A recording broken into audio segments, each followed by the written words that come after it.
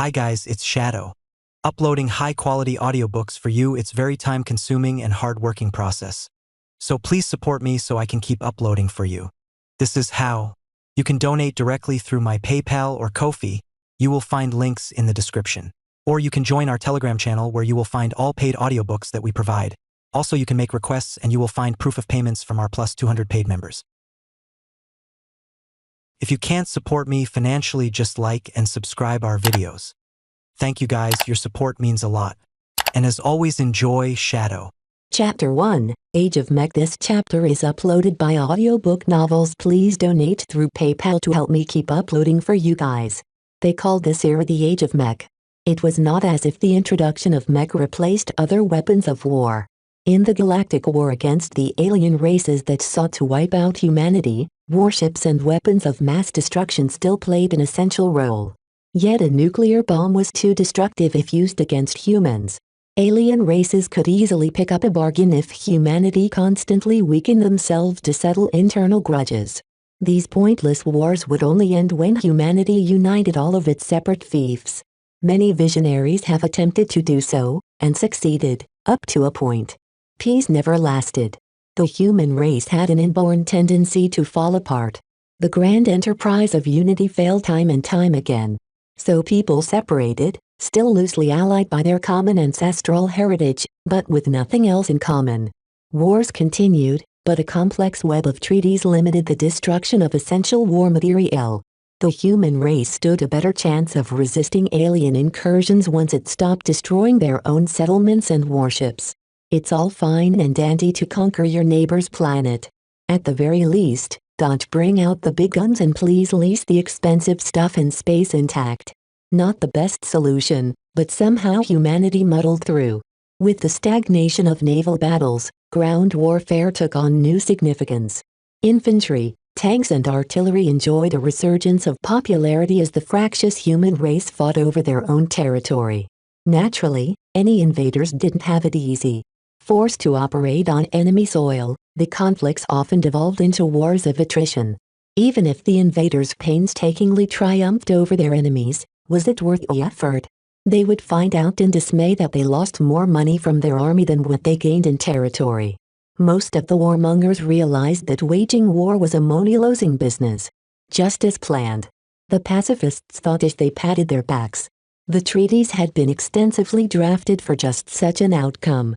Without the tools to threaten a planet into a quick surrender, the warmongers had to rely on old and inefficient technology in order to conquer territories.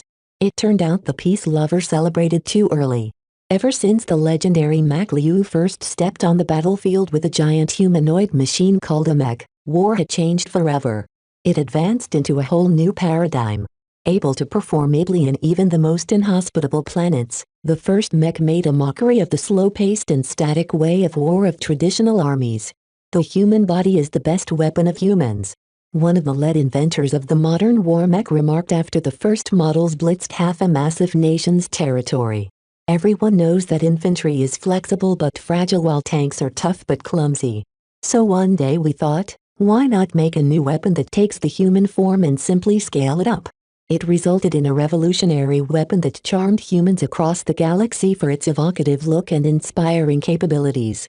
Faster than infantry, more flexible than tanks and able to carry a variety of weapons, they nonetheless required much less supplies to keep them running. Their logistical footprint was a fraction of what a conventional army gobbled up. This alone ensured that mech dethroned all other service branches. The Age of Mech unfolded into splendor. Broadcasts surrounding mech earned record views. Online and offline games brought the masses closer the glamorized new machines. Major arms manufacturers invested in the rapidly growing mech industry. Countless startups offering their own unique takes on the mech popped up like mushrooms. The Age of Mech seemed to herald humanity into a new golden age. Unfortunately, only a small number of elites could step into the true world of mech. The most basic mech models involved hundreds of patents and other proprietary knowledge that would cost a fortune to license. Those interested in piloting an authentic war mech also needed the right genes. The highly arcane neural interface that allowed pilots to control their mech as natural as moving their own bodies could only be piloted by a gifted handful. Those who ignored the warnings fried their brains. It took a long time for researchers to establish a clear view of how many people possessed the right potential. From the latest statistics, only a mere 3.5% of all of humanity possessed the right genetics to successfully connect to a neural interface. These privileged elites, tested for compatibility from their 10th birthday, enjoyed admiration and worship from the 96.5% who were doomed to never step into a cockpit. Not all of the 3.5% would actually go on to pilot a mech, but even the poorest potentate from the most backwater planet had to undergo training.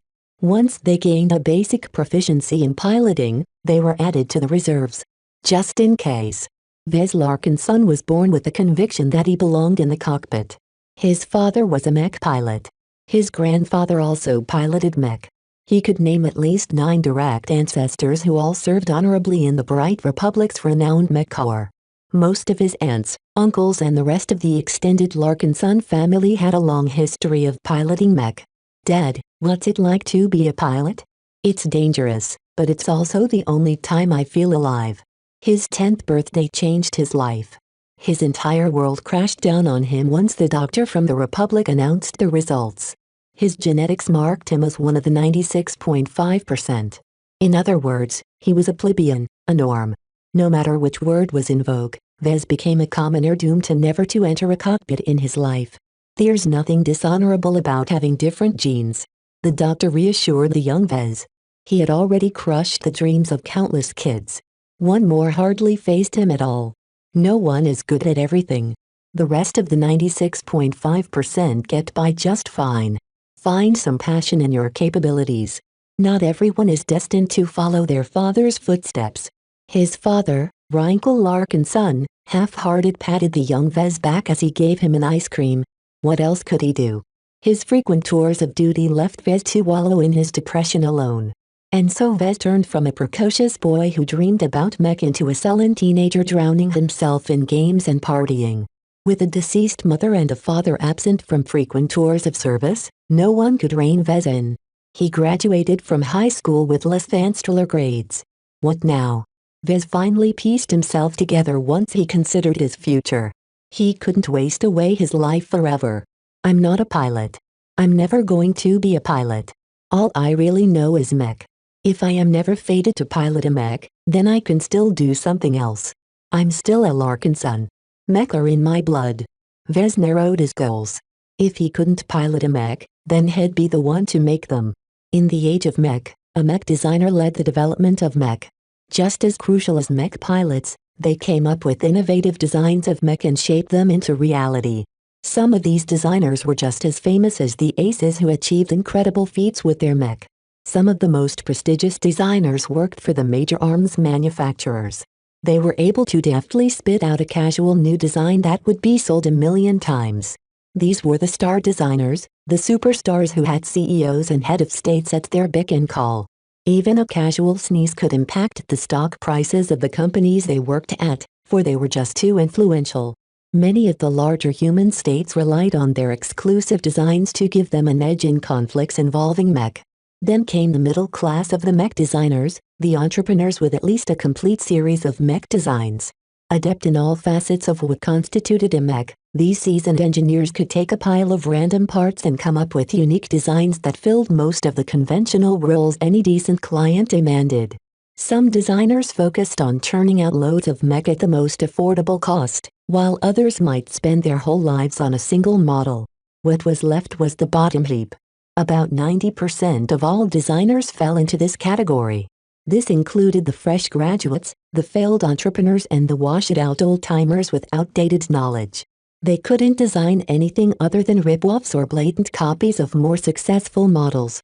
Most of these dregs were doomed to serve as faceless cogs, working behind the scenes to repair or maintain other people's mech. The lucky ones still get to be involved in mech design by fulfilling a niche in customization. They took existing mech and changed them in little ways, or licensed an old, existing design and added their own flair to it. The cutthroat competition in the saturated market didn't allow many to stay afloat for long. Only some got by with this business model. Wes hoped to be one of them. With his so-so grades, he could forget about attending a prestigious university. He only managed to scrape enough merits to attend a program offered by the Rittersberg University of Technology, an average institution from the Bright Republic's capital. All he got 5 years later was a bland degree from a bland institution. In other words, he was worthless in the eyes of employers. That was okay. His father Reinkel supported him all the way through. He even spent much of his time gathering the capital to kickstart his son's business. They both had a plan. They would start a home and Mech boutique with enough automation to print its own parts and allow Vez to assemble a Mech from scratch. Reinkel would refer him to his buddies in the service for cheap jobs and let Vez dip into the world of customization step by step. Once Vez built up his reputation, he might be able to move on to designing his own variants. All those plans came crashing down when Vez returned to an empty home back in Cloudy Curtain, their home planet. Reinkel enjoyed a good salary as a Mech pilot, so he could afford a grand townhouse in the suburbs. He recently sold it in order to scrape enough cash to acquire a workshop just outside of town. It only offered enough space for a small living area. The workshop could use a makeover. The modular, prefabricated structure looked second-hand, as if it was salvaged off a battlefield or scrapyard. With the amount of rust and scratches its exterior sported, it was a miracle it hadn't fallen apart. When Vez stepped inside, he sighed in relief. The essentials were still in one shape. The insides looked fairly clean. All of the valuable machines needed to run his enterprise were present, if second-hand. His dad might not know his stuff, but he knew plenty of people who did. "Where are you, Dad?" After weeks of silence, Vez had to face the fact that his dad was missing. That shouldn't be a cause for alarm. His dad had been assigned to a regiment stationed at the border between the Bright Republic and the belligerent Vija Kingdom. Any incidents that might flare up could cause his father to be recalled. When Vez called his father's friends, he found out he never returned to duty. After contacting the police, it seemed that Reinkel had never shown his face elsewhere. All the galactic calls and electronic messages sent to his father fell off a cliff. No one could find any trace of his presence. The Cloudy Curtain Planetary Bank quickly came knocking. It turned out the workshop components such as the spiffy 3D printer had been bought with a loan. A 3D printer was an essential machine that turned raw materials into factory-quality Mech parts. His father had to borrow over 330 million Bright credits in order to finance the acquisition of assets. With this much money, anyone could buy half it as an advanced Mech. Vez could spend his lifetime working for an average Mech manufacturer and still not earn enough to pay back the huge debt. He instantly fell into a cycle of distress and panic when he read through the bank's polite but impersonal note. What kind of mess did my father drag me into? The bank took 3 pages to state that all of the debt was in his name. He would have to hand over the workshop and all of its valuable machinery in case he missed a single annual interest payment. In short, Vez had to scrounge up about 5 million credits in the next 3 months in order to meet the next payment. He lifted up his armband-shaped communicator and activated its miniature projector.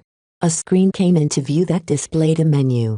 He hopelessly switched to the credit account linked to the device. His account only held a measly 1,200 credits. That was his spending money for the month.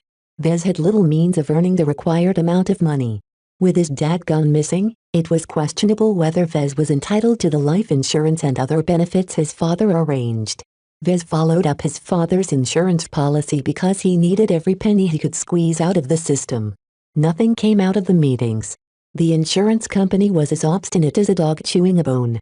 Vez swiped away the latest messages from the bank. "I'm broke.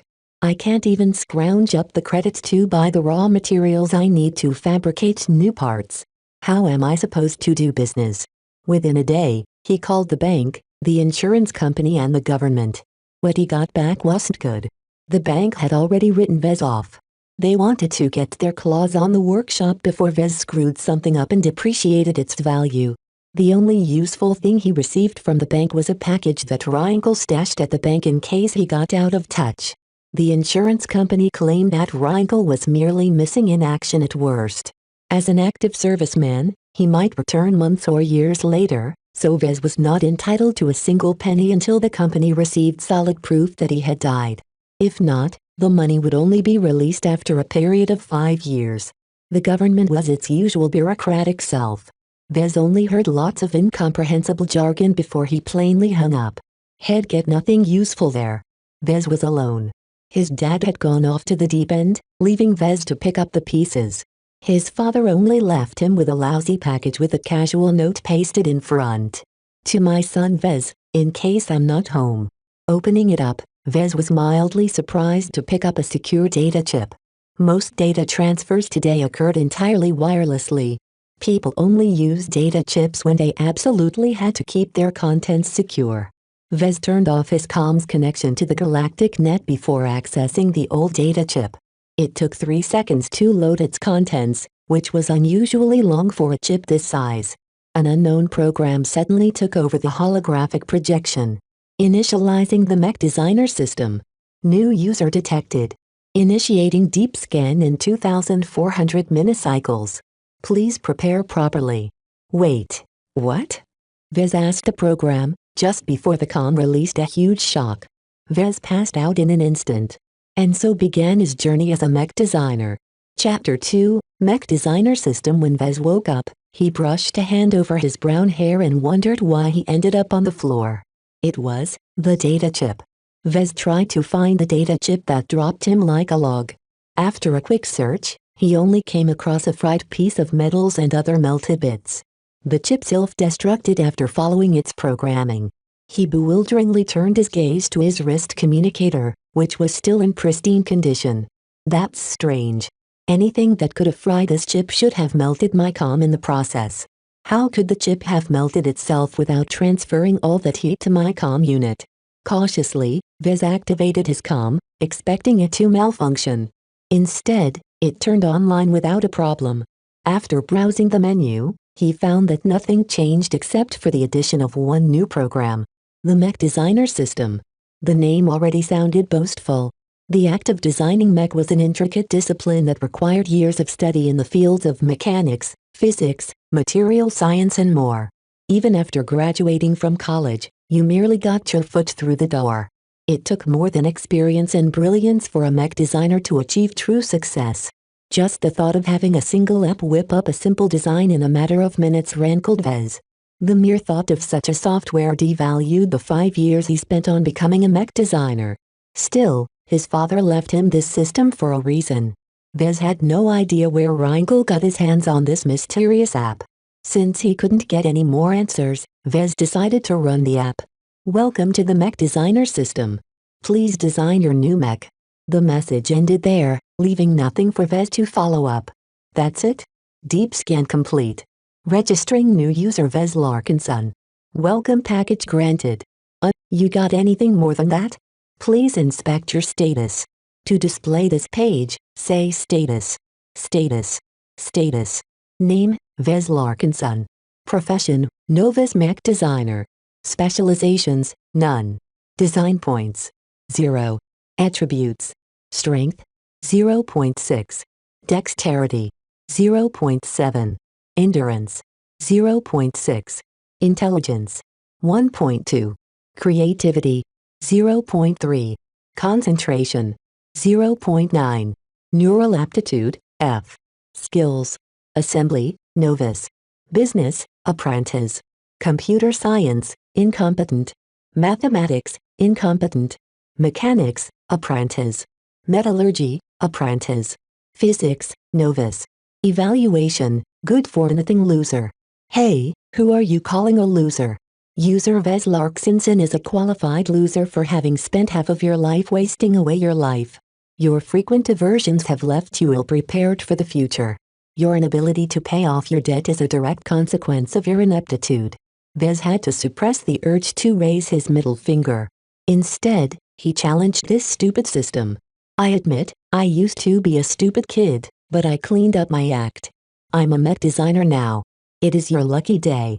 The Mech Designer System is the ultimate tool in this galaxy to design any machine that falls under the category of mech. Any authorized user is allowed to use this system's many tools to design any mech imaginable with no conceivable limits. Who would believe such shameless boasting? So can I just whip up something that weighs 1,000 tons, runs at Mach 50 and can even travel faster than light?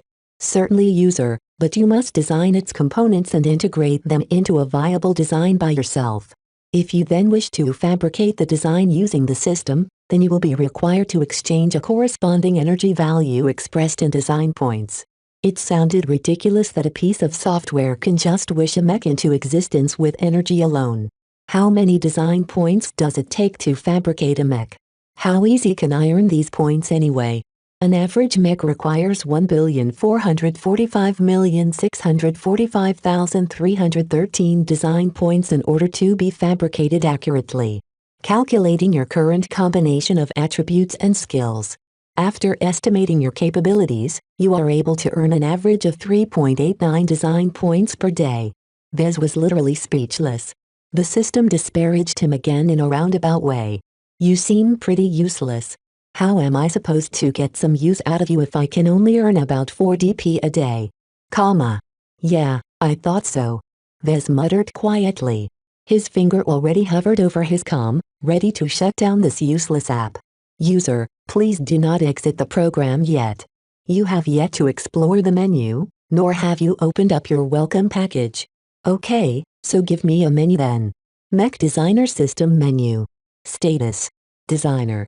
Missions. Skill Tree. Shop. Lottery. Inventory. User, as a novice mech designer, your privileges are limited. You currently do not have access to the missions, shop and lottery menu. Vez browsed the designer option first. The system unfolded into a vast holographic design interface that seemed to be ripped off from a popular design suite that Vez had frequently used in his student days. The system's version came with a lot of additional features, though Vez wasn't in the mood to explore them right now. The skill tree unfolded even more elaborately, taking up a panoramic view. The most fundamental skills sat at the top.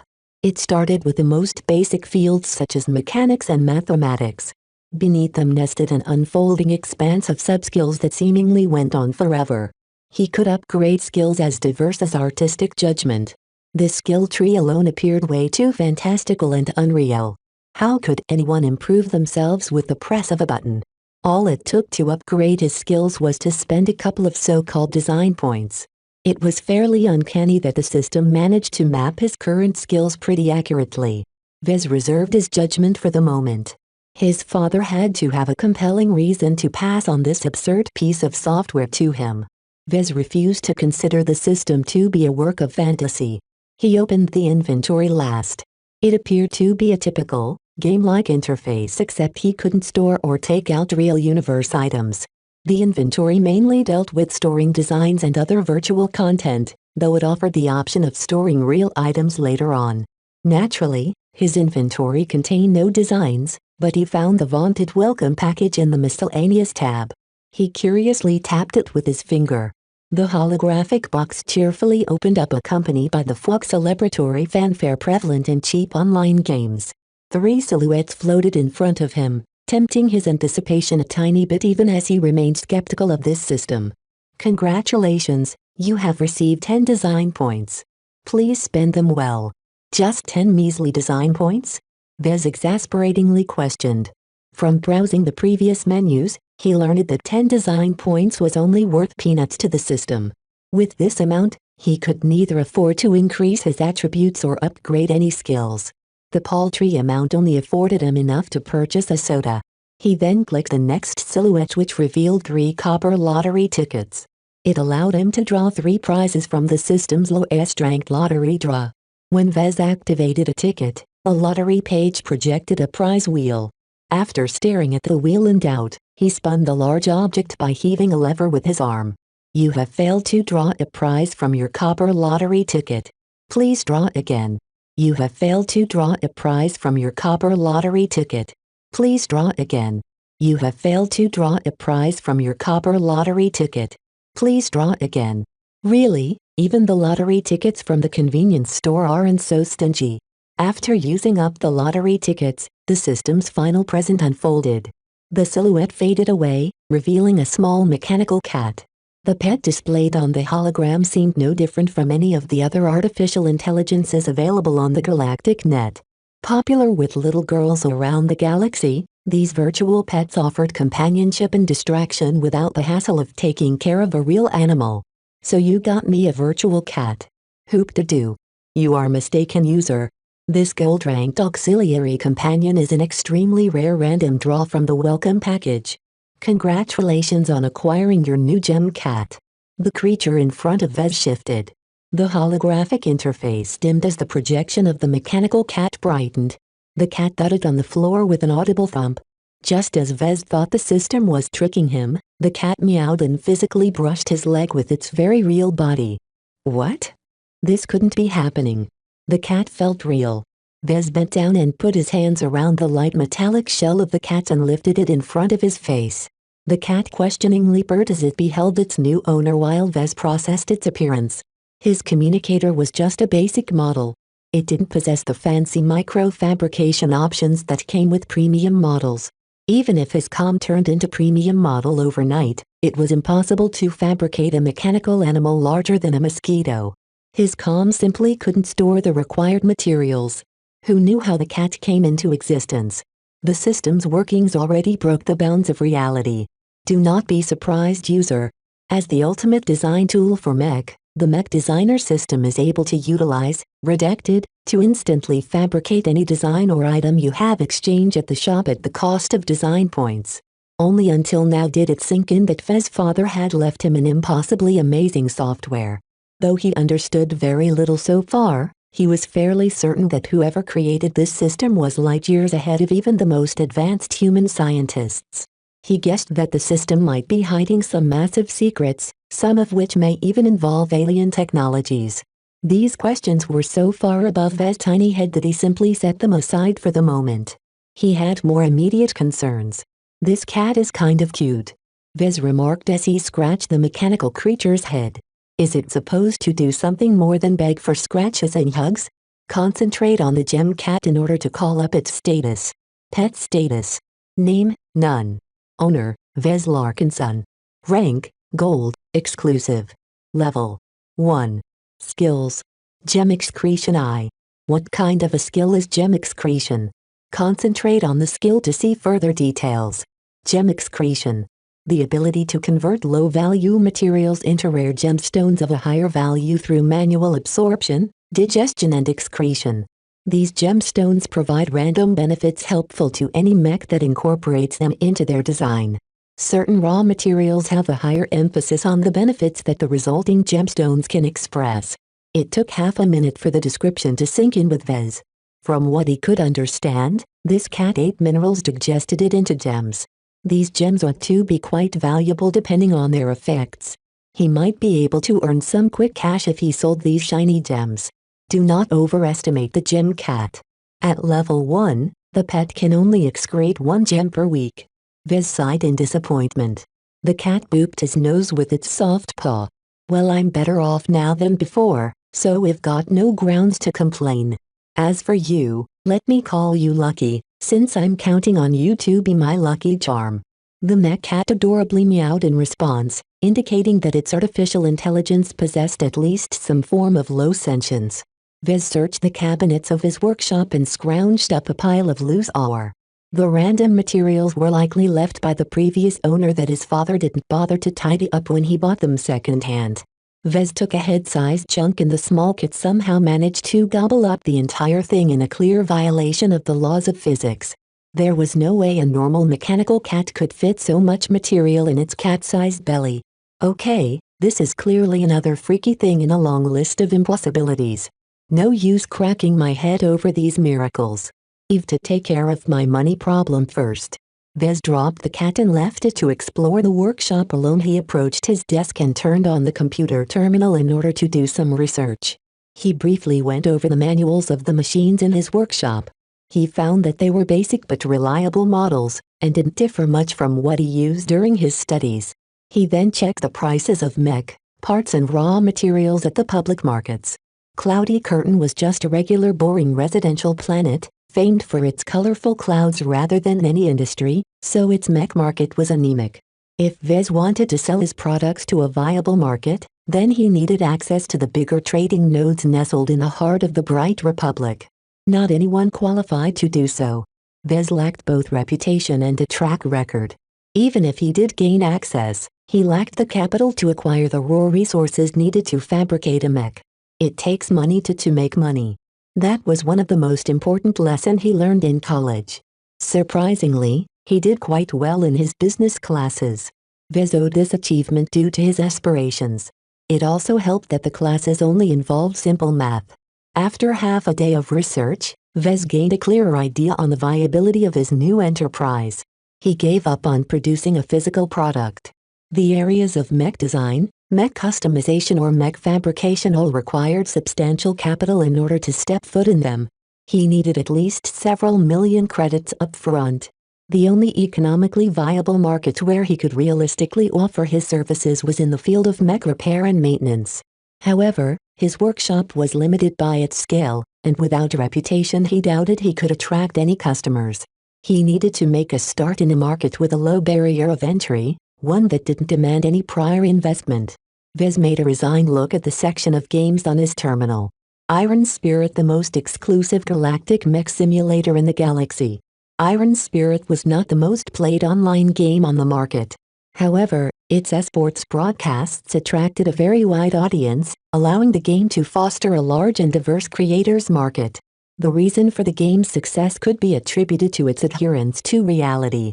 Iron Spirit emulated reality so well that players had to buy or rent expensive simulation pods to pilot a mech. It turned the player base into an elitist club that served as a decent simulation to actual mech combat. The BSBH Corporation stuck to the creed of realism so much that its virtual mech had to be fabricated within its simulated ecosystem in a realistic manner. Only the mainstream mech models could be bought off the shelf. The true high-performing mech in the game were all customized or original designs that could be sold for either gold, the virtual currency, or with real credits. Unlike piloting a virtual mech, Iron Spirit didn't demand its designers to be a potentate, so even an average norm like Vez could engage in its virtual market. As Vez registered a mech designer's account in the game, he came across a few snags. He had to pony up a registration fee of 800 bright credits. This wiped out more than half of his remaining savings. When the game approved his account, he encountered another barrier. Customizing any existing design required the purchase of a so-called virtual license.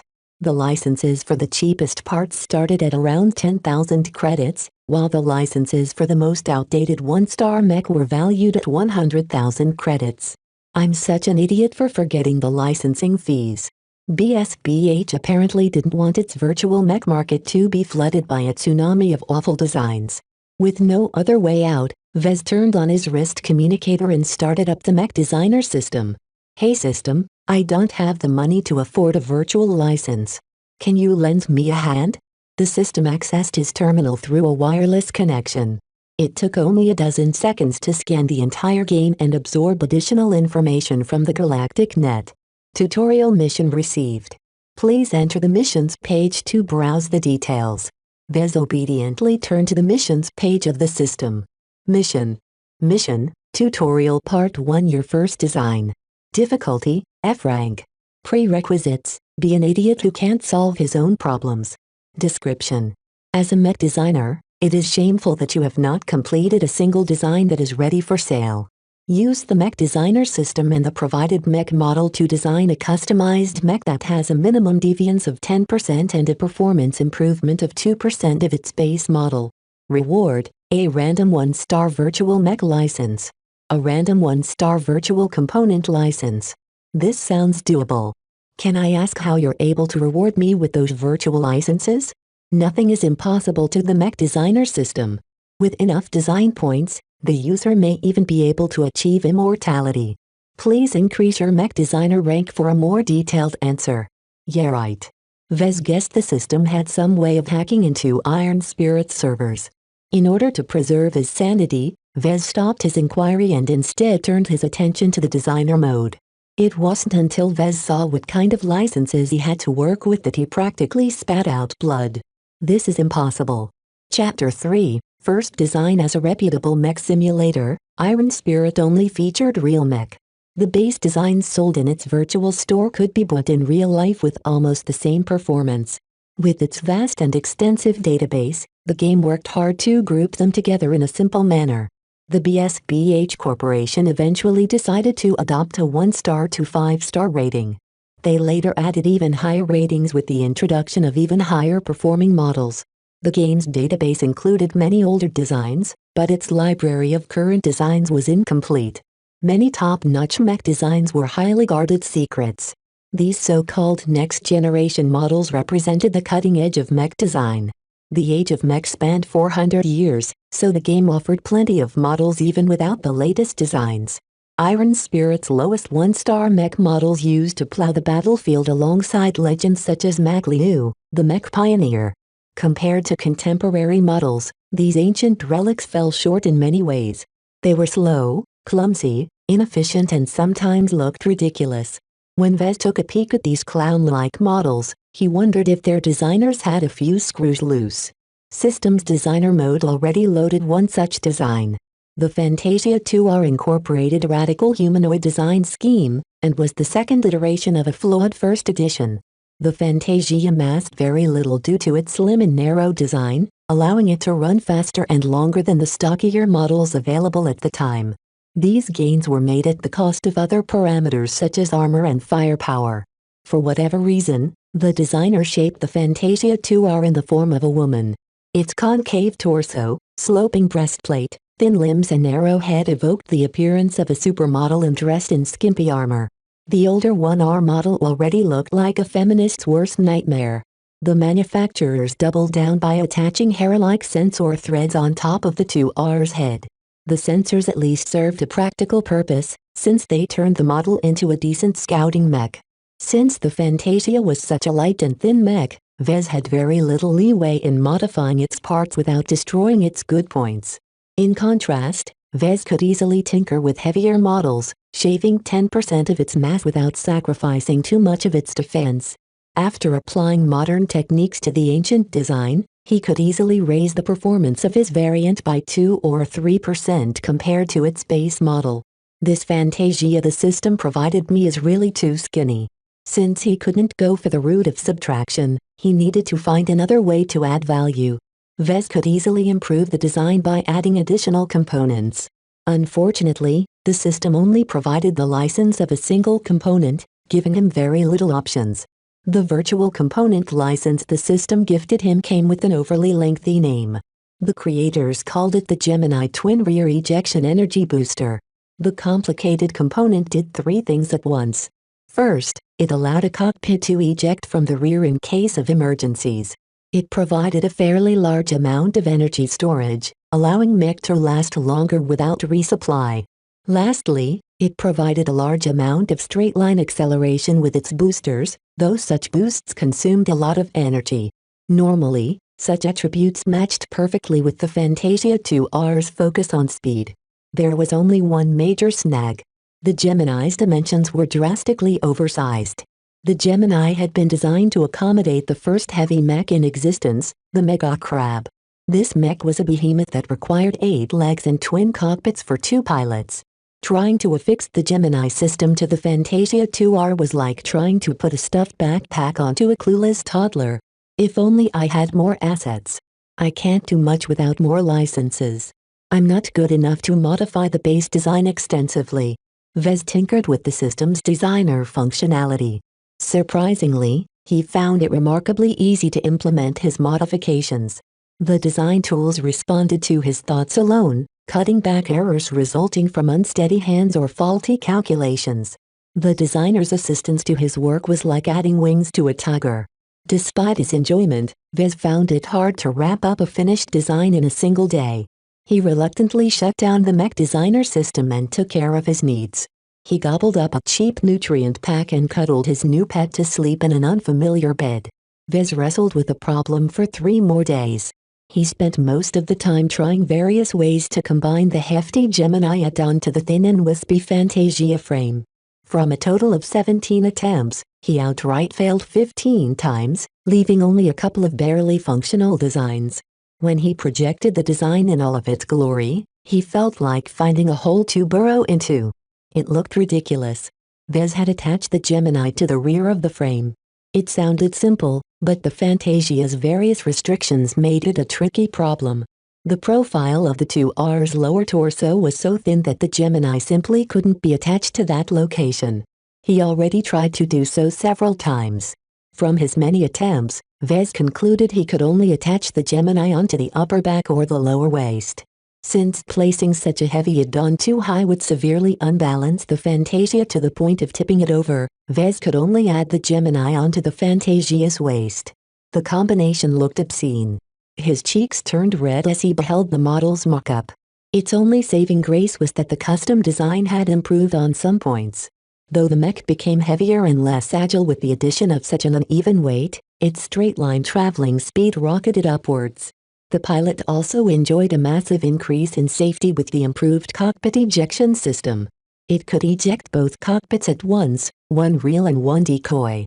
This provided a marginal benefit in Iron Spirit, as a successful ejection lowered the cost of repairing a defeated mech in the game. Alright system, does my first design make the cut? Scanning design. Simulating performance. Completed. Do you wish to name the design? Let's go with Fantasia 2 Re. My variant's rear end is the only thing that's improved. Design evaluation, Fantasia 2 Re. Variant name, Fantasia 2 Re. Base model, Fantasia 2R. Original manufacturer, Keisha Armaments. Weight classification, medium light. Recommended role, sprinter harasser. Armor, F. Carrying capacity, F. Aesthetics, A. Endurance, C+. Energy efficiency, C. Flexibility, D. Firepower, D+. Integrity, E. Mobility, B+. Spotting, B. X factor, none. Deviance, 23%. Performance improvement, 4.5%. Overall evaluation, horribly overweight for its intended purpose, the Fantasia 2 Re is nevertheless redeemed by its amplified power and forward potential. Its improvement in open terrain and long-distance missions does not outweigh its anemic flexibility and horrible performance in close-quarters combat. The model's unique appearance may appeal to a small subset of pilots. You have received 1 design point for completing an original design. Congratulations on completing the first part of the tutorial. The rewards have been sent to your inventory. You have also received a bonus for exceeding the requirements of the mission. Vez sighed in relief. He had worked hard to merge 2 entirely different things together. While he succeeded on a fluke, he still managed to pull through. Now that he finished this ungodly mission, he could move on and forget this abomination of a mech. He wiped away the projection of the design and opened his inventory. 2 gift-wrapped packages awaited his eager fingers. Vez quickly tapped both icons, letting them unbox together. You have received a virtual license for the following mech, Keisha Armaments Fantasia 2R. You have received a virtual license for the following component, Maxedron Gemini Twin Rear Ejection Energy Booster. Really? You're giving me the same stuff I've been torturing myself for 3 entire days? You have received a new mission. Please read the details in the missions page. Mission. Tutorial Part 2 Your first sale. Difficulty, F rank. Prerequisites, completed tutorial Part 1. Description. You cannot call yourself a proper mech designer if your design isn't used. Please endeavor to sell a mech based on your first design. Reward. 1000 design points. You're setting me up, system. Even if I can find someone stupid enough to buy the 2 Re, I still don't have the credits to purchase the raw materials. Iron Spirit doesn't let designers fabricate a virtual mech for free even if I possess the necessary licenses. The game taxed mech designers by charging them for the raw materials. You have forgotten your bonus. Please look at the currency tab in your inventory. A red packet awaited Vez when he switched his view. He tapped it, causing the virtual envelope to unfold into imaginary bills. It eventually landed into a neat stack with the total amount displayed on top. Congratulations for receiving 100,000 bright credits. Vez widened his eyes.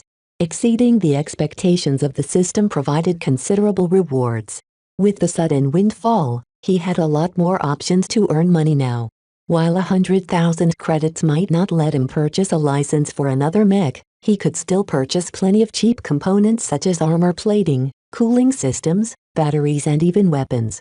Before Vez put his newly gained credits to good use, he first made sure to complete the mission. He uploaded the saved design of the 2Re onto Iron Spirit's virtual workshop. He then spent about 10,000 credits collecting the raw materials required to fabricate the design. While he could spend twice as much to let the game fabricate the design automatically, Vez wanted to save every single credit, so he went for manual assembly. Vez spent 2 days fumbling around the virtual workshop's 3D printer to print all the required parts. He then took 3 more days fumbling around the assembler trying to put all the diverse and heavy parts together. Somehow, Vez felt a little closer to his first creation as he finally clicked the final part together. He even took some time and credits to paint the chassis purple and red. "You're not the prettiest girl, but you're my first." Vez shook his head. "That sounds wrong."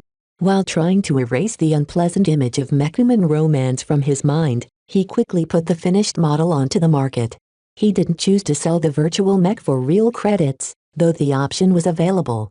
Practically all low-tier mech in Iron Spirit were sold in gold, the in-game currency that mech pilots earned when they won matches against their opponents. The market set a minimum price of 1,600 gold, reflecting the cost of raw materials if Vez had paid for them in gold. "I'm not stupid enough to sell it at cost. Let's add 100 gold. My labors has got to be worth something." Just after he finished with the lot, he also checked his user profile. He chose to hide his real name for now. It won't do for his future career in mech design to be tainted with this awful design. He casually said his nickname is Chasing Clouds, as a reference to his home planet and in his aspirations. With the chore done, Vez threw the mission to the back of his mind and went to mech section of the market. He browsed all of the available variants of the Fantasia 2R. If he wanted to design a competitive but affordable Fantasia model, he needed to do his research on what market already offered. He could then tailor a list of requirements and scour the market for fitting components. Vez sunk into his work. He fell into the enthusiasm starting his career in mech design. Even if designing virtual mech for a game didn't bestow him with the qualifications of a real mech designer, he could still polish his basic skills. Once he accomplished a handful of sales, he could purchase better licenses and design better variants. "Still, I can't play with virtual mech forever. There's no way I can earn enough credits to meet my next interest payment." He needed to earn enough credits to fund the operations of his real mech business. If the expensive fixed cost of purchasing licenses was left out, then he could easily make the deadline. Reality wasn't so kind. Virtual licenses only apply to in-game designs. There's no way I can afford a legitimate production license with my current assets. Actual production licenses came with prohibitive costs and restrictions. For the privilege of using another company's intellectual property, Vez had to pay a high price.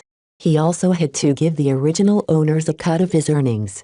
Along with the cost of raw materials, profits grew thin. It's impossible to make it without the help of the system. I hope the 2Re is going to sell out quickly, because I have a feeling I'm going to need all the design points I can get. Lucky sauntered over and meowed at Vez. "What's up, buddy?" The cat tugged at Vez's pants and tried to lead him outside. Curious, Vez followed the mischievous cat outside and spotted something sparkling behind the weeds. Vez came close and picked it up, revealing a green gemstone. Upon realizing its significance, he hurriedly dropped it down. "Even if you're a machine, I'm still not touching your crap," Vez told the cunning cat. He scanned the gem according to the system's instructions. Emerald of Minor Armor. Increases the durability of a mech armor plates by 0.5% when installed. For a gem of its size, its effects were horrifying. Despite the paltry boost, the gem cost nothing to make. If he kept feeding Lucky the same cheap ore, he could end up with a pile of emeralds. If they all had the same effect, they might accomplish something great if combined. System, if I have 2 of the same gems, do their benefits stack? Of course not. A mech can only benefit from a limited amount of gems. Gemstones that provide the same effects do not provide more benefits when put into the same mech. Every time the system hinted at something amazing, it turned out to be limited. "I need to feed my cat something better," Vez muttered and resolved to order something better and have it delivered to his workshop tomorrow. Unknown to Vez, on the other side of Cloudy Curtain, A certain 12-year-old potentate sat down in a fully enclosed simulator. He had just finished school and rented a simpod from the local gaming center downtown. The boy avidly played Iron Spirit ever since he recently finished his basic lessons on mech piloting. It hardly turned him into a qualified pilot, but it allowed him to pass the minimum requirements to finally play the game. Calling himself Shifter 66 in the game, he enjoyed piloting faster mech. There was something about running in a multi-ton machine that charmed him. Playing the heavier mech bored him to tears. He preferred to be quick on his feet, pestering enemies and dodging shots rather than slugging it out in a head-on collision. As a 12-year-old, he couldn't lay any claim to greatness, but he thought he possessed a solid foundation in piloting the simplest of one-star mech. He played a couple of hundred matches, and while he lost most of them, he still managed to put together a few thousand gold for a new purchase. When Shifter 66 visited the game's online market, he somehow wavered his attention to a line of feminine models. A young man like him already started to pay some attention to the girls in his school. He channeled that energy to the graceful models on display. He picked a random direction to explore further, coming upon the old but still fairly popular Fantasia series. While the boy only half-heartedly inspected the models, he made an abrupt stop once the random selection displayed a highly unusual variant. The boy held out his palm, freezing the image and allowing him to look at the model in greater detail. Fantasia 2 Re. Tier. 1 star. Base model, Fantasia 2R. Purchase price. 1,700 gold. She looks perfect. A more demanding mech pilot might comment that the mech looked horribly out of balance. Any sane pilot might also complain that the added weight of the variant's rear addition served to slow it down to the point of making the mech useless in any short-distance engagements. Shifter 66 on the other hand kept his eyes glued to the rear end. I gotta have it. And so V's first mech got sold. Chapter 4, Behold My Ultimate Move. Engulfed by the satisfaction of a new purchase, Shifter 66 hopped into the Therese cockpit. Without even spending time to grow familiar with the modified mech, he entered the arena and initiated a search for an opponent. Shifter 66 wanted to dive right into a battle with his new baby. As a fairly new and unskilled pilot, Shifter 66 naturally got matched against a pool of similarly low-skilled players. Iron Spirit featured a sophisticated matchmaking system, and the lowest segment was the Bronze League. Every potentate who played Iron Spirit started from the Bronze League. Only by winning a sufficient amount of times would one gain the opportunity to promote to the Silver League, which most mech enthusiasts consider it to be the real beginning of the game. That was because the developers enacted a lot of restrictions to the matches taking place in Bronze. Players could only earn a little amount of gold, though they also had few opportunities to lose it due to simplifying repair costs. Matchmaking in the lowest league also didn't cross star systems, which meant that most low-tier players fought against opponents from the same planet. Bronze Leaguers were also limited from purchasing any mech rated higher than 1 stars, which really frustrated a lot of kids who wanted to dive right into big and modern mech. As for Shifter 66, he hadn't been exposed to the world of mech for long. The mech he already had access to already occupied his full attention. His view changed into a preparatory screen. The game found an opponent for him. After confirming his mech, weapon and map preferences, he waited for his opponent to do the same. After a short wait, the boy's mech landed upon a grassy hill. The first thing he did was to engage his sensors to see if his opponent was in range. One of the few good things about the Fantasia 2R was its fantastic scanning power, courtesy of its hair-like sensor bundle attached to its head. The mech found an energy signature fairly quickly, which meant his opponent wasn't hiding. The boy eagerly commanded his mech to move forward, only to trip and almost fall backwards. His mech balance fell apart. What the? Only until now did it sink into him that having a gigantic rear wasn't all that good. He wrestled with his neural interface for several minutes, trying to find a running posture that wouldn't tip him backwards. He finally managed to accomplish a crude stance by bending his mech torso forwards, which had the unintentional effect of making his rear more pronounced. Who cares, as long as it works. Let's try the booster. Upon activating the Gemini's powerful thrusters, the Fantasia practically rocketed forwards. Only through some haphazard steps did Shifter 66 manage to keep his mech on his feet and vaguely control his direction forward. Woohoo! As the boy further adapted to the mech forward momentum, he found himself wild with joy. He could practically feel the wind whipping his mech as he casually broke through his personal speed record. Unfortunately, he neglected one thing. His opponent hadn't been twiddling his thumbs. Shifter 66A, too bad you're piloting a light mech. My Gronig Halman eat light mech for breakfast. The player known as Triceratops boasted. He had the wins to back it up. KRH Heavy Industries Gronig Halman models offered a good balance between weight, energy and armor. They generally suffered against heavier mech, but anything lighter couldn't go through its armor before the GH pulverized them.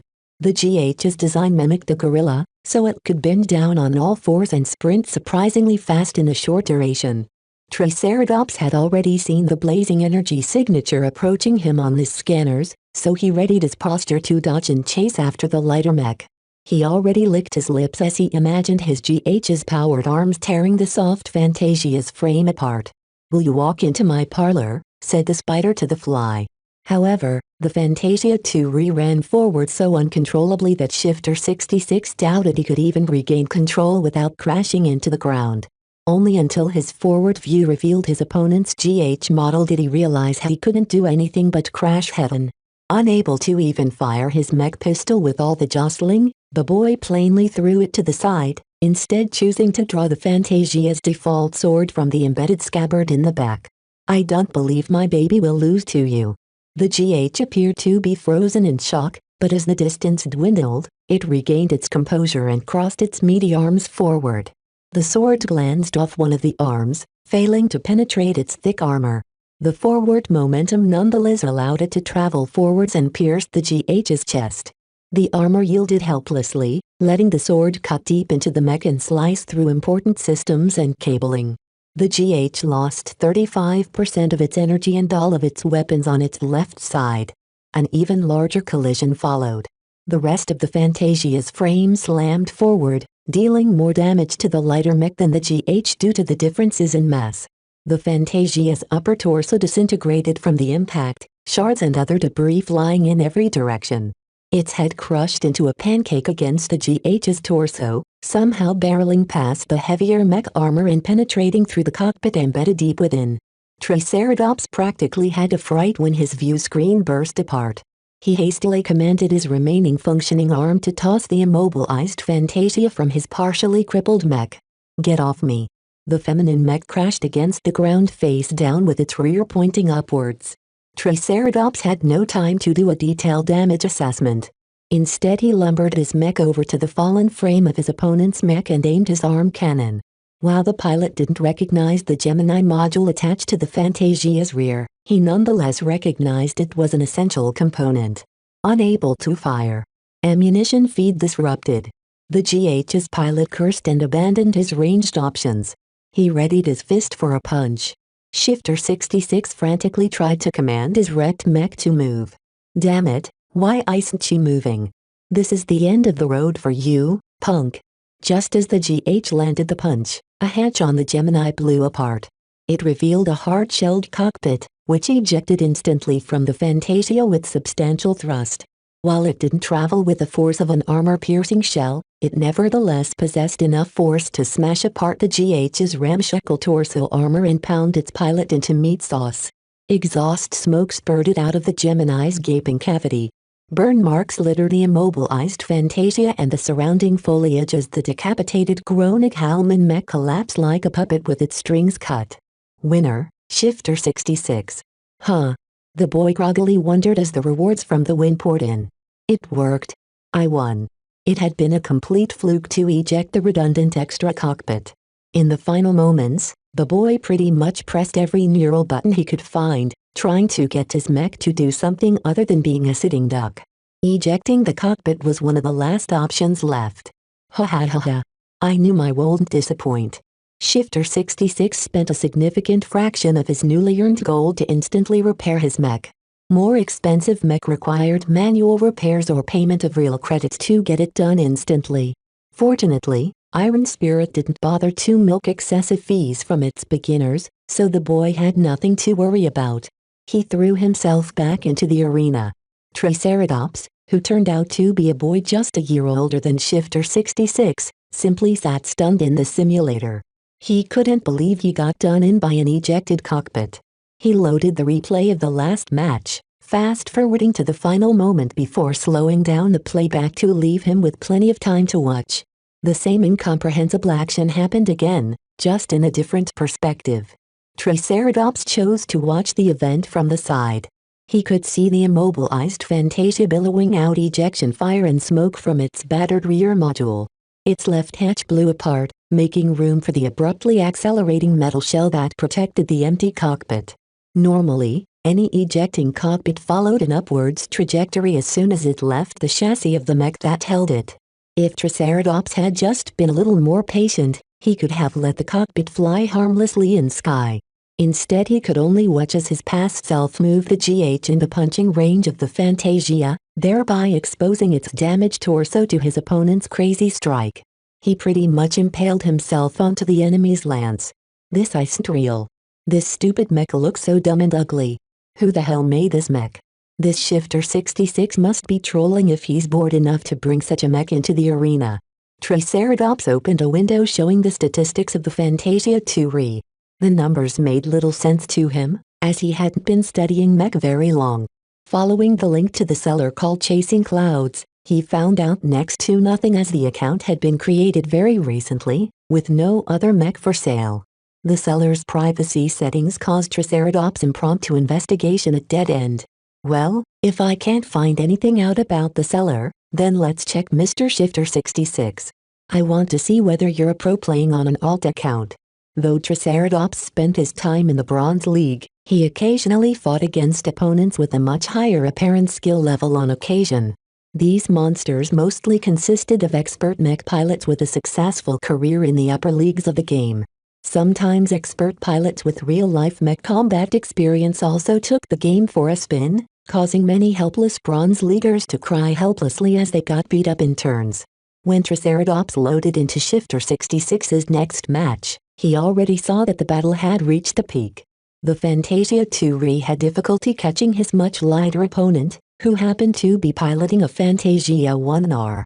As the predecessor model, the 1R lagged in several areas compared to the 2R. Nonetheless, the 1R the opponent piloted was the stock model, granted him a decisive advantage in agility and short-ranged mobility. The forest environment also bogged Shifter 66 down. His 2 couldn't find a clearing to put his substantial boosters to good use. Without the extra speed afforded by the boosters, his 2 had been rendered into an overweight mech, clumsily trying to turn its sluggish frame in the direction of his flitting opponent. The 1R's pilot played it smart, Triceratops noted. The 1R seemed to be wary of Shifter 66's mech boosters. It neither faced the 2 directly in the front and behind, using its superiority in lateral movement to keep the mech to the sides. The boy could only grit his teeth as he endured the light laser blasts digging into his Fantasia's rear armor. He only managed to endure until now because the enemy's Fantasia lacked the capacity to field heavier firepower. However, just its basic pistol possessed enough punch to eventually slag the 2's armor into a puddle. Shifter 66's own pistol had already been shot to pieces and he could only try to make pot shots with his heavier but unwieldy marksman rifle. You asshole! Are you a monkey or a man? Stand still for a moment. The 1R ignored the complaint, and resolutely kept up its dodging. The boy knew he couldn't let this merry-go-round continue, so he activated his boosters and just rocketed into the trees. His mech crashed through the trees with minor difficulty, though he accumulated internal structure damage with each tree felled. He couldn't keep this up for long. Nonetheless, Shifter 66 managed to retake the initiative. The 1R's pilot panicked. Allowing the 2 to build up distance meant exposing him to powerful laser fire. He hastily followed after the rocketing mech, inadvertently lining up right behind the 2's Gemini system. Behold my ultimate move! Shifter 66 yelled as he slammed his fist on the secondary ejection button. The Fantasia's twin cockpit whooshed forward from the Gemini model in another fiery blast. This time the cockpit kept up a straightforward trajectory. Changing that setting was the only thing the boy prepared in advance before he dove into his next match. The cockpit rocketed backwards with a speedy but avoidable trajectory. The 1R could easily step sideways if it kept its chassis in the correct stance. Unfortunately, the stock model chased after the 2R with full speed, allowing for very little leeway to dodge immediately. By the time the 1R managed to shift its torso, the blazing cockpit slammed its right shoulder to pieces. The Fantasia 1R massed much less than the GH, so the impact this time resulted in much heavier damage even though it occurred off-center. Practically half its shoulder and the entire arm blew apart. The battered cockpit flew off in a random direction with the Fantasia's gun stuck in its shell. "Haha, you're mine now." The boy was ecstatic to see his gamble succeed. He stopped the boosters, causing his mech to abruptly slow down and trip. It took an embarrassingly long time to get his mech up its feet, but the kid felt too flushed with success to feel any bother about it. The 2R lumbered back to the crashed 1R model. The loss of a shoulder and an arm shouldn't have crippled a Fantasia 1R. Most of its essential systems rested in its waist, so as long as it possessed 2 functional legs, it could still outplay the 2R. The pilot eventually lacked the skill to compensate for its damage, as all he could accomplish so far was to run around in circles. The boy stopped his approach and raised his mech rifle. The beams had a little difficulty keeping up a consistent aim, but the sheer number of shots succeeded in punching through the 1R's poor chassis. Winner, Shifter 66. Ha ha ha. The boy laughed as he raised his fist. He had won again, proving him that his gold was well spent. Though clumsy, his mech held a few surprises, and anyone who thought he was an easy target would get a nasty present. Triceratops on the other hand cursed Shifter 66's luck. He felt a little glad that he wasn't the only pilot who fell for the 2R's trick. He kept spectating Shifter 66 as he mindlessly dove into the arena. Subsequent matches proved that the boy had celebrated too early. Matchmaking had adjusted Shifter 66's opponents after he kept relying on cheap tricks. These slightly more seasoned pilots recognized the Gemini add-on and knew what it could do. Though they laughed at the 2R's rear-heavy appearance, they still treated their enemy seriously. The lighter mech generally ran rings around Shifter 66, taking small bites at a time and leaving him with little opportunity to strike back. The heavier mech proved to be easier opponents for him, as they were less capable of dodging his newly invented ultimate move. Only the heaviest 1-star mech could shrug off the damage caused by the sudden collision. Remembering that he had to go home for dinner, the boy eventually called it a day. With a couple more wins than losses in his record, the potentate felt that buying the Fantasia 2R was one of the best decisions in his life. Before he logged off, he added the designer in his address book. Oblivious to the potentate, Vez looked at a system's notification with a puzzled expression. The mission finished that quickly? I can't believe there's someone stupid enough to buy the mech I put on sale. Lucky concurred with a meow while shaking its mechanical behind in Vez's direction. The young man playfully picked up the pet and cuddled him against his chest. At least the stuff you crap out can be sold. Now that he finally received some design points, Vez switched back to the shop and browsed its catalog with greater attention. The previous time he just took a casual look, choosing to ignore the more unrealistic entries as pure nonsense. Now that he swept his eyes past them again, Vez widened his eyes. If the system is really capable of doing this with design points, then meeting the next interest payment is in my grasp.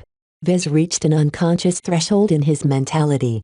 He had always been a little bit skeptical of the system which suddenly intruded in his life. Now though, he felt ready to embrace it with all its oddities. While some designers counted on their fancy degrees to start their careers, others threw money and connections at the problem. Vez only needed the system to pave his way to the top.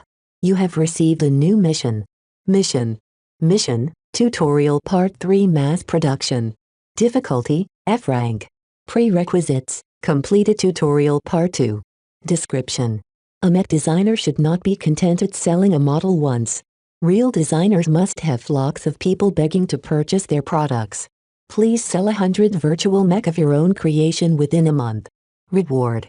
1 random 10-year combat mech production license. The system screwed him for real this time. How am I supposed to sell 100 of them in a month?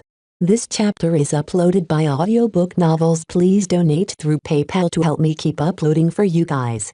Chapter 5, Investment. After Vez finished freaking out, he read the mission description again and understood he missed out an important detail. The mission demanded that he sell virtual mech of his own creation. What the phrasing implied that he wasn't stuck with trying to peddle the ungainly Fantasia 2 to a group of idiots. As long as Vez spent the month designing a couple of decent variants and promoting them on the local net, he might reach the sales figure. 100 sales a month might sound like peanuts to established virtual mech designers, but meeting it remained a hefty challenge to a nobody like Vez.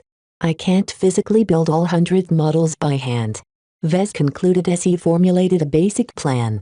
At this tier, pilots don't demand too much from their models. It'll be fine if I outsource the manufacturing to the game. The game made it easy to automate production of any design as long as the owner had fabricated it in the virtual workshop by hand at least once. It came with hefty downsides if Vez decided to enlist this service. The cost of production doubled and the quality of the finished mech took a substantial hit. These were deliberately set by the BSBH Corporation in order to avoid the mech market being dominated by a small number of professional producers. The biggest challenge was to design a custom mech that was still worth buying even after its quality took a dive when put into mass production. It had to offer at least one substantial advantage over the competition. He'd never be able to accomplish such a design without help. Luckily, the bright credits and the design points he earned from the previous tutorial missions could help him out a lot, if he spent them wisely. Despite the tight 1-month deadline, Vez felt highly motivated. The reward for completion mentioned that he could receive a production license for a real mech. Licensing costs for outdated mech were modest, but nobody bought antiques except for special purposes. The licenses for current mech started with prices ranging from tens of millions of bright credits, not an easy amount for Vez to pull out of nowhere. The system taking care of the license reduced his projected spending by at least 80%. Only the randomness of the reward kept him a little vigilant. He hadn't received much luck with the system so far, so he felt there might be a possibility he might receive a useless model. Any design over 100 years old were too obsolete to be of use in the battlefield. While some mech designers have found a niche by refurbishing classic models with modern materials and technology, it had never been a large enough market. Perhaps the system's randomness might also screw him in the other direction. Vez could receive a model that was too high-end, one that cost billions in materials alone to produce. His small-scale second-hand 3D printer might not even have the capabilities to process all of the exotic materials involved with the production of the parts. If he was particularly unlucky, some big players might even wonder why his small mech boutique possessed such an expensive production license in the first place. Vez shook his head and got down to earth. First, let's spend the design points. They're not much, but enough for a total beginner like me. He had received a windfall of a 1000 EP for completing the tutorial mission, but he couldn't rely on earning the same amount going forward. He only earned 1 DP for completing a successful design, and another point for selling it. At this pace, he'd face a considerable drought of DP in the near future. The points aren't doing anything sitting in my status. I might as well spend them as I desperately need to improve my basic capabilities. His recent experience in designing a mech variant and putting it on the market helped put his skill level in perspective. Vez had a better what his good and bad points are in comparison to other inexperienced mech designers who sold their work in iron spirit. Status: Name, Vez Larkinson. Profession, novice mech designer. Specializations, none. Design points: 1012. Attributes: Strength, 0.6. Dexterity, 0.7. Endurance, 0.6. Intelligence, 1.2. Creativity, 0.3. Concentration, 1. Neural aptitude, F. Skills: Assembly, novice. Business, apprentice. Computer science, incompetent. Mathematics, incompetent. Mechanics, apprentice. Metallurgy, apprentice. Physics, novice. Evaluation, a loser on the right track. His status hardly changed since the last time he viewed it. Only his concentration had improved by 0.1. While he could work hard to raise his attributes and skills on his own, the system could do the same. While he could have bought more equipment or pets from the system, what he really needed right now was to improve his own capabilities. Vez had enough sense not to rely too much on external help. After browsing the shop and the skill tree for a couple of hours, Vez formed a spending strategy based on the prices set by the system. Attributes formed the basics. Not all of them were useful, but intelligence, concentration and creativity had a pretty big influence in Vez's future limits. His creativity especially appeared efficient, something he could confirm firsthand as any casual drawing he sketched would draw looks of disgust. Vez wanted to raise his 3 core attributes substantially, but if he did that, he might not get an immediate benefit for the amount he spent. They were just too big and vague. Developing his skill tree provided immediate results. He could improve practical sub-skills like increasing his proficiency when working with a 3D printer or become more proficient in balancing a mech weight distribution. A lot of the fancier and impressive skills cost millions of DP to unlock and required the acquisition of other skills first. Those goodies were still too far away for the moment. Vez spotted plenty of low-hanging fruit that could improve the value of his designs for a modest amount of DP. Frankly, Vez was spoiled for choice. But if he wanted to accomplish 100 sales within a month and earn enough credits to meet his interest payment, he needed to ignore the extras and focus on the moneymakers. Spreading himself out in too many areas of interest would dilute his gains, resulting in a marginal increase in the value of his designs. An improvement of 1% in every category was not as eye-catching as a jump in 10% in a single criteria. I need to think deep about this. My choices here will affect the rest of my career. Many star designers gained their fame from standing out in a particular aspect. Raul the Armorer Mendoza was a genius in the area of developing new armor alloys and employing them in ingenious ways in his mech designs. The mech his company manufactured supposedly boasted the highest survival rate. Another star that Vez admired was Jonathan Rasmussen, known as Apollo. He only developed one line of mech in his entire life, Sunburst series. Each of the Sunbursts incorporated fire attacks in its arsenal, and they grew increasingly refined with the development of every new generation. In 50 years, Apollo had introduced the Sunburst as a quirky but niche mech into the pinnacle of heat-based mech. Naturally, there were also stars who went in the opposite direction. The polymath Claire Gramsa possessed one of the most formidable intellects in human space. Any field she put her mind into, from physics to computer science, she reached the top. She was also notoriously prolific in pushing out designs, many of them incorporating the latest advances in whatever field of science she was studying at the moment. Vez knew he wasn't a genius who could spread his attention everywhere, so he had no intentions of imitating the polymath. He'd be better off imitating the previous 2 examples and pick 1 or 2 things he could do better. He always did better in the mechanical side of things. His skill proficiency and his status screen reflected this. Vez browsed the skill tree and picked a couple of interesting choices. 3D printer proficiency I. 200 DP. Jury rigging I. 150 DP. Lightweight armor optimization I. 200 DP. Speed tuning I. 200 DP. His choices reflected a bias on light mech. This was a practical decision reflecting his economic circumstances.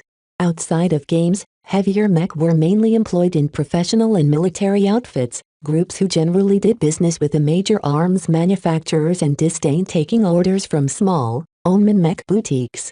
Lighter mech required less raw materials to build up and the low-end production licenses were dirt cheap.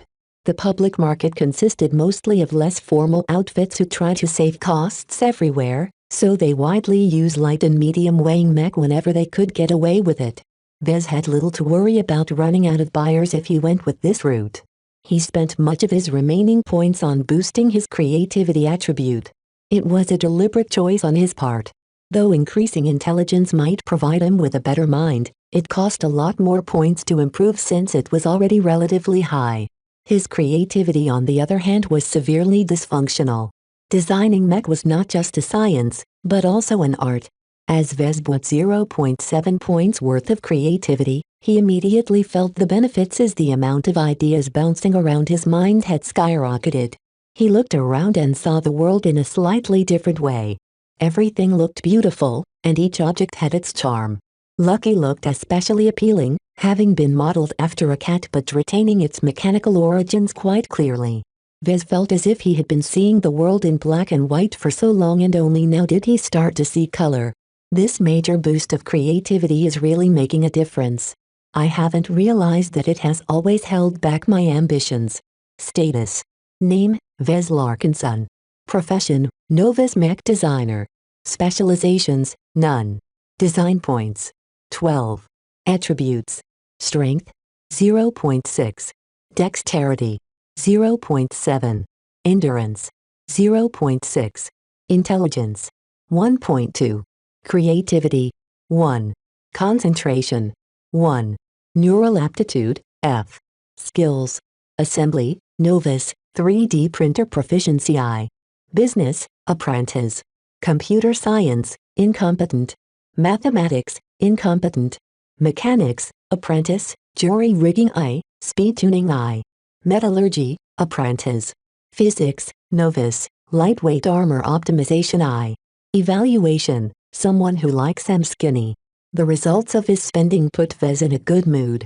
He was itching to engage the designer and let his creativity loose once he finished selecting a couple of virtual licenses in the game. Just before he visited the in-game market, Vez first looked up his 2 variant and chose to let Iron Spirit take care of the manufacturing. The minimum price rose to 3,200 gold, which was still not too pricey but not the best deal available on the market. This time he left the price alone, as he wasn't intending to earn a profit this time. He just wanted to reach 100 sales as soon as possible. Not that anyone is stupid enough to throw 3,200 gold on an ugly mech like the 2 Now that I've raised several of my skills, I can see the flaws from its crude design. I'm really embarrassed I actually built such an abomination. Still, a sale was a sale, so Vez hadn't deleted the design from his account. Vez spent the next few hours scouring the components section of the market. His new sub-skills helped weed out the awful parts from his selection. His improved creativity allowed him to consider unconventional combinations. Though difficult to implement, he might be able to forcibly cobble them together with his jury rigging skill. He eventually settled for purchasing the virtual licenses of a couple of good quality 1-star components. Astoria Experimental Flight System. 25,000 bright credits. Fayette ECMMK. I. 7,000 bright credits. Red Eye Assisted Aim Module. 9,999 bright credits. MTTR Removable Battery Pack. 3,000 bright credits. Harkonix Lite DMR version 3. 19,999 bright credits. Festive Cloud Generator. 5,000 bright credits. Miran 21 Ultralight Armor Plating. 10,000 bright credits. Almost 80,000 bright credits exited his spending account as Vez finalized his purchases. Parting with half of his newly gained credits hurt, but he consoled himself for making the necessary investments.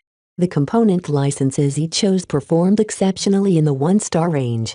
Their high prices also ensure that not many of Vez's competitors incorporated the components in their own designs. The 1-star mech ultimately served as training wheels for new potentates, so it wasn't worth investing too much when one had access to much better mech in a few years.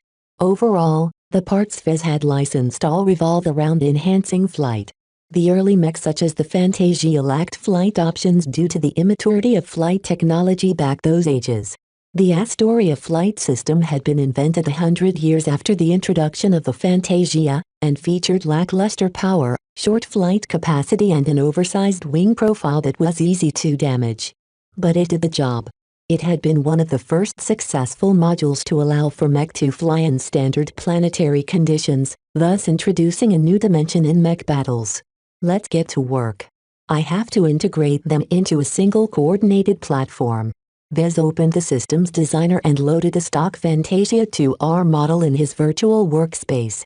He loaded the components he just bought one by one and spent hours integrating them properly into the Fantasia 2R's frame. It was never as simple as bolting them on.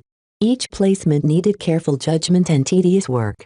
The Astoria wings came first, its huge skeletal wing bones flaring impressively outwards, making the Fantasia appear like a fallen angel.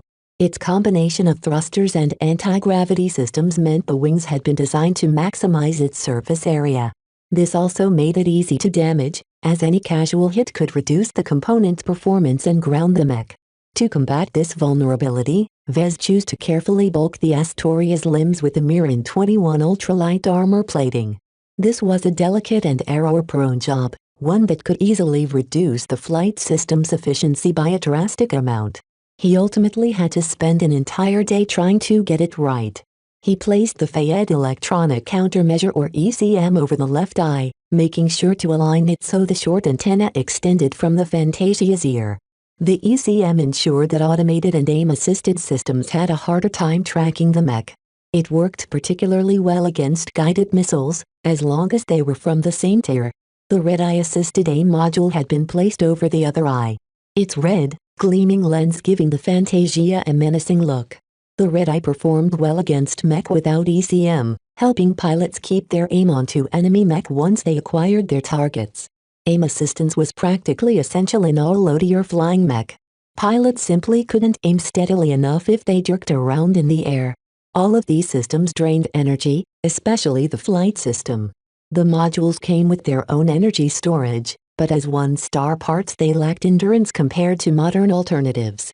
This required Vez to place rectangular MTTR battery packs anywhere he could fit on the Fantasia without overburdening the frame. The only place he could fit more battery packs was at the front upper torso. He papered over the vulnerable packs with additional ultralight armor plating. He placed most of them around the waist, making the chassis look like it wore an overfill tool belt. The great thing about the MTTR was that the packs were disposable, allowing pilots to eject them once they were drained of energy. He covered them up with Mirin 21 armor plates to make them less prone to damage. Finally, he added in an unconventional but potentially effective system, the Festive Cloud Generator. A specialty of Cloudy Curtain, Vez had visited many mech shows on his home planet that used the colorful cloud generator to create patterns in the sky. Though its bright colors hardly helped with stealth, Vez thought that it might help obscure the Fantasia and its vulnerable wings if placed on the rear just underneath the Astoria. Once he had integrated all of these components, he set the Fantasia's default weaponry to be a bog-standard combat knife and the new Harkonnens Light DMR. Not quite a sniper rifle nor a standard assault rifle, the Harkonnens nevertheless offered precision at a generous firing rate. The rifle's hefty power requirements necessitated a power coupling with the mech, meaning that if the Fantasia dropped the DMR, it couldn't be fired anymore. Once Vez brought all of the newly bought parts together, the new variant looked nothing like its stock model. Though it gained a generous amount of mass, the new Fantasia also appeared like a predator, capable of striking down any interlopers from afar. He enjoyed putting this variant together. He had been able to flex his improved creativity and newly acquired sub-skills to do a much better job of integrating the parts than if he was still a fresh graduate. This is hardly a Fantasia anymore, so let's call you a Fantasia 2R Seraphim. Before Vez submitted the design for approval, he painted over the entire frame in Cloudy Curtain's national colors. It made the Fantasia appear as if it was born in the skies. Design evaluation, Fantasia 2R Seraphim. Variant name, Fantasia 2R Seraphim. Base model, Fantasia 2R. Original manufacturer, Keisha Armaments. Weight classification, light. Recommended role, aerial marksman. Armor, D. Carrying capacity, F. Aesthetics, A. Endurance, D. Energy efficiency, D. Flexibility, C+. Firepower, C. Integrity, F+. Mobility, A. Spotting, B. X Factor, F. Deviance, 44%. Performance improvement, 17%. Overall evaluation, the Fantasia 2R Seraphim features a superior aerial performance at a horrible cost. Its performance in close-ranged combat has been sacrificed for powerful long-ranged firepower. The mech is able to outperform its opponents as long as it has energy to spare, which isn't much. The Seraphim further shines out due to its attractive appeal. You have received 50 design points for completing an original design with a performance improvement of over 10%. Vez hooped into the air with a cheer. He actually did it. He completed a custom design that outperformed the base model significantly. Sure, he overspent way too much to achieve such a boost, but it nonetheless propelled the Seraphim in the top tier of custom Fantasias. Chapter 6, Taking Flight. When Vez uploaded the new Seraphim design on the market, he quickly bought the required. Unlike the 2RE, the Seraphim boasted a much more complex integration of disparate components. A working model demanded that Vez take much better care of the fabrication and assembly of parts. His increased proficiency in working with the 3D printer helped him in printing out parts with less deviation than normal, which further assisted him in making the assembly occur without many problems. Vez received a nasty fright once he saw the final bill for the frame. I already have to spend 4,400 gold on the raw materials alone. If I let Iron Spirit automate its production, then the final price will at least be doubled. A 1-star mech that cost 8,800 gold to buy was an absolute luxury in the game. It took an average player months to build up such a fortune. Vez decided to add a credit price to his model.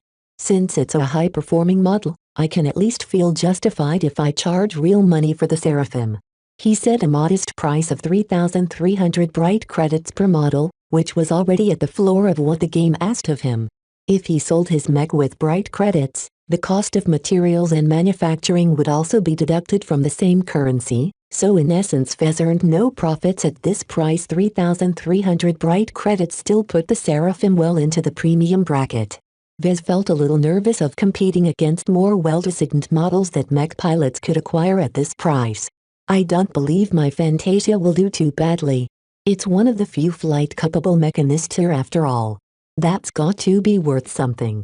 Vez refused to sit on his laurels after he finished putting the Seraphim on sale.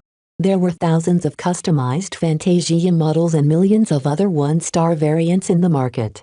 Hundreds of new creations popped up every day, so Vez had to go the extra mile in order to make his product stand out from the competition. First he visited all the major mech enthusiast boards on the galactic net and shamelessly made some posts exaggerating the Seraphim's performance.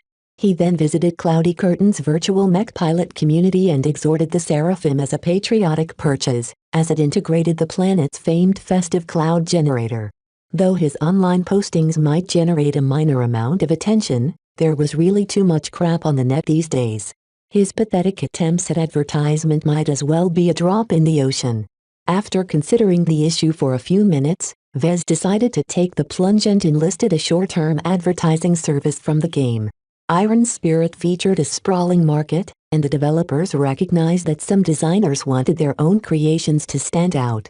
So Iron Spirit's marketplace offered several methods in which to make a model stand out, such as putting them on top of search results, or putting them on display in the virtual environment. The cheapest option started at 1,000 bright credits a day, and Vez bought a package deal of 9,000 credits for 10 days of sporadic advertisement. This only left Vez with 11,000 credits in his accounts, which almost turned him into a pauper. Making money comes later. Right now, it's best for me to complete the system's mission. I learn much more once I receive a real production license. Peddling thousands of digital mech in a game just can't compare to making a single sale in the real universe.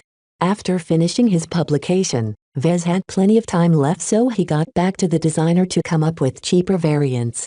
His experience with modifying the Fantasia model helped him figure the areas that could be improved. Let's start with armoring the chassis. As Vez tinkered with his designs, someone else on Cloudy Curtain logged into Iron Spirit and checked out Vez's profile as a habit. Oh! Triceratops widened his eyes. Chasing Clouds finally uploaded a new mech. Let's see if it looks stupider than his first creation. The teenager figured the new Fantasia might sport an exaggerated chest or something. What he encountered instead was a marvelous visage. The highly customized mech looked like a Fantasia on steroids. Its wide, stretching wings occasionally poked out of the celestial clouds that emitted from the rear. The rainbow coloration offered little utility in combat, but it made the Fantasia look as if it stepped out of heaven. Only the custom mech menacing red eye and lengthy marksman rifle gave the model some teeth. Triceratops quickly figured out the mech had been made for sniping in the air. Aerial sniping was one of the most difficult specializations a pilot could focus on, but at least this mech included a built-in aim assist module. So it's called a Seraphim, huh? It sure turned the Fantasia into something incredible. The mech excelled in both looks and performance. Though Triceratops intended to specialize in piloting medium-weight mech, he nonetheless grew interested in buying the Seraphim and adding it to his mech stables. His eyes scrolled down the specification sheet in admiration before ending up at the prices. PFFF. What? 3,300 credits. That's a rip-off. At least the gold price looks more reasonable. Unfortunately, 4,400 gold was out of his price range. He hadn't outgrown his chronic Howman mech yet. Triceratops calmed down and stopped his impulsive urge to purchase the Seraphim. If he knew that the gold price of the Seraphim doubled once the handcrafted model was sold, he'd likely spit his lunch. As for paying in credits, a kid like him only had 50 credits in pocket money, far too insufficient to splurge on an in-game item. His parents would scold him for wasting so much money. This mech is out of my price range. There's no way I can buy this luxury model. But I think I know someone who can. Lem check my friend list. Triceratops, yo buddy, are you available? The seventh snake, what up? Triceratops, I found a new mech variant on the market. I think you'll be interested. The seventh snake, it must be something weird if you're taking the time to tell me about it. Give me a name, I'll check it out. Triceratops, Fantasia 2R Seraphim. The seventh snake, Dem, you're right. This is the best Fantasia I've seen up till now. But what is up with the price? I could buy a top-performing flight mech with all that gold and still have some left for some bling. Triceratops, all of those mech look like birds or underfed men. This is one of the few Fantasias with a decently integrated flight system. You can even do some cool tricks with the cloud generator. Just give it a spin, man. The seventh snake, why are you trying to push me this mech anyway? Do you know chasing clouds? Triceratops, nah. I lost an arena match against another custom Fantasia by the same designer. I've been keeping my eye on him since then since he managed to come up with something stupid. The seventh snake, okay, let me see his profile, the Fantasia 2R, right? It's the only other model on his account. Oh. Triceratops. The seventh snake, XD. Triceratops, yeah, I know. The seventh snake, you've got to send me the replay footage of that match. Triceratops, forget about it. The seventh snake, please. Triceratops, I'll send it to you if you'll buy the Seraphim. The seventh snake, sure. Done. Triceratops checked his friend's public profile and indeed, the angelic mech had just been added to his mech stable. He was sure the seventh snake bought the mech with credits. Earning gold in the Bronze League was hard. The snake could afford to waste a couple of thousand credits away with a rich daddy. Having no other choice, Triceratops sent the replay file to his friend. A few minutes went by. The seventh snake, XD, no wonder you're so obsessed. You got pounded by someone's ass. That last moment is literally gold. Triceratops, please don't laugh too much. I'm going to have to live with it for the rest of my life. The seventh snake, you should show this replay in class, everyone will love it. Triceratops, ugh, not anytime soon. Are you entering a queue already or what? I want to see your Seraphim in action. The seventh snake, alright. As a bona fide second-generation rich kid, the seventh snake lived a comfortable life. He possessed decent looks, a wide circle of friends and did well in school. Other than the frequent absence of his overworked parents, he lacked nothing in his life. Being a potentate was just the icing on the cake. His parents hired retired mech pilots to tutor him in piloting ever since the government revealed he was one of the 3.5%. Naturally, they didn't hope he'd make a career out of it. Just the status of reservist was enough to make the both of them crazy, since it offered many generous benefits in daily life, which included subsidies and priority access to universities. His parents even bought him a personalized mech simulator so he could play Iron Spirit at home. Right now, the matchmaking finished finding an opponent for the seventh snake. Curious, he checked his opponent's profile while the game loaded the battlefield. Player profile. Nickname, Cassie the Fox. League, Bronze. Wins losses draws. 307-276-0. Equipped Mech, Orion Incorporated. Excelsior EE26, stock. Weight classification, heavy. A girl, A. The Excelsior is a tough nut to crack. Many players ranked the Excelsior as one of the top 51 star stock mech in Iron Spirit. Its 4 heavy legs provided remarkable stability while its centaur-like torso boasted 20% more armor than a bipedal equivalent. What made the mech so infamous was that it had been crammed with energy weapons. It boasted enough lasers to tear anything in the air to shreds. Only the mech's low speed, average target acquisition and terrible heat venting issues stopped it from reaching the top 10. Lucky enough, the map selected by the game featured lots of canyons amid a desert environment. The Excelsior wouldn't be able to find a pool of water to assist it in venting any excessive heat. Once the match started, the 7th Snake instantly engaged his astorial wings and ascended the canyon, finally landing on top of a plateau with a commanding view. Though his flight had followed a jerky and unstable trajectory, it was nonetheless impressive that he maintained control of his mech despite flying the mech for the first time. The Astoria is a lot rougher than the flight systems I trained with. There's no stabilization. Regular reservists only learned how to control a flying mech in their last years in class. The 7th Snake had a head start due receiving plenty of tutoring. Otherwise he wouldn't have been confident in purchasing and using the Seraphim in battle while his friend Triceratops spectated this match. You must be watching me, right? Let me give you a show then. The Fantasia 2-hour Seraphim extended its hair sensors in every direction as it engaged in active scanning.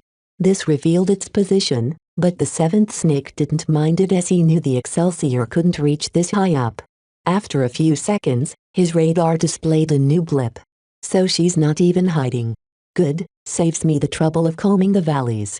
Cassie the Fox chose to make her stand in an open field with only a few cliffs and canyons nearby. Her choice reflected a desire to keep all angles clear so her lasers would have a clear line of fire. Her Excelsior's quadruple legs had already dug into the soil, increasing the mech stability.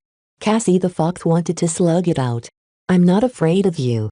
The 7th Snake roared as he lifted off and flew towards his opponent, toggling on the cloud generator in order to announce his passage. The Excelsior had been caught off guard by the majestic entrance. The Seraphim immediately opened fire, its DMR spitting out compressed energy bolts at a telling frequency. Some of them even landed glancing blows on the Excelsior despite the Seraphim's speedy flight. The enemy pilot regained her composure upon getting his. She raised her Excelsior's arms and released a cascade of laser fire from its built-in barrels. The Seraphim's ECM helped muzzle the accuracy of the lasers, but the barrage of fire overwhelmed his awkward dodging. You annoying fly. Cassie the Fox screeched in the public channel. It doesn't matter how many gimmicks you use, I'll still swat you down. Try hitting me more than a couple times before you boast. The girl realized she was overreacting and calmed down, slowing her fire rate. Though it meant her chances of hitting the Seraphim went down, it also delayed the time when her mech grew too hot to continue firing lasers. The battle between the two mech progressed into a battle of attrition. The heavier mech relied on its prodigious armor to tank the DMR's punishing blows, while the Seraphim relied on its aerial superiority and ECM to avoid most of the lasers shot in its way. The Excelsior would be at a disadvantage once its heat had built up too much, but the Seraphim would also fall into trouble once its energy reserves ran out. Flying wasted a lot of energy. The Seraphim constantly ejected energy packs from its chassis as the 7th Snake kept dodging in the air. The mech had painted half the sky with streaks of rainbow clouds, as if it was transforming the battlefield into a piece of heaven. All of that would stop once the Seraphim exhausted its energy. Without flight and a working rifle, a light mech was a sitting duck. It's so unfair to let heavy mech fight against light ones. This really is the Seraphim's worst matchup. Heavier mech offered more space for armor, energy, cooling and weapons. They always won battles of attrition due to their higher overall capacity. The Seraphim would run out of energy long before the Excelsior could no longer handle the heat. Something had to change. He stopped firing his DMR and detached the energy feed before letting it drop. Instead, He retrieved the combat knife from its holster and held it with both hands.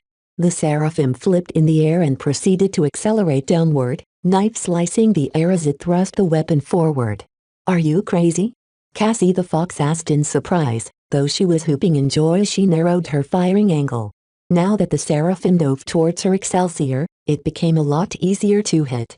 Several beams of superheated light landed upon the slimmer mech head, ruining both the ECM and aim assist. This made it easier for her to land her shots. However, most of the lasers hitting the torso seemed to burn only redundant armor.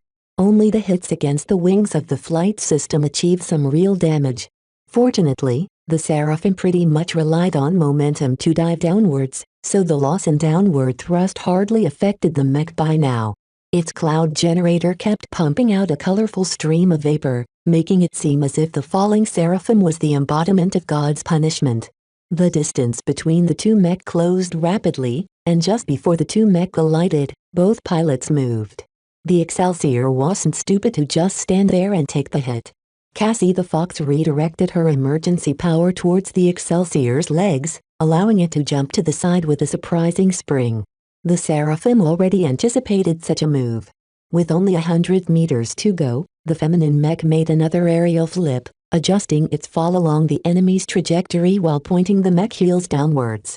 The two collided in a massive crash with an impact that echoed across the canyon walls. Triceratops, who had been spectating to the side with rapt attention, could not even distinguish whether the Seraphim's suicide bombing had succeeded. Smoke, flame and colorful smoke engulfed the crash site, making it unclear if anything was still left intact. Damn it, who won? Chapter 7, Queen of the Skies, winner, Cassie the Fox. I lost. The seventh snake sat back in his chair, exhausted even though he had been playing a simulation. The desperate dodging, the careful shots, that impulsive dive at the end. The high-intensity action echoed with his heart. He did not even begrudge his loss to Cassie the Fox. That final dive had been an attack that would have resulted in a Pyrrhic victory at best. Fighting in a way that killed 1,000 men while losing 800 might be fine in Iron Spirit where repairs were cheap and fast. In the real universe, such a reckless action was a good way to find yourself into a coffin or retire to a desk job. Triceratops, that was amazing. Oh, the seventh snake, I know. I'm going to pay for it in repairs. Triceratops, man, you really should have won. That dive was so brilliant, especially the way you contorted your mech at the last moment. The seventh snake, now, I deserve that loss. I was too caught up in the moment to realize the Phantasia's legs couldn't possibly penetrate the shell of an Excelsior. For all his practice sessions, he still lacked the maturity and experience of an actual pilot. He was still young, so he could afford to make those kinds of mistakes. Triceratops, so how was the Seraphim?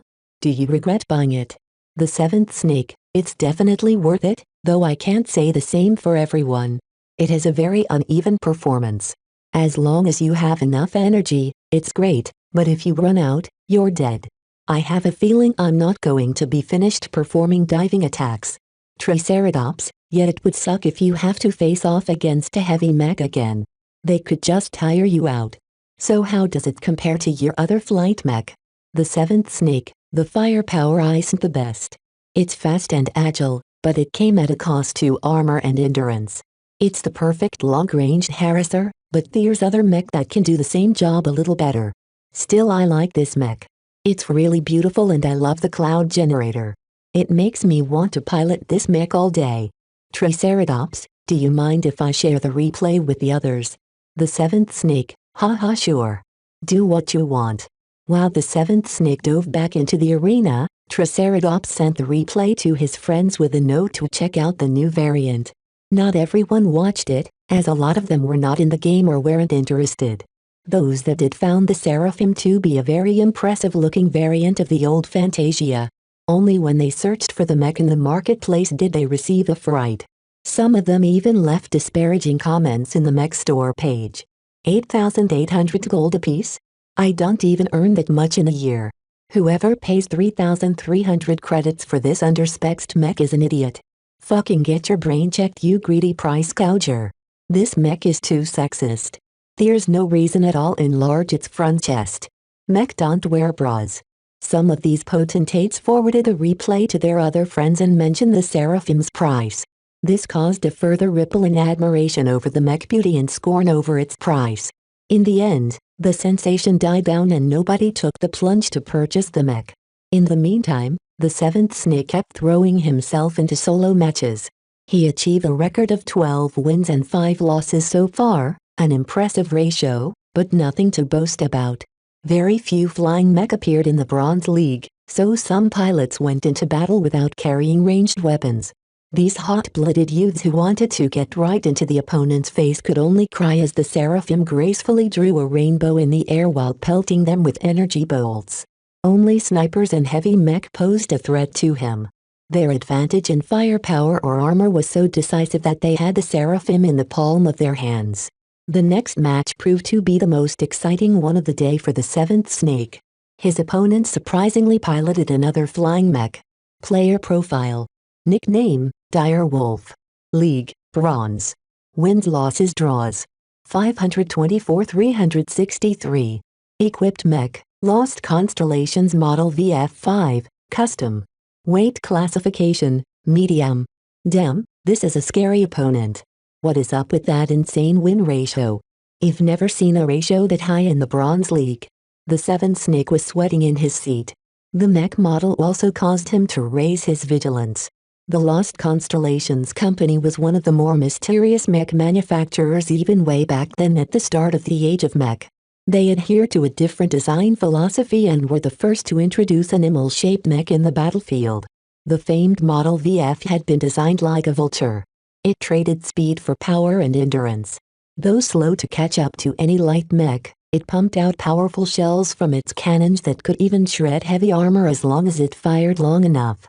Though its ammunition was prone to run in extended battles, the Model VF was still able to pose a threat in melee range with its powerful reinforced claw and beak attacks. The VF5 his opponent piloted was undoubtedly a customized variant. Anything could be different from its stock model. The seventh snake had no way of guessing what his opponent preferred, and simply reserved his judgment. The battlefield finally loaded, revealing an empty urban environment. The map consisted entirely of a densely packed downtown city. Metal skyscrapers blocked the views of both players while also diminishing the effectiveness of their sensors. I could get ambushed easily by the VF if I blunder around. It's best to wait for my opponent to come to me. The seventh snake deduced. He chose to ascend straight up and chose a random, mid-sized skyscraper to land upon. The roof offered plenty of space but very little cover. The Seraphim turned off its wings before extending its hair sensors. This time the seventh snake maintained a passive scan. Essentially he just extended his mech ears and hoped to catch a sound made by the enemy. This time he wanted to get a drop on his enemy. If he could take the time to make his first shot, he might be able to cripple the VF's wings. He stayed patient as 5 minutes passed. The time limit for a solo battle was 30 minutes, so he had plenty of time to spare. He was prepared to stand there and wait 25 minutes if necessary. He really couldn't relax against an opponent with such an impressive win record. The sweat trickled down the back of his neck as he continued waiting patiently. The alarm at the 13th minute almost threw him off the seat. Finally, you moved. The Seraphim retracted its sensors, turned around and carefully approached the edge of the roof in the direction of the opponent. He spotted the VF5 hovering at a generous pace, reserving its speed but making sure to keep up a juking pattern in its flight. He's trying to draw me out. And he doesn't know my Fantasia is sporting a flight system. The enemy was aware the Fantasia boasted a considerable sensor range. Instead of fruitlessly trying to search the Seraphim, he instead flew around seemingly lazily. The VF5's flight appeared slow, but it held considerable power in reserves. The VF5 hid a number of short-range boosters underneath its wings to assist with dodging and carrying out swooping attacks. The seventh snake chose to take his time to aim. His sensors had detected the VF5 a fair distance away. Together with all the sensor pollution the crowded urban environment offered, he had a 90% certainty the enemy hadn't spotted him yet. The Seraphim's red-eye module shone a little brighter as it locked onto the VF5's left cannon, just underneath its wing. Since he hadn't received any sniper training, The seventh snake fired upon the moment he felt a buzz. The energy bolt that left the DMR's barrel soared through the air in a rapid flight towards the vulture-like mech. The VF-5, perhaps caught off guard by the projectile's unexpected angle, reacted too late. The wing and the barrel of its left cannon took a glancing blow. It resulted in minor damage to the VF-5's flight systems, but the damage the barrel sustained made a weapon inoperable. Dire Wolf seemed to be enraged as the VF-5 opened its beak to let out a piercing scream. This sound wave disrupted Seraphim's lock on the vulture-like mech, causing him to miss his follow-up shots. The VF-5 explosively activated all of its boosters, ascending quickly towards the Seraphim. The seventh snake abandoned his position and took to the skies himself.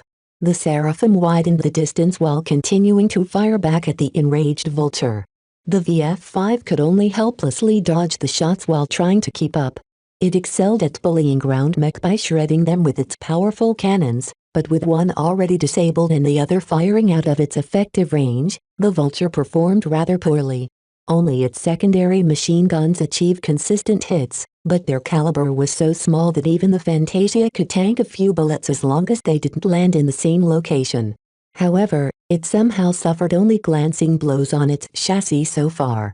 The seventh snake kept trying to hit the VF-5's essential systems, such as its wings or its engine, but only managed to clip armor or negligible systems. This bastard's dodging pattern is strange.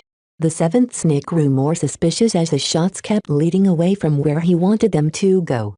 I got it. He's fooling my aim assist. The early versions of aim assistance were easy to fool. Certain movement patterns easily led its internal computers to overcompensate its aim in a faulty direction. This wasn't easy to accomplish in practice. It took an unusually avid mech pilot to even be aware of this solution. In any case, now that he knew what was wrong, he disabled a red eye. This pretty much had an immediate impact on his DMR's accuracy. His shots spread much wider now, sometimes missing the vulture by 30 meters even. He couldn't help it. Firing a rifle in midair was hard enough. Traveling swiftly while trying to dodge the vulture's return fire only added to the instability. Nevertheless, the almost perfectly random distribution of shots threw the vulture off guard for a second time. Since even the Seraphim's pilot couldn't predict where his shots landed, his opponent could forget about figuring out a pattern. The exchange continued on for a handful of minutes. The VF-5 appeared miserable as its chassis sported a lot of scorch marks and ran low on ammunition. It succeeded in preserving its important systems, only suffering major damage to its massive wings. The vulture was built to be robust among the flyers, so even if it lost half its wings, it still maintained its capability to stay afloat. The Seraphim on the other hand survived the sporadic barrage of solid projectiles with a few dents. It suffered an unlucky hit at the end when a cannon shell managed to hit the rifle. The impact and subsequent explosion irretrievably wrecked the weapon, leaving the lightly armed Seraphim without a ranged weapon. Just as well. I only have a third of my energy left. Both sides knew it this match would be decided up close. The Seraphim ceased running, turned around and approached the VF-5 cautiously while unsheathing its combat knife. The rainbow cloud spurting from its rear gave the angelic mech a majestic appearance, as if it was a queen that claimed the skies as its domain. The VF-5 let out an indignant cry from its beak as it accelerated in a sudden fashion, eager to challenge the interloper. While its half-racked wings reduced the power of its flight, its plentiful thrusters still provided a substantial amount of explosive acceleration. The vulture flew out with its sharp and menacing claws stretched out. The force of its approach enough to wreck any Fantasia-based chassis in a head-on collision. The seventh snake flitted to the side and used his superior agility in the air to keep his mech safe.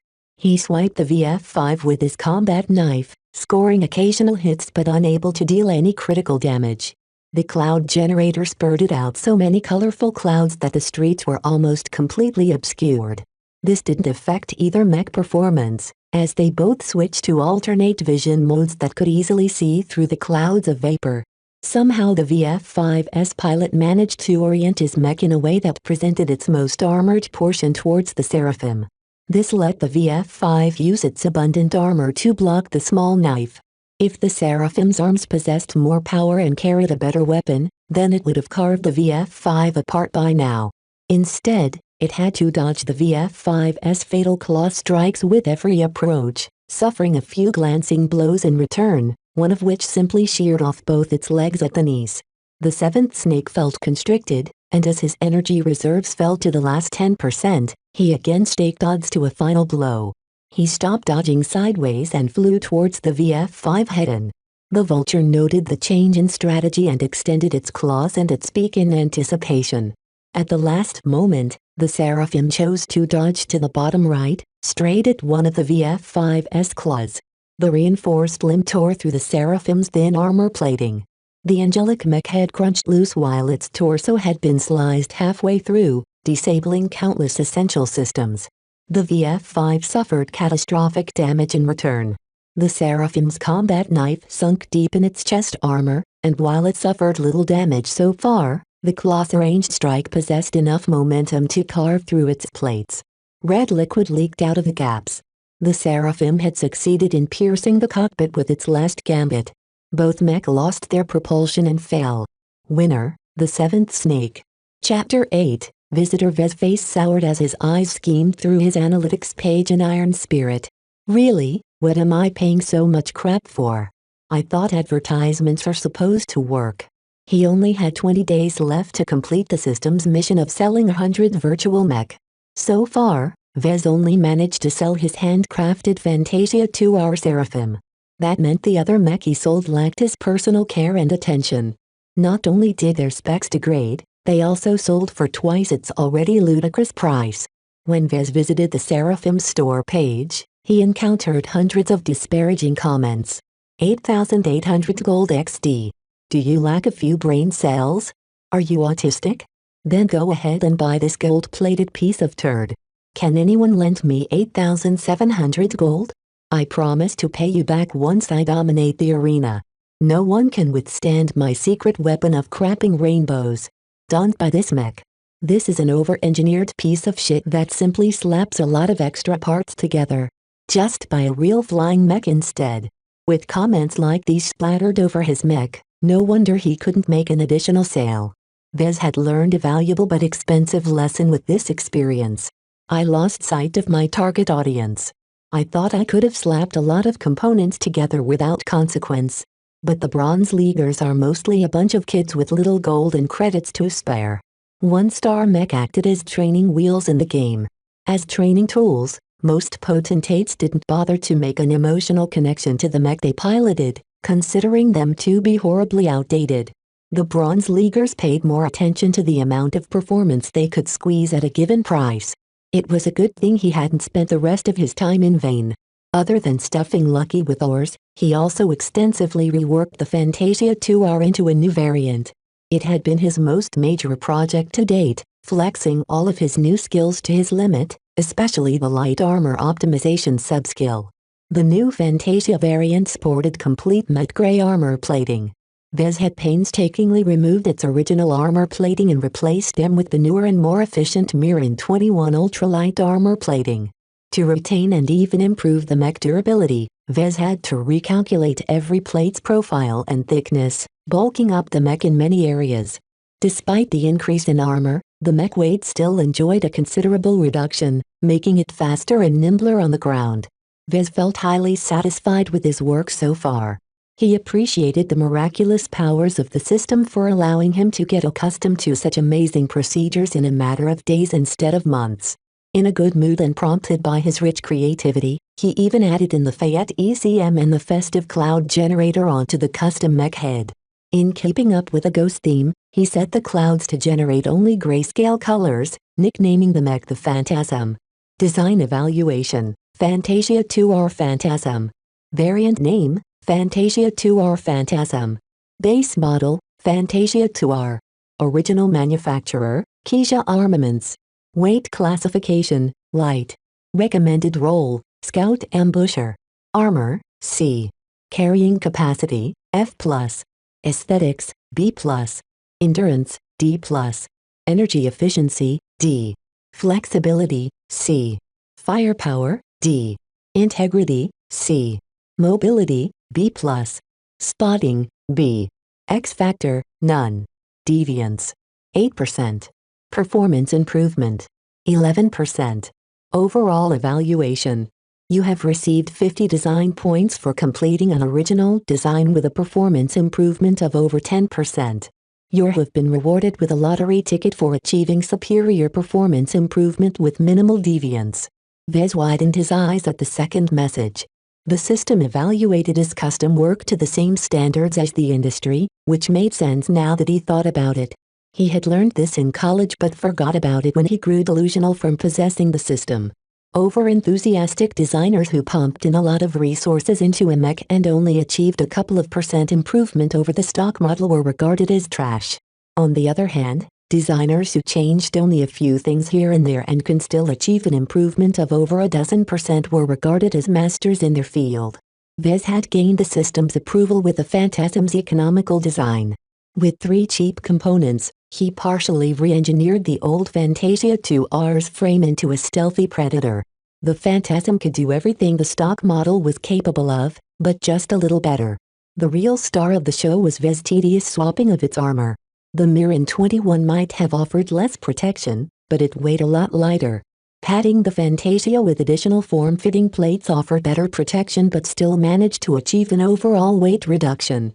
Not every newly graduated mech designer could accomplish the same. Without cutting down redundant and inefficient sections while making sure their spots remained somewhat covered, Vez could never have improved the armor so effectively. And now he held another lottery ticket. Like an eager kid with candy, Vez quickly switched to the lottery page and spun the metaphorical wheel. Come on, give me something good, like a production license or a bag of credits. You have received a strength candy. Strength candy. Increases strength by 0.1 upon consumption. Strawberry flavor. Vez fell on his knees and let out a frustrated scream. Come on, system. I worked so hard the last few days. Why don't you throw me a bone or two? He felt like a wizard who decided to pump some iron in the gym. Developing his muscles was an unnecessary luxury that provided little help in his predicament. Well, since he received it, he might as well use it. After popping the gift in his mouth, he checked his status again. Status. Name, Vez Larkinson. Profession, novice mech designer. Specializations, none. Design points. 113. Attributes. Strength. 0.7. Dexterity. 0.7. Endurance. 0.6.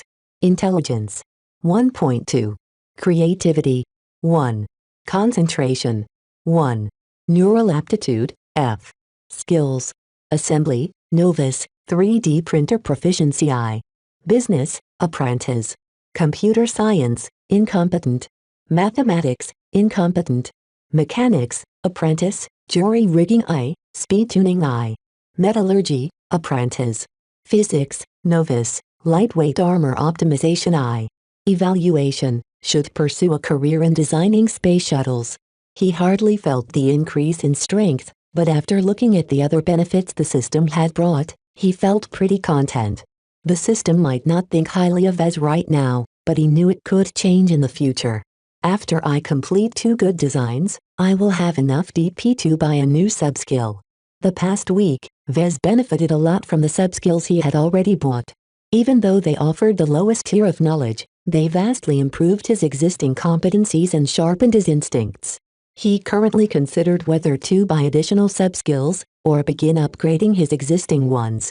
One would widen his base of knowledge and the other one would deepen it. Neither of the choices were wrong, so Vez had a hard time making a decision. The doorbell rang, interrupting Vez's introspection. He wasn't expecting any visitors, nor did he order something to be delivered. Curious, Vez activated the front door's camera. Hey Vessie? Are you in? It's me, your cousin. Melinda. Vez exclaimed. He jogged over to the front of the workshop and met his cousin with a hug. Long time no see. No thanks to you, little Vessie. Melinda smiled as she ruffled her younger relative's hair. I see you changed your digs. It looks very, small. I know it doesn't look impressive, but I'm stuck with it so I might as well make it my home. The two entered the workshop's small living apartment and sat down on a beaten-up sofa. Lucky, who had been happily napping in the middle, meowed with indignation as he was pushed to the side. "Oh, it's so cute," Melinda gushed as she picked up the cat. "What's its name?" "I call him Lucky. I'm counting on him to turn my life around," Vez responded, then sighed. "I know you didn't come because you missed me. Tell me what the family wants." The Larkin sons had been an established family of mech pilots for at least 200 years. Though they lacked wealth and a deeper foundation in the circles of power, they managed to firmly root themselves in the military. Together with dozens of other families, they constituted the Bright Republic's unofficial military aristocracy. Grandpa's been busy at headquarters, so he couldn't spare much time searching for what happened with your dad. With his resources, the only thing he managed to figure out was that it wasn't related to the Mech Corps. Talk about Vez missing Dad lowered his mood. He tightened his fist. "I don't know where Dad ended up, but I'm sure he's still alive." "We all hope so, Vizzy. But life has to go on. We can put our lives on pause. Your aunts and uncles are quite worried about the debt your dad accrued in order to afford all of this. It's too extravagant. They think you're still 20 years too young to take up the responsibility to run your own mech business. So they disapprove, huh?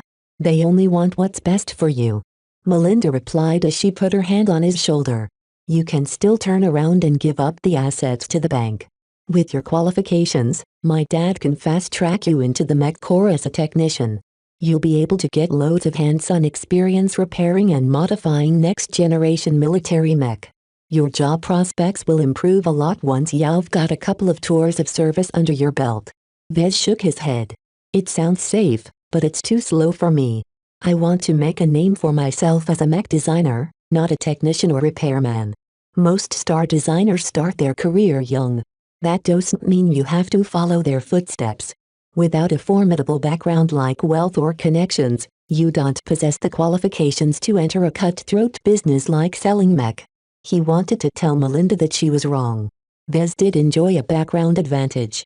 His father's mech designer system had given him a lot of help and could be counted on to help him find his footing in the business. But he couldn't mention it to his cousin. The system was strange and unique, and Vez might lose his life if others wanted to rob this advantage. "Melinda, I understand where you're coming from, but I chose to shoulder the risks. This is my father's legacy, after all. He gave up his home, his savings and even his personal mech to scrounge up the loans to fund this little workshop. At worst, I'll just be declared bankrupt and the assets will get taken away a little later.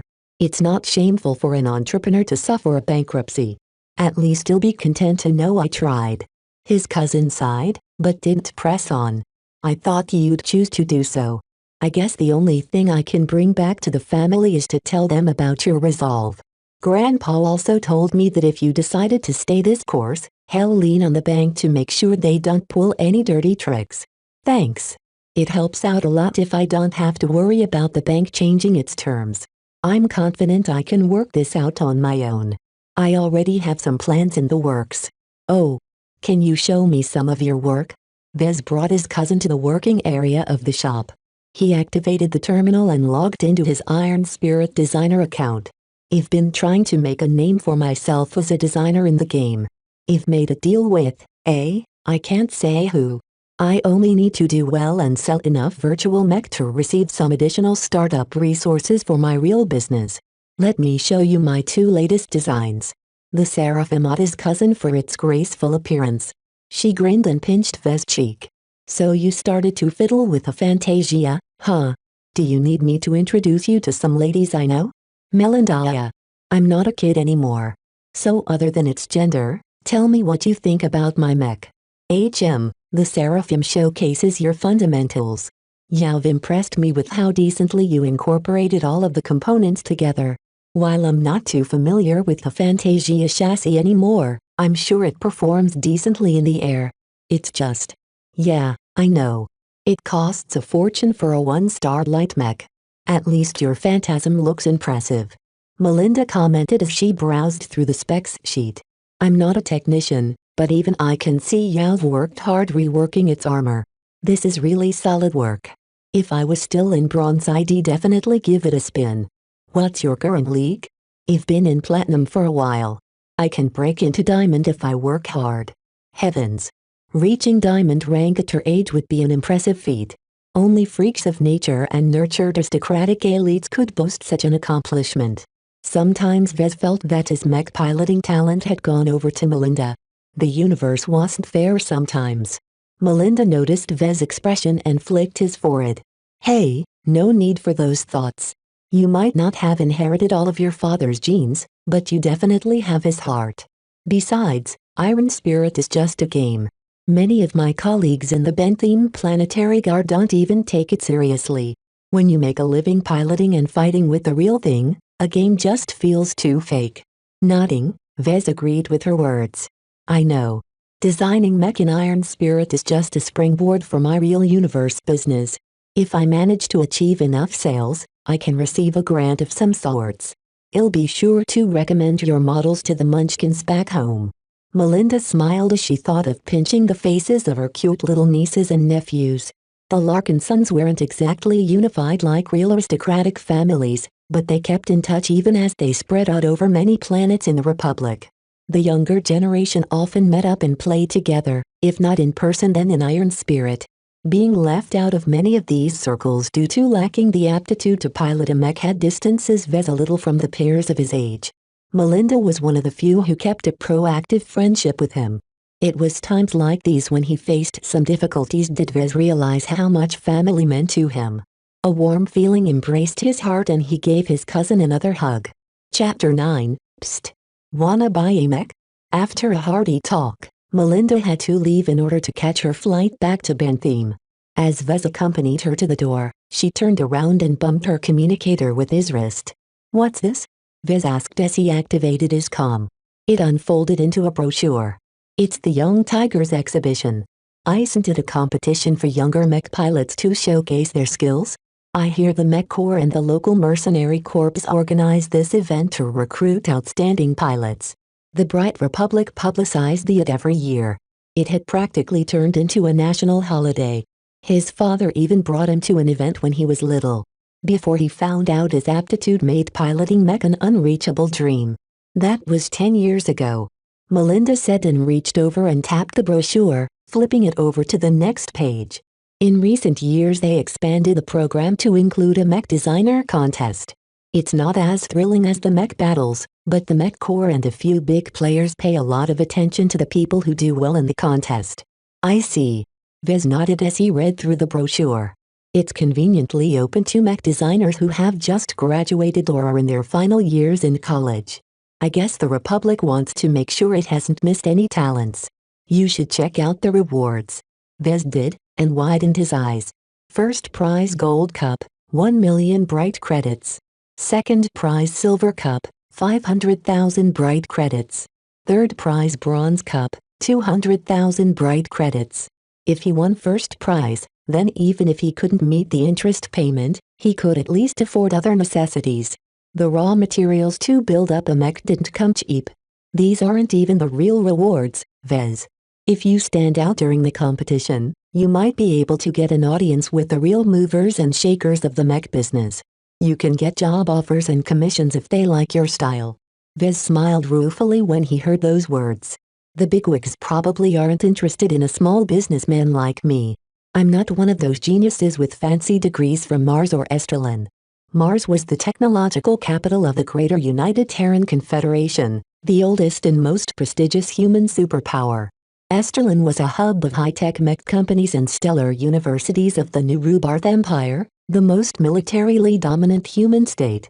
Most of those geniuses already have their future careers lined up, probably with one of the Galactic 500.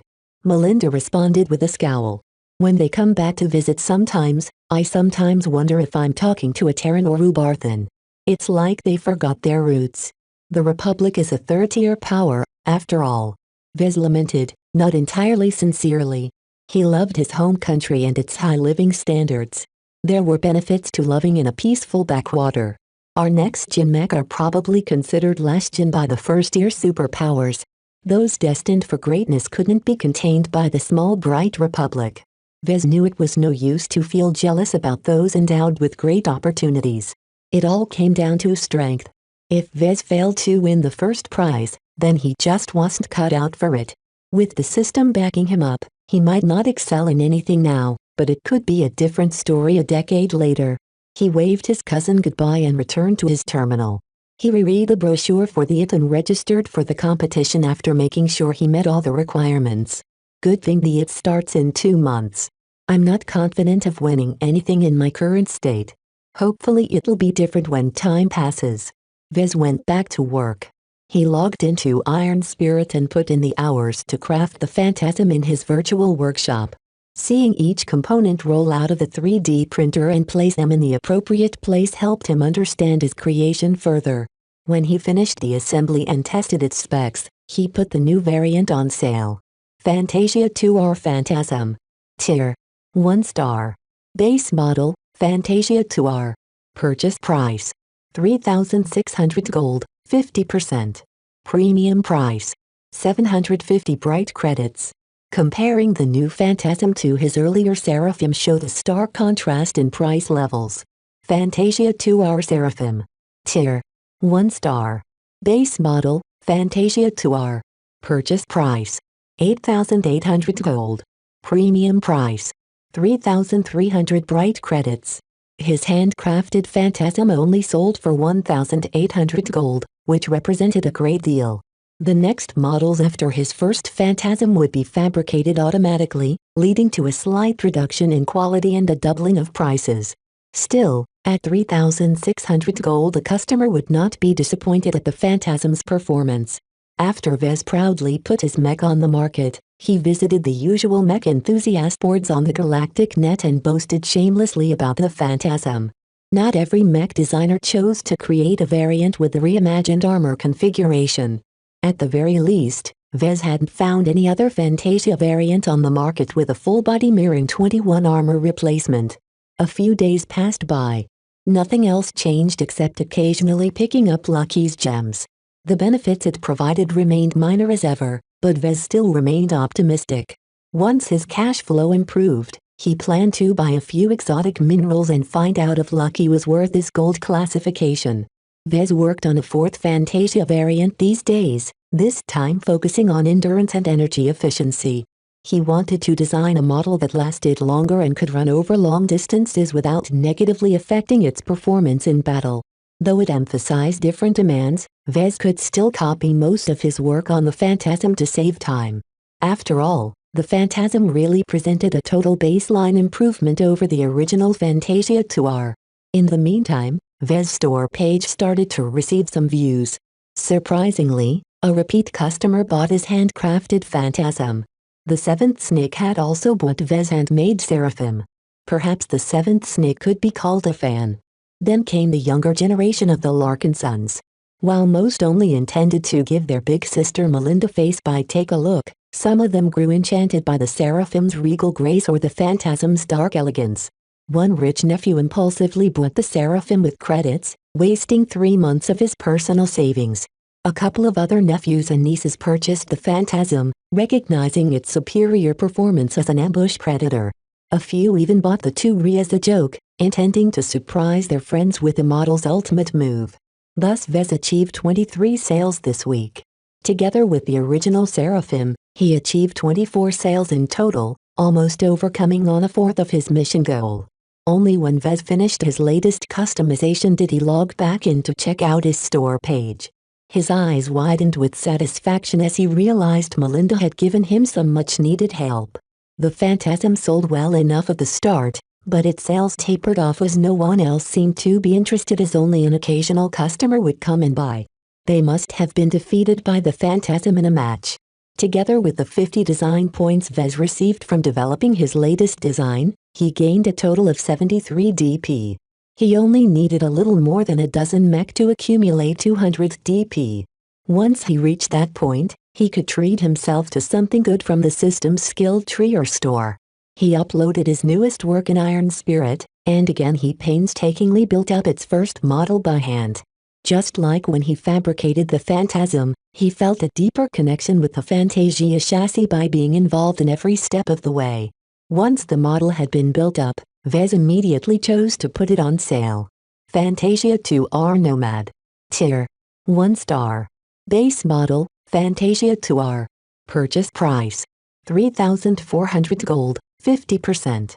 Premium price. 700 bright credits. The Nomad weighed more than the Phantasm, courtesy of its extra energy packs and armor plates. The Nomad nonetheless came without the other model's Fayette ECM and Festive Cloud Generator modules, which ultimately resulted in the lower price. Vez judged the Nomad's performance wasn't shabby, but it lacked a certain wow factor the previous two variants possessed. I'm starting to run out of ideas. I don't think I can force myself to pump out another Fantasia variant again without purchasing new parts, which I can't afford. With only half a month left to go, Vez needed to do something about the mission the system gave him. The Nomad's introduction to the market might help progress his sales, but he doubted he could achieve 100 sales before the deadline passed. I need to go out and push my mech in person. Frankly, Vez was too poor to afford a more sophisticated solution. While he gained a healthy amount of credits from the sale of his virtual mech, he needed to reserve the capital for his mech boutique's future operations. Besides, his previous ad purchase in Iron Spirit had been like a drop in the ocean. Vez dug into the assorted pile of junk the workshop stored in its backyard, managing to scavenge a broken, Windell-sized holographic picture frame. With his technical skills, it was a cinch to restore it. He fixed it up and also welded a lengthy pole underneath its frame. Once it worked, Vez loaded all of his mech designs in the picture frame's memory. After a quick thought, he also added in some footage copied from some public replays featuring his mech winning. Naturally, he ignored the matches where his mech lost miserably. Ready to go out, Vez took the board and called for an air cab. "Hey Lucky, you wanna go out and take a look downtown?" Once his transportation arrived, he took a leisurely trip to the downtown area of Rodrigo's Rest. Having lived in the suburbs for much of his life, Vez was more than familiar with its streets. He knew where all the kids hung out after being released from school. He arrived at the local gaming center and took a spot next to the other people holding their boards ready. Lucky meanwhile jumped about here and there, exploring the trees and lantern posts in perplexed curiosity. Vez wasn't worried he'd run off, so he let his pet explore to his heart's content. "You new here?" A grungy guy looking like he needed a couple showers asked. "Yeah. Were you here?" "What else?" "I have to sell my product urgently," Vez helplessly confessed. "Anything I should know?" "The dos and don'ts?" Grunge had mentioned a few short tips.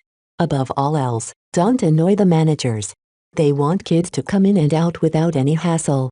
The two along with the others waited patiently for the kids to come out of school. Once the first eager teenagers arrived, Vez went to work. "Do you need a new mech that's swifter and lasts longer? Then I've got a mech for you." Naturally, most potentates ignore the people soliciting their products. Only a couple of young pilots spared a glance, but their eyes only stayed focused for a second or two before they entered the game center. Standing for hours at a time holding an animated board tired Vez out. He gritted his teeth and carried on with his work to push his mech into the minds of the visiting players. Things changed once Lucky returned.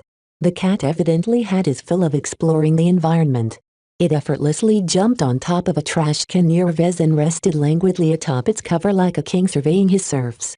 The cat's fine workmanship and agreeable expression attracted a few girls. "So cute. Can I pet it? It's such a big baby." Lucky appeared overwhelmed, but Vez put a hand on its neck to calm him down. "Please don't press against my cat. He's young and hasn't been out very much." After realizing the young women weren't out to hurt him, Lucky meowed and stared at them with his shiny eyes. "So adorable. Let me take a picture with him. I love his liveliness. It's even better than the dog I have back home." "Did you build him yourself?" Vez coughed awkwardly and shamelessly answered, "I was involved in its creation, yes. Lucky is unique and isn't for sale, but if you're interested in my other creations, how about you take a look at my Phantasm?" As groups of squealing girls tried to pet and take pictures with Lucky, Vez allowed them to do so as long as they behaved. The cat seemed to lap up all of the attention, as if he was making it up for the times when Vez appeared too preoccupied with his work to play with his pet. Nonetheless, the steady stream of girls allowed Vez to conveniently insert a few mentions of his products. Be sure to search for the Fantasia 2R Phantasm when you visit the in-game market. It's the perfect mech if you want to look good while kicking your friend's ass. Maybe 99 out of 100 girls paid zero attention to Vez's words. If the one girl who actually paid attention visited his store page, then Vez felt his hard work was worth the trouble. Surprisingly, his increased strength allowed him to stand on the sidewalk and last a little bit longer. Holding the picture frame up tired him a little less than he expected. His physical strength also translated into mental strength in a way Vez couldn't really figure out. He felt the effects anyway. This made him reconsider the utility in upgrading his other useless attributes. Maybe upgrading my dexterity will make my thoughts nimbler, and upgrading my endurance will increase my willpower. The system isn't what it seems in the first place. There's a lot depth to it and I've only dipped my toes so far. After the sun started to dip down below cloudy curtains horizon, Vez called it a day. He ate a quick meal at a local restaurant and took a shuttle ride home. Sinking tiredly into his sofa, Vez activated the system and checked his progress. Mission progress. 35/100 sales. He sold 12 mech today. If his sales kept up the same pace, then had definitely accomplished the mission within a week. He also accumulated 198 DP. With just a few more sales, had reached the threshold of 200 DP, opening up a lot of options in the system's shop and skill tree. Though other mech designers might scoff at Vez's pathetic street peddling, all of his hard work had paid off for him personally. Naturally, Lucky contributed much to his success. He picked up the sleepy cat and stroked his muzzle. "You've done a good job acting cute. I'll order a few treats and have it delivered tomorrow." Lucky meowed in contentment. Chapter 10, White Elephant. Vez kept up his sales routine for a week. He visited different cities each day in order to maximize his exposure. Lucky always accompanied him, and with the help of his charm he managed to draw enough attention to his products to sell 100 mech with less than 2 weeks to spare. He also accumulated a hefty 263 design points, but hadn't spent them yet. He thought it would be better if he received his next mission first. Congratulations for completing tutorial, part 3. You have received a 10-year combat mech production license lottery ticket. Please visit the lottery page to redeem this ticket. For completing the mission with time to spare, you have been awarded a bonus lottery ticket. The system sure loved lotteries, giving Vez a bad feeling. His luck with the lottery so far had been mixed. Hey system, shouldn't you have sent me another mission by now? Please do not get addicted to missions. The mech designer system only offers missions in order to guide its users to the right path. Only babies require constant hand-holding. Are you a baby? Vez practically spat blood. Host the baby. You are a baby. In fact, Vez felt rather terrible after hearing those words. He had indeed grown accustomed to the system's guidance. Now that he lacked a clear mission to strive towards, Vez felt as if he was adrift. No, that's not right. I still have to prepare for the Young Tigers exhibition that starts in 9.5 months. I also have to make progress in collecting 5 million credits to pay off my interest in 2 months. In other words, he needed to advance his skills and earn a lot of money. Vez could work on that without the system generating another tutorial to tell him how to accomplish those goals. Too bad I can't earn any more completion rewards. That reminds me, I still need to use up last mission's rewards. Rubbing his palms, Vez turned to the lottery page. He ignored the option to spend DP for a lottery draw and instead selected the option to use the tickets on hand. First, he activated his bonus ticket. Same as his previous lottery draws, it only entitled him to win an award from the lowest pool of prizes. The low-quality ticket snapped in half, revealing a familiar spinning wheel. Vez vigorously yanked the wheel, causing it to make clacking sounds as the pointer spun over a rapid variety of rewards. The wheel slowed down after half a minute. Time appeared to slow down as the wheel ticked forward in an exaggerated fashion. It allowed Vez to read the rewards hovering around the pointer. Endurance candy. Alien party ears. 100,000 bright credits. Lantern of imperfection. 1-day haunt.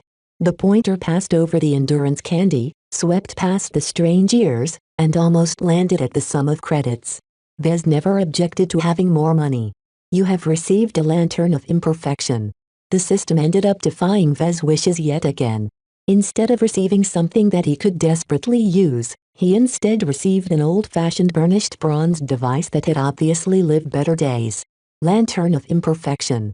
Light the lantern and shine it against a mech or component to reveal structural flaws. The revealed flaws are only visible to the holder of the lantern. The lamp contains enough oil to burn for 5 hours. This could be useful, Vez remarked, actually a little impressed by the generosity of the lottery. Machines that could analyze and reveal structural flaws existed, but only high-tech researchers and manufacturers were able to afford them. The assistance of such a device helped prevent defective material from being incorporated into a mech. For some parts, it was a lot more troublesome to replace once an assembler combined it with other parts and placed it in a mech. Too bad the lantern only lasted 5 hours. Vez had no idea where he could buy additional lamp oil either. The system, being its usual obstinate self, remained silent to Vez's questions. Now it's time for the main show. Vez smiled as he beheld the shiny golden ticket that had actually materialized in front of him. With a satisfying pull, he ripped the ticket in half. Festive bells rang out as a transparent man-sized pagoda dropped down from the roof. The pagoda consisted of 9 stories, and each story spun in an alternating direction. The first story spun to the left, while the second to the right, and the third back to the left, and so on. It all gave off a sense of grandeur to Vez, as if Buddha himself had descended to give him a reward. The spectacle raised Vez's hopes. If the introduction already looked so impressive, then he surely wouldn't receive something cheap. Approach the pagoda to determine the tier of your reward. This was different. Puzzled, Vez took a step forward, and then another when nothing special happened. Somehow, he couldn't get any closer to the pagoda no matter how many steps it took. A formless pressure arrived that pressed down on his body. Neither gravity nor air pressure changed. Everything else remained the same. Only the pagoda itself rose up in the air, dimming the workshop from Vez's sights. Vez felt his vision dim from the pressure threatening to burst his head. Nevertheless, he clenched his teeth and kept putting one foot over another. When his consciousness was on the verge of passing out, the pressure disappeared. He fell to the ground as his breath wheezed as if he had run a marathon. The strange event affected him severely. He didn't exactly know what the pressure represented, but he hoped he did okay. Evaluation completed. You are eligible to draw a reward from the 5th tier. The pagoda transformed in response to the judgment. Its top 4 and bottom 4 stories slowed down their rotations, eventually falling still. Only the 5th story of the pagoda continued spinning its merry way. I don't know exactly what the pagoda did to me, but I guess did an okay job. Vez concluded spuriously. He really had little clue why the system needed to resort to such mysticism in order to give him a simple production license. I really need to do better next time. I'm not resigned to remain average for the rest of my life. Now that the test had ended, Vez easily approached the side of the pagoda. Its 5th floor continued to turn, whipping up a small current of air that blasted Vez's face. Even Lucky jumped down from the couch and inspected the strange floating structure. His face looked as if it was wondering what the fuck made it spin. A small, hand-sized bell appeared in midair. It was one of those bells that hung in ancient Terran temples. A small cord hung from the clapper that allowed the bell to make its ringing. Please pull the cord when ready. Vez held the end of the cord and pulled firmly. The bell released a delicate tingling tone, causing the pagoda's 5th story to shine brighter even as its rotation lost its driving force. Like the regular lottery wheel, the pagoda's many sides portrayed various prizes. Vez even recognized a few of their profiles and determined they were mostly last-gen models. This meant that the mech first saw commercial release in the last 30 to 70 years, which was a fairly good range. Any mech models older than last-gen were considered obsolete. Their performance just couldn't keep up with the models currently in use even in an assisting capacity. The price of such mech often matched the cost of raw materials and production, meaning Vez would never be able to make any profit even if he handcrafted the mech in his own boutique. On the other hand, newer models also presented a few problems to Vez. The more current the mech model, the stricter its license. Only trusted mech designers and large commercial enterprises received approval to buy them. In addition, newer designs incorporated more advanced technology that required special machines to fabricate. His 3D printer was just a run-off-the-mill current-gen product with no special features. It was capable of printing almost any of last-gen's specialist components, but if it came to the current generation's fancy tech, then he may need to acquire millions or even billions of credits worth of production lines. The pagoda finally stopped its lumbering spin. Vez's stomach sunk as he recognized the white, medium-sized mech on its front-facing wall. Congratulations! You have received a 10-year production license of the following mech, National Aeromotive Caesar Augustus CA1. Shit. Vez muttered as all of his excitement drained from his expression. His calm burst up as Vez received a new mail. He numbly tapped the message. It came with a lot of legal bullshit from the so-called Future Sons Technology Institution. Vez schemed through the lengthy texts. We hereby grant you with an unlimited production license of the Caesar Augustus CA1, valid for a duration of 10 years from the signing of the included contract. No matter how many misgivings Vez had about the CA1, he was stuck with it. He quickly signed all of the contracts to get the paperwork out of his sight. He received another message a scant few minutes later, showing that the local had successfully approved of the contract. Vez now possessed a legal license to produce the Caesar Augustus. Fucking double shit. Vez felt like he wanted to cry but had no tears. The Caesar Augustus had a colorful history. Vez happened to be familiar with it, because it had been a lesson in college on what not to do. The story started 50 years ago, when National Aeromotives, a renowned manufacturer of air cars and shuttles, decided to enter the mech market. They adopted a two-pronged approach. The first approach was to license a couple of mainstream designs, retool a couple of factories, and pump out loads of shoddy quality but cheaply priced mech.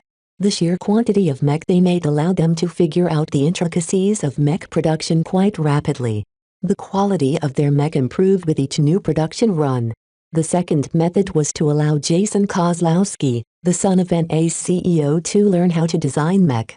He directly attended one of Esterlin's premier mech design program. An important thing to mention was that Jason had been a spoiled brat. As could be imagined, Jason spent much of his time on Esterlin attending parties and getting drunk off his ass. Only his superior genes enabled him to perform well enough in class to graduate. Once Jason returned home, he made a high-sounding announcement to the galactic press. He claimed that he would take just 1 month to design a fully original mech that would outperform all of that period's current generation mech. Many industry insiders scoffed at such a boast. Forget about outperforming a current generation mech. Many freshly graduated mech designers weren't even capable of designing a model that could outperform a last-gen mech. It took years of experience, learning many skills and acquiring many new technologies to even be capable of producing such a stellar mech. In any case, the public hung on to Jason's every word. A face this handsome wouldn't renege on his promise, right? After the announcement, a couple of black-suited men quickly brought the prodigal son away from the press conference and he was never seen again for a month. Some conspiracy theorists guessed that National Aeromotives wanted the public to forget about Jason's pledge. They received an unexpected surprise when Jason showed up to the press exactly 30 days later. A slightly disheveled but attractive young man then proceeded to introduce his month-long effort. He domineeringly named it after the first ancient Roman emperor, for it was indeed capable of outperforming most mech of the current generation. Just its majestic posture and stately head design show that Jason spent quite a lot of time matching the mech aesthetics to its superb offensive power. The Caesar Augustus offered supreme offense and supreme defense in the medium weight class. By far the most expensive component was National Aeromotive's proprietary armor plating, originally designed to protect its most luxurious line of space shuttles from direct microasteroid impacts. Though expensive and difficult to produce, the armor offered superior protection that approached next-gen standards at the time. The CA-1 also provided a variety of offensive options. Its main weapons were its two wrist-mounted laser cannons. Missiles mounted on its shoulders provided some long-ranged and direct-firing options, while a classic sword and shield built out of the same excellent material of its armor made the mech a monster in melee range. While Jason showed off a holographic model of the white-painted mech and its admittedly impressive capabilities, the experts combed over its specifications. They quickly couldn't hold in their laughter. The Caesar Augustus had a bevy of issues underneath its perfect exterior. Jason crammed the CA-1 with so many gadgets that it affected the frame's integrity. Any damage that got past the armor could easily damage 5 essential subsystems, either crippling the mech or at least take it off the battlefield. In order to save space, many of those subsystems got tangled together, making it a pain in the ass for any technician to replace even a single faulty power line. The mech also lacked endurance. It peaked early but had no staying power. Its missile capacity could be emptied in seconds. Its wrist-mounted laser cannons built up an alarming amount of heat that Jason had done almost nothing to mitigate. And even if he did, the mech average energy capacity meant it couldn't feed the weapons long enough anyway. Fortunately, Jason hadn't been conceited enough to add a flight system to the already over-engineered mech. Its energy would just drain faster in that case. All of this meant that Vez was now stuck with one of NA's biggest commercial flops in recent times. The CA-1 was a white elephant that was difficult to produce and required constant babysitting. The most troublesome thing about producing it was that its special armor plating required a dedicated machine to produce. Vez 3D printer wasn't advanced enough to produce it on its own. It was impossible for Vez to produce the stock model of Caesar Augustus in 2 months. He lacked the time, money, skill and equipment to accomplish such a clusterfuck of a production. And even if he did manage to cobble up a model, it was a question whether it would sell. However, the system awarded him with only just one production license, and for better or worse, Vez was stuck with the elephant. It's not like I'm stuck with the stock model. I still have the mech designer system. If Vez could use the system to redesign the CA-1, he might be able to come up with a less demanding version of Jason's first masterpiece. He wasn't ready to give up. A tentative plan already drew in his mind. Chapter 11, Cash Woes. Vez made the biggest gamble of his life so far.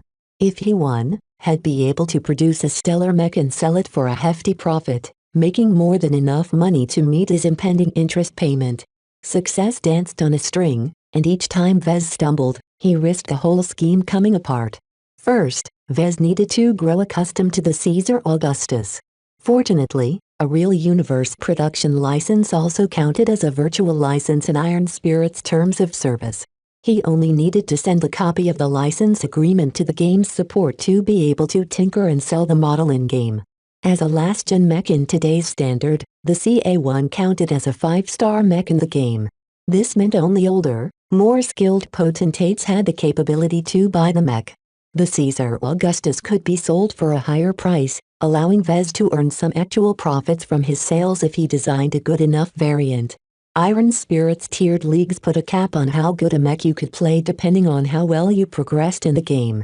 A Bronze Leaguer only had access to 1-star mech.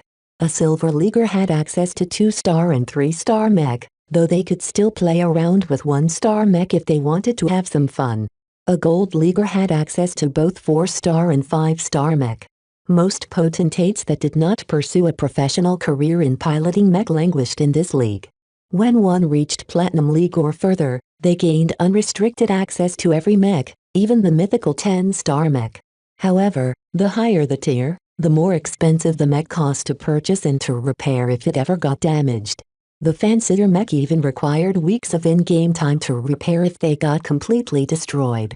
This meant that a fair number of Platinum and Diamond players still occasionally took a 5-star mech into a match for the purpose of earning some easy gold. This resulted in 5-star mech being one of the most profitable tiers in Iron Spirit. High-performing models especially attracted attention. However, whether Vez could break into this market was still a question, considering he lacked familiarity and expertise with the Caesar Augustus. In the 45 days of time before the Young Tigers exhibition started, Vez needed to produce an extensive and realistic redesign of the CA-1's stock model. He needed to acquire new subskills and credits to buy virtual licenses of the components he needed for his redesign. In the meantime, he had to release a number of mech designs in the game in order to generate even more credits. Much of the money would be used to buy the real universe production licenses of the components he had used in the game. It sounded terribly complicated, but actually Vez didn't need to change what he had been doing so far. Essentially, Vez only needed to continue to design variants and put them onto the in-game market to sell. First, Vez contacted Iron Spirit support in order to receive his virtual license. A production license of a last-gen mech already cost many millions of credits. He'd be damned if he was forced to purchase a 5-star mech virtual license, which potentially ran into the millions.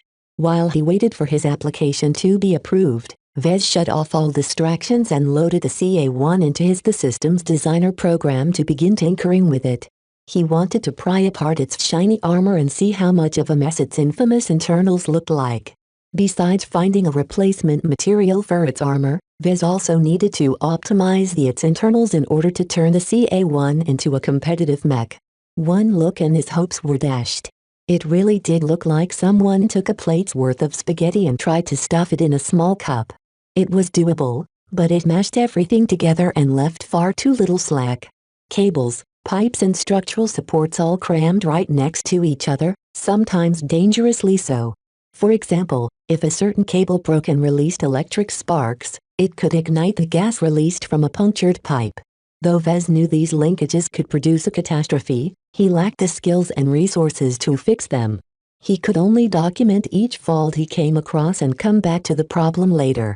Vez spent the rest of the day combing over each and every component, to the point of dismantling the engine even if he understood little on how the advanced component worked.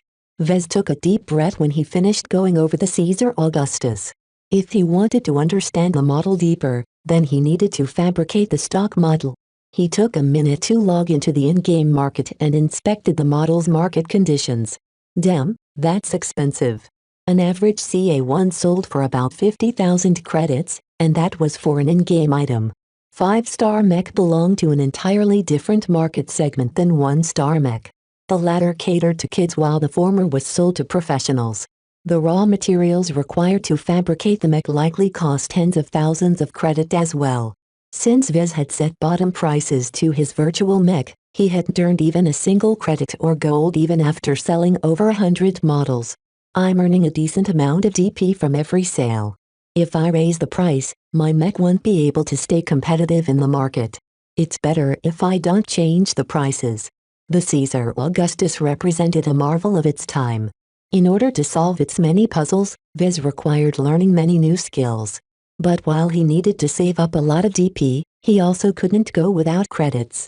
Vez switched to his mail and was relieved the game's support approved of his request to claim the CA1's virtual license. After loading the mech stock model in the in-game workshop, he received an unpleasant bill.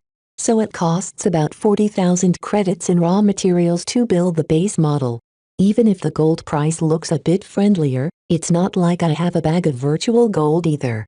The lack of cash on hand stymied Vez's progress in researching the Caesar Augustus. There was only so much he could do to play around with the mech design in the designer. Vez had learned one important lesson when designing the Fantasia variants. A passionate mech designer needed to get hands-on with his own creations. Just making a few doodles in a design program didn't turn you into a veteran designer. A real expert got his hands dirty, putting each and every part together to see how it works and where any problems might arise. With only about 9,000 credits on hand, Vez needed to scrounge up at least 31,000 credits from any source he could squeeze. He first checked the system, but couldn't find any option to convert his DP to credits. Perhaps he could buy a few knickknacks from the shop and sell it for a tidy sum, but that option wasted too much valuable points. Should I call Melinda? Vez wondered out loud. Family stuck together. If Vez took the time to explain his plans and difficulties to his cousin, he was sure she'd lend him the credits. It's not right. It's due to my own poor planning that I'm facing a shortage on credits. If he cried and went to his family to bail him out, then sure, they might lend him a hand. It would also prove that Ted had been in over his head. His aunts and uncles already disapproved of his career path. He wanted to avoid giving them ammunition. Perhaps sell Lucky's gems? Vez had dug out half a dozen of these little shinies, and they all provided minor benefits when installed onto any mech. Any expert would love them if they realized they could improve their mech by just installing a single jewel. Shaking his head, Vez discarded the idea. Nah, that's a last resort. If he introduced these gems to the universe, a lot of powerful players would want to know their source. Vez lacked the strength to isolate himself from the connected universe he lived in. It was child's play to track him down once he revealed any oddities. Forget about it. I need to figure out something else. What do I have that's valuable but not so much that it can be sold for some quick cash? The workshop? Out of the question. The building, 3D printer and assembler constituted the most basic requirements of a mech manufacturer. Vez couldn't part with any of it. He might as well make a deal with the bank about the loan if he gave up on the workshop. What else did he have? The licenses, for one. Since he had just read through the terms of the Caesar Augustus production license, he became well aware of what he could do with it. National Aeromotives didn't allow any shenanigans, nor did they accept any refunds of a license Vez acquired through a charity grant. I still have a number of one-star virtual licenses. At this stage they're helpful, but not necessary to my plans. I wonder if I'm allowed to refund them. I bought them out of my own pocket after all. Perhaps their terms aren't as restrictive. Vez searched the galactic net to see whether he could get some money out of the licenses. To his relief, the BSBH Corporation indeed set down a standard policy for returns. A virtual license could be relinquished within the week at no cost if the purchaser hadn't used it in any of his current models. If the owner possessed the license for more than a year, then the game wouldn't give one credit back. Vez fell in the situation in between, having bought the licenses for more than a week but much less than a year. Iron Spirit allowed purchasers to get back 75% of their money if the licenses were not in use, and only 50% if they were. These terms only apply to licenses bought personally at normal prices. Licenses bought at a discount or granted by other institutions didn't count, and unfortunately for Vez, the virtual licenses gifted by the system fell under this category. Vez had spun after he combed through all the license agreements, but his work paid off. He knew what he could return and how much money he could claw back from the game. He visited Iron Spirit's support site and submitted a refund application. Astoria Experimental Flight System. 12,500 bright credits. Fayette ECMMK. 3,500 bright credits. Red Eye Assisted Aim Module. 4,999.50 bright credits. MTTR Removable Battery Pack. 1,500 bright credits. Harkonix Lite DMR version 3. 9,999.50 bright credits. Mirren 21 Ultralight Armor Plating. 5,000 bright credits. The total amount of credits Vez expected to get back was 37,499 credits. He left out the festive cloud generator in his refund application because he grew rather fond of it. He intended to incorporate the small, innocuous in his other designs whenever it fit. As the support staff already received Vez's personal information when he made his previous licensing request, they worked quickly in processing the refund.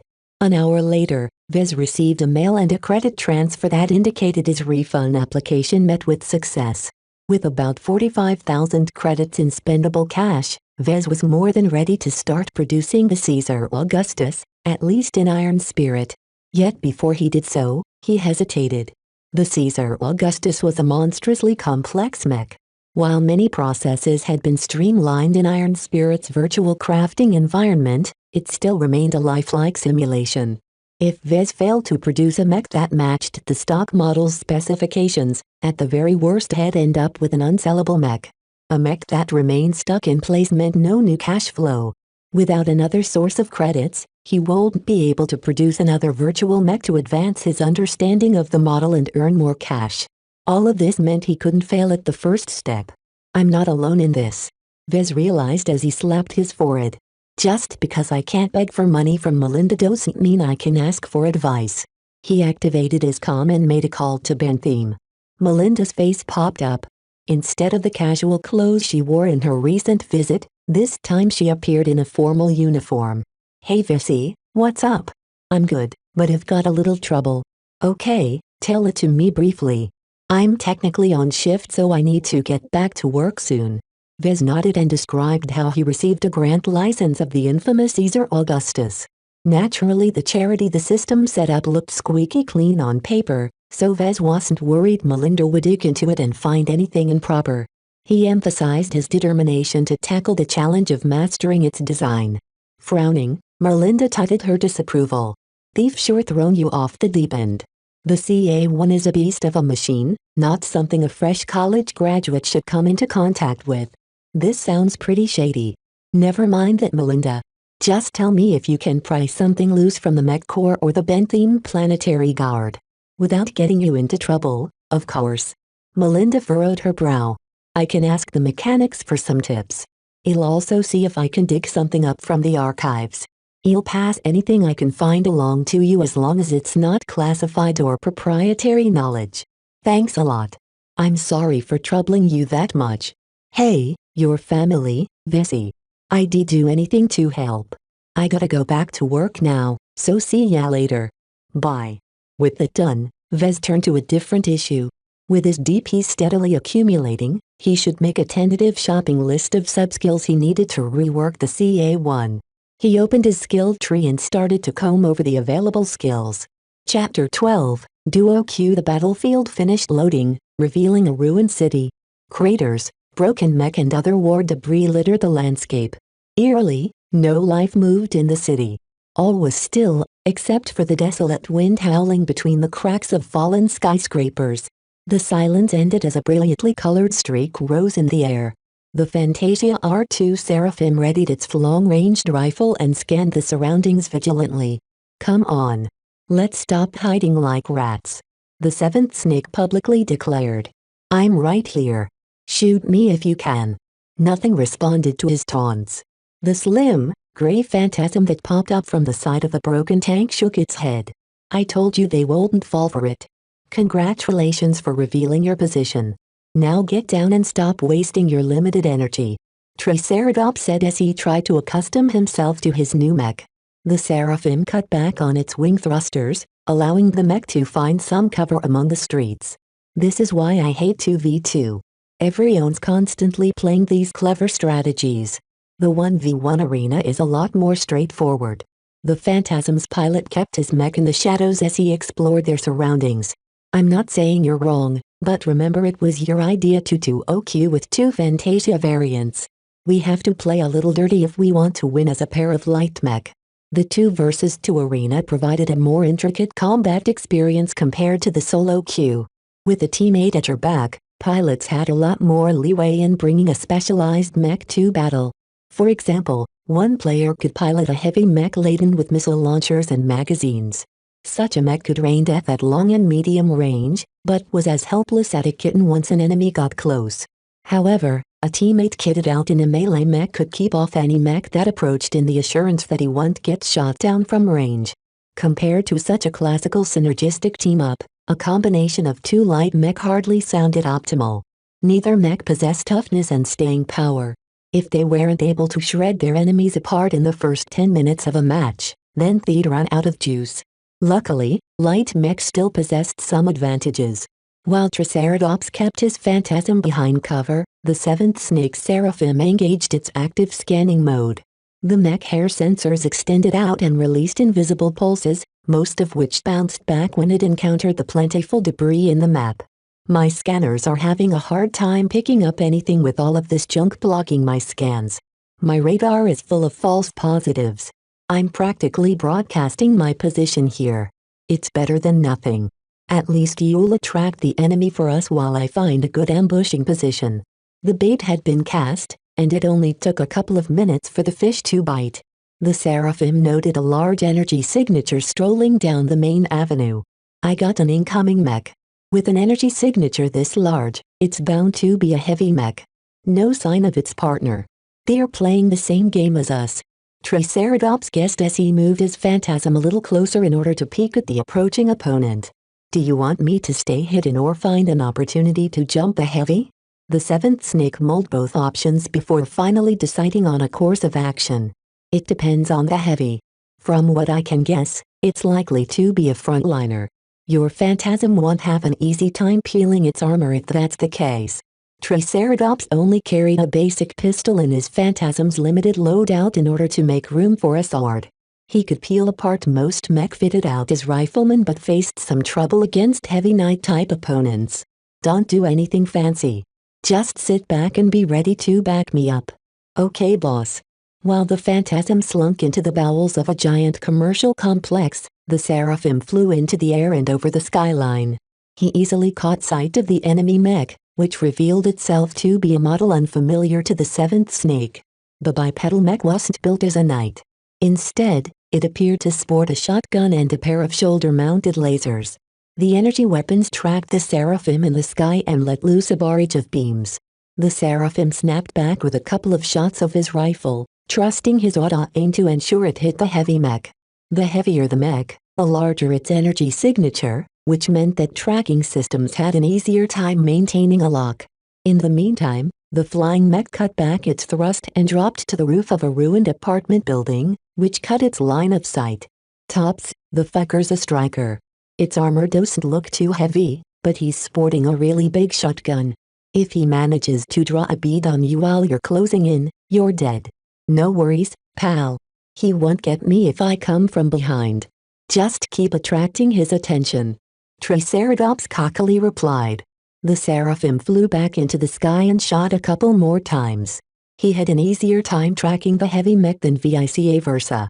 Even though the Seraphim ran a little hot, it's still a much lighter and less energy-intensive machine. The constant roof hopping ensured the heavy mech had to waste a lot of time reacquiring his targeting lock for his shoulder weapons. The seventh snake wouldn't be so daring if the heavy mech wielded a long-ranged rifle, which the enemy pilot could fire on instinct instead of relying on computer-guided algorithms. In the lower tiers of Iron Spirit, such computer-based targeting always worked like shit. I'm in position, Snake. You want me to go in? The other guy's still lurking around. You might get sniped before you know it. I'll take that risk. I really want to peel this heavy guy's face with my sword. He's just so arrogant. The Seraphim took a few glancing blows from the lasers as it rose to fire another volley. The seventh snake guessed that the pilot took over manual targeting for his shoulder-mounted lasers. That meant the enemy would take time to switch back over to his shotgun when pressed in close range. Okay, let's do it. He'll make a few dives to attract his attention. Don't wait too long or he'll get screwed. After taking a deep breath, the seventh snake jumped off the roof, spread his mech wings and made a high-speed dive towards the enemy, all the while releasing a rainbow stripe. His rifle awkwardly shot a steady stream of energy bolts, most of which dug shallow holes into the heavy mech plating. The Harkonnens light DMR fitted the Seraphim well.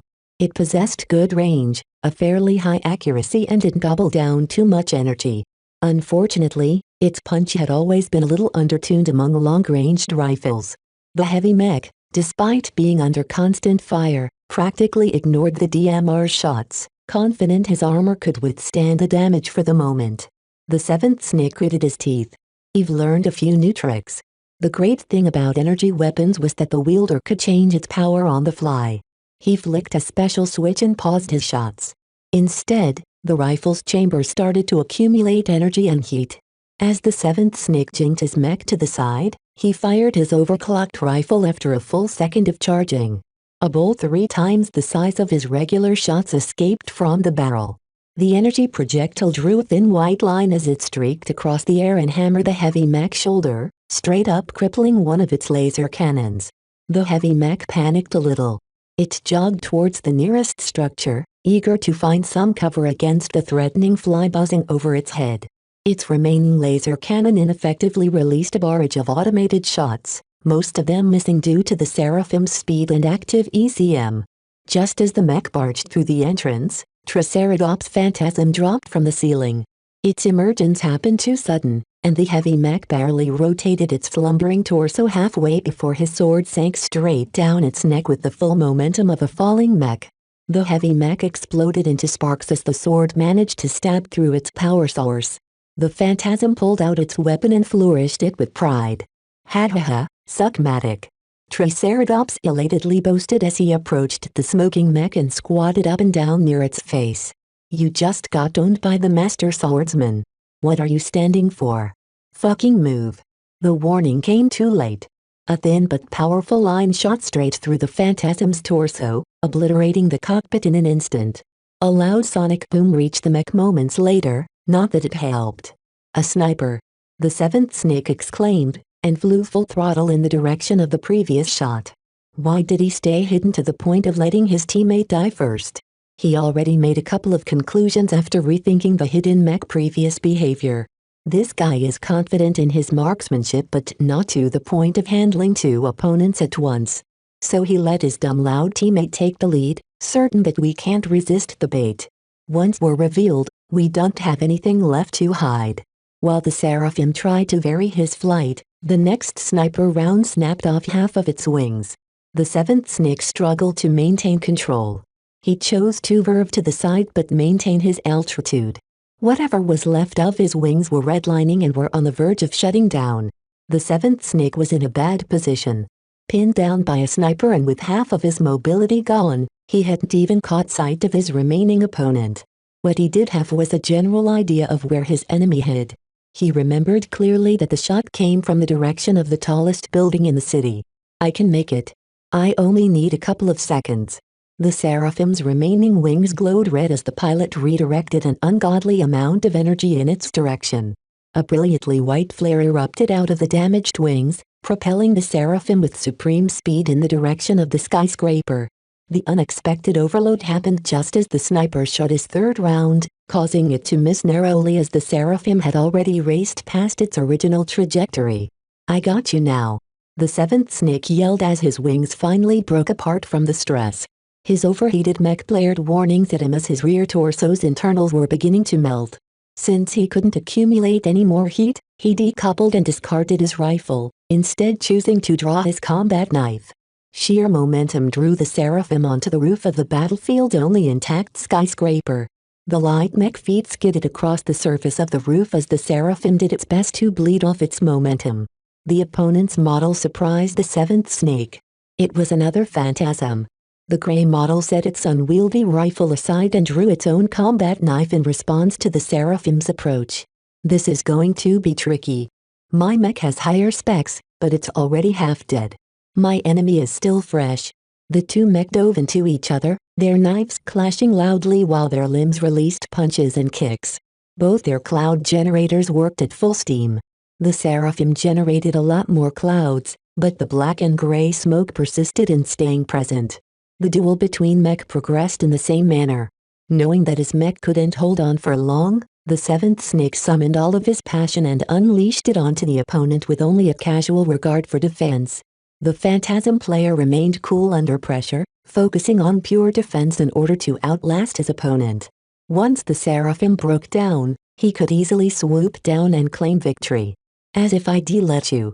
The seventh snake yelled as he went forward and extended his mech-free arm, deliberately taking the phantasm's cautious knife swing. The Seraphim's arm got sliced through, but the phantasm's knife lost its momentum, rendering it still for just a fraction of a second. The Seraphim leaned over with its shoulder and bashed it against the unprepared phantasm, knocking it off balance. The Seraphim then swung his knife with an underarm swing, cutting ruthlessly into the phantasm's belly, right where the cockpit rested. I've avenged you. The seventh snake sighed as the game confirmed his victory. That was cool. Triceratops exclaimed in the party chat.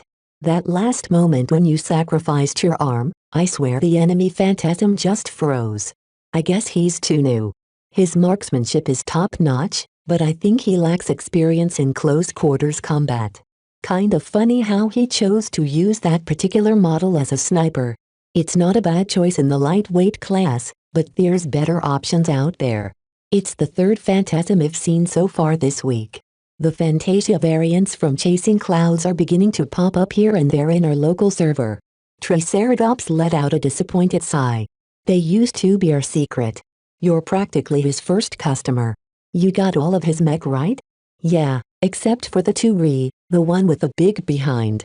I just can't bring myself in piloting such a mech in battle. I wonder what Chasing Clouds is up to these days.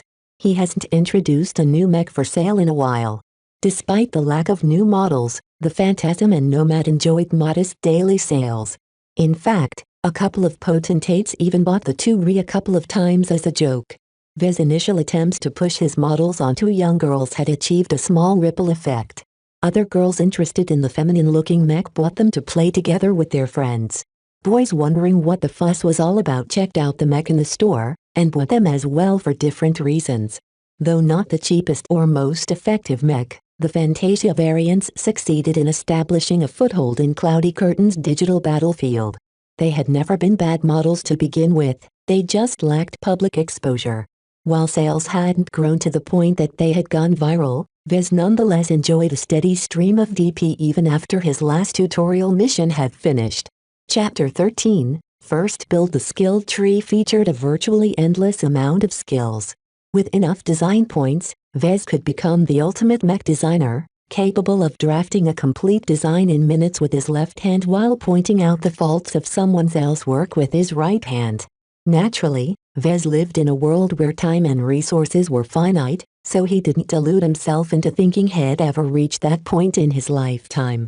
For all its merits, the mech designer system represented an incomprehensible piece of technology. Sometimes Vez felt as if reality itself bent to its whims. He didn't know how sapient the program was or how it determined its own limits. If one day the system's sophisticated AI turned crazy, entire star systems might get embroiled into war. The system in fact always addressed him as a user, not an owner. It acted as if Vez was just one client who conveniently picked it on the ground. If Vez's father hadn't given him the data chip, the system might have found a way to get its chip transported to some other person with the traits it preferred. This insecurity made Vez question if the system was using him rather than the other way around. Certainly the system didn't work for free. Some powerful entity had gone through the trouble of designing a reality-bending software working on principles at least 1,000 years beyond humanity's grasp, and somehow it ended up in an average person's hands. And it was a question whether the system will stay in that person's grasp for long. For all Vez knew, the system only treated him as a train. Once it reached its destination, it would leave without a word. So Vez felt the need to milk the system while he still could. So despite all his doubts and questions, he still schemed over the skill tree and made a shopping list of skills he needed to tackle the redesign of the Caesar Augustus. Assembly upgrade to apprentice. 1000 DP. Assembler proficiency I.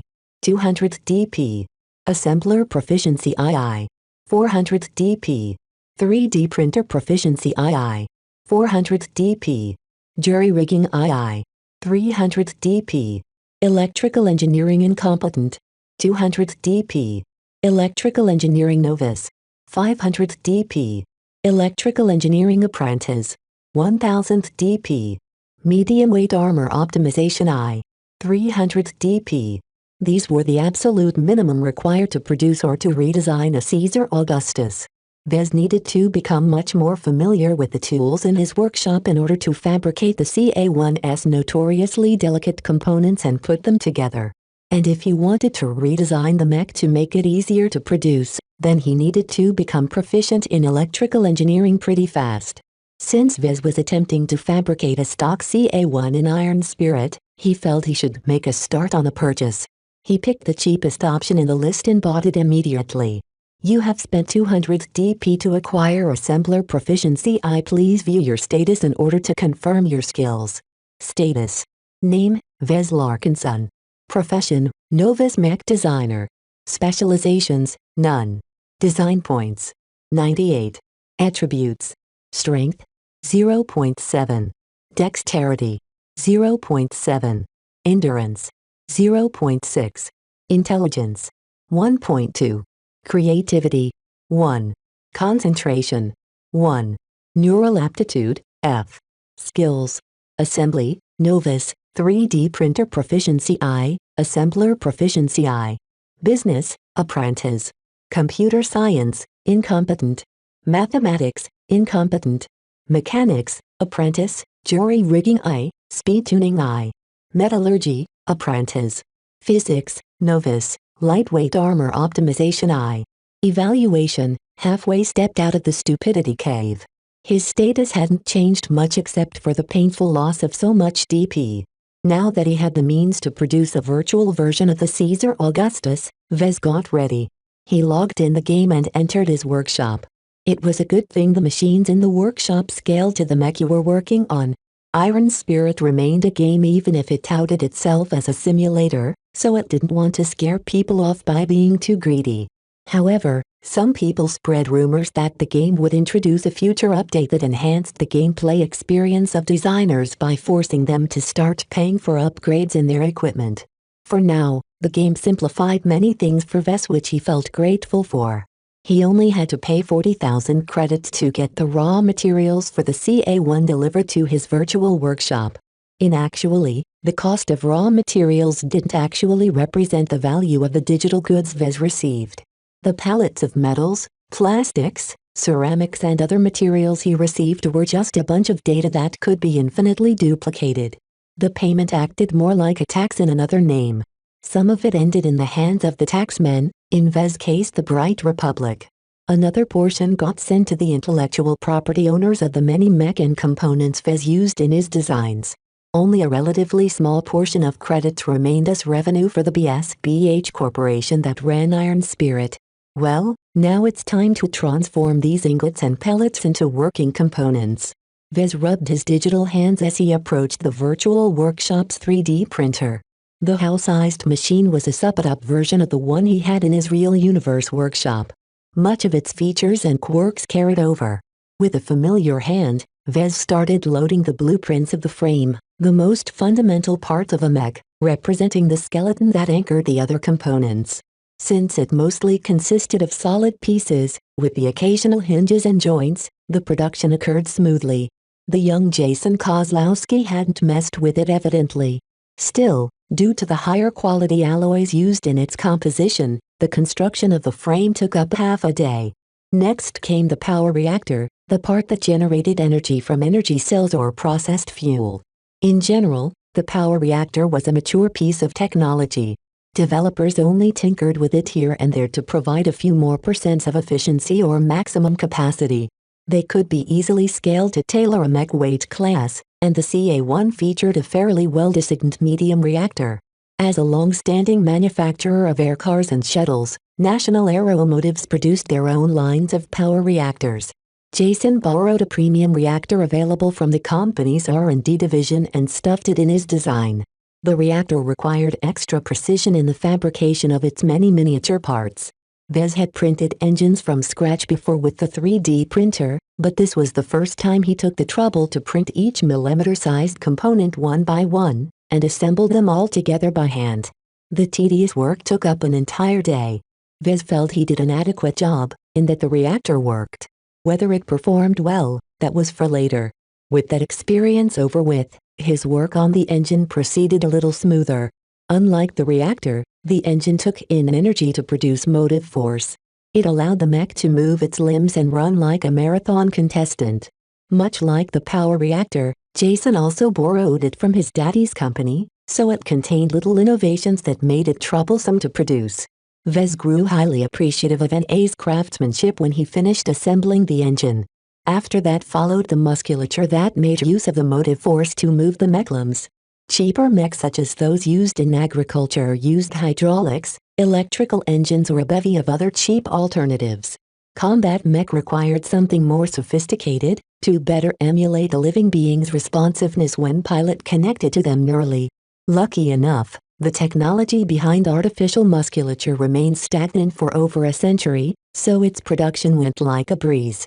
Next came some of the most difficult parts, the computer chips and cabling that provided instructions and processing power to a machine. It represented the brains and nervous system of the mech. The chips demanded the most from the 3D printer, but they weren't difficult to produce since they were last-gen technology by now. The amount of miniaturization and other fancy stuff that went into the production of a chip could only be taken care of by an automated program. Vez only needed to inspect the 3D printer beforehand of dust and faults before producing the tiny chips. Ironically, the cables required more finesse. As if aware his mech required too many cables, Jason chose a special mix of metals and insulators in different proportions depending on the size of the cabling. A single string of cabling could either be thicker or thinner at certain parts depending on its location. It made for a fine mess when you added in the sheer number of cabling, and Vez felt he was growing mad at the end. After a long rest and a good night's sleep, Vez continued with manufacturing the specialist components of the Caesar Augustus. These components differed wildly from each other, as Jason had filled in a shopping list of all the best commercially available components. The ECM, radar, boosters, gyroscope, cockpit, sensors and all the other components came from wildly different manufacturers. This meant that Vez had to watch out for certain issues on one set of parts, but needed to pay attention to a different area with another set of parts. Vez diligently read the documentation while he went over each component, so he hadn't been met with outright failures. However, many parts came off the 3D printer in a marginally acceptable state. Vez lacked a reserve of raw materials to fabricate replacements for all but the worst parts. It just couldn't be helped. He could only blame Jason for blindly picking the shiniest toys and rely on his super-duper expensive industrial-scale workshop to reproduce them perfectly. With much of the interior of the mech done, Vez turned to the most expensive part of the mech, its proprietary armor. 30 years ago, a manufacturer required a dedicated machine from National Aeromotive to mix a bunch of metals into a highly compressed piece of plating. Fabrication technology advanced since that time, and now that the armor's formula became semi-public knowledge with the release of the CA1S licensing options, all modern 3D printers could reproduce it as long as they weren't too cheap. The Caesar Augustus required a large amount of plating for a medium mech. The large, bulky sword and shield also added to its total weight, almost pushing the mech into the heavyweight class. The production of the plates came with its own challenges. Due to Vez's inexperience, some of its armor plates came out of the 3D printer with higher than normal stress or other issues. If the virtual 3D printer wasn't so good, Vez might get stuck with a number of half-failed plates. Damn. Vez sighed as he finally finished producing all of the CA1S components. This is more tiring than I thought. There's a world of difference between 1-star and 5-star mech. Hundreds of years of technological progress only made things harder to build. I really miss the simple Fantasia. The challenges he faced with this step alone broadened his vision of what mech were capable of. Working on a near-modern mech meant for elites taught Vez what this target segment looked for in a war machine. An elite mech has to meet different requirements than regular frontline mech. They pack as much armor and punch as possible in a reasonably mobile package. Energy efficiency isn't necessarily a problem when you can swap fuel or energy cells from a support group on the field. Jason wasn't wrong to design the CA1 along those lines. He just went a little bit too far with it. Competing mech could do almost everything the Caesar Augustus could do, but lasted a little longer in the field. Sometimes that extra time counted, so procurers wanted to be safe than sorry by picking the less exaggerated choice. The Caesar Augustus was also a bitch to maintain in a chaotic battlefield, so generally only wealthy ace pilots who cared a lot about peak performance bought the models. Next up, assembly. To assemble the mech from scratch, Vez first put together the frame. The parts that composed the mech skeleton were built to be big and robust, so Vez easily got to practice his enhanced assembler subskill without much risk. The skill improved his ability to manipulate the lifters and arms that composed the assembler module. The parts that he wanted frozen stayed still, while the parts he wanted moved got shifted around just enough but no further. As Vez already assembled a power reactor and engine by hand, he only needed to place them delicately in the slotted areas of the frame. After that, Vez added the other components and systems that made up the functionality of the mech. The biggest piece was the cockpit, followed by the energy storage unit that stored the replaceable energy cells. All the smaller systems followed, such as the sensors and boosters. Finally, Vez reached the most troublesome stage. All of the components had been installed on the mech, but they remained isolated to each other. Vez had to connect each of them together in a mishmash of cables and pipes. In between these relatively delicate components, Vez also had to squeeze in a lot of artificial muscles. Sometimes that led to very tight fits. The work tested Vez the utmost. He screwed up many times, having to remove the cabling and do the placement all over again. Sometimes he had to cram a bundle of cables through a narrow opening between pipes by force. The stress and frustration caused Vez to slip his fingers sometimes, causing unforgivable mistakes in the assembly. After a nerve-wracking day of playing plumber, Vez finally reached the end stage of the assembly. He spent a much more leisurely time putting the armor plates together. Sometimes the improper cabling caused the plates to fail to adhere in its position. Vez sometimes had to hammer the problem areas lightly in order to cram the pieces of armor in their place. It proved the parts he fabricated were of substandard quality. "It's finally done," Vez said as he sprawled on the ground in exhaustion. The diagnostics and debugging still ran in the background, but Iron Spirit took care of most of the issues that popped up at this stage. "What do you think, system? Did I do a decent job? Why aren't you giving me an evaluation yet?" The Mech Designer system only evaluates designs, not copies. Since you are not the designer of the Caesar Augustus CA1, you will not earn any design points even if you manufacture it 1,000 times. Please work hard and make your own designs. That made sense. The system didn't want to bring up a technician or a factory supervisor. The main job of a mech designer was to make designs.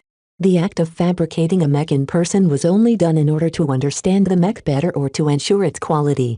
Vez could only rely on the numbers given by Iron Spirit in judging how well he built his first Caesar Augustus. And from what he read so far, the news wasn't looking good. Chapter 14, Fiddling. Reading through the mech specifications, Vez felt all of his satisfaction disappear. He accomplished the difficult task of building a highly advanced mech, to be sure. His lack of understanding and his poor proficiency with the equipment caused several problems with the mech. The Caesar Augustus he fashioned paled in comparison to a factory-standard stock model. Several criteria showed a few percentage points of deficiencies. Those percentage points might as well be a chasm in the mech market. When pilots wanted to buy a stock mech, then they at least demand them to adhere to standards. There was no way any sane pilot paid full price for a substandard licensed copy. Vez took the time to search up the Caesar Augustus and its variants, what few they were. Unlike in the real universe, the Caesar Augustus enjoyed a little more popularity. Logistical issues such as limited energy mattered little when you played Iron Spirit's shorter game modes, such as the 1v1 and the 2v2 arenas. The tricky problem of frequent repairs could be solved with a wave of the hand, as the game took care of everything as long as you had gold or credits to spend. The players who bought the Caesar Augustus tended to be more affluent than normal, but also demanded more of their mech. Their willingness to pay a little more for a higher performing mech didn't help Vez at the moment because his own product was trash. Still, I have no choice but to get rid of it. I've pumped a fortune of credits in its virtual construction. I should at least be able to recoup the cost. With no other choice, Vez switched to the sales page and put his first Caesar Augustus on sale. He put a tentative price of 45,000 credits. The price range made it seem like a deal, even if it didn't perform up to spec. Caesar Augustus CA1. Tier. 5-star. Base model, Caesar Augustus CA1. Purchase price. 750,000 gold, 50%. Premium price. 45,000 bright credits. Hopefully some schmuck will snap it up without reading the specifications too deeply. Otherwise he'd have to go back to the store and lower the price again in order to get rid of it faster.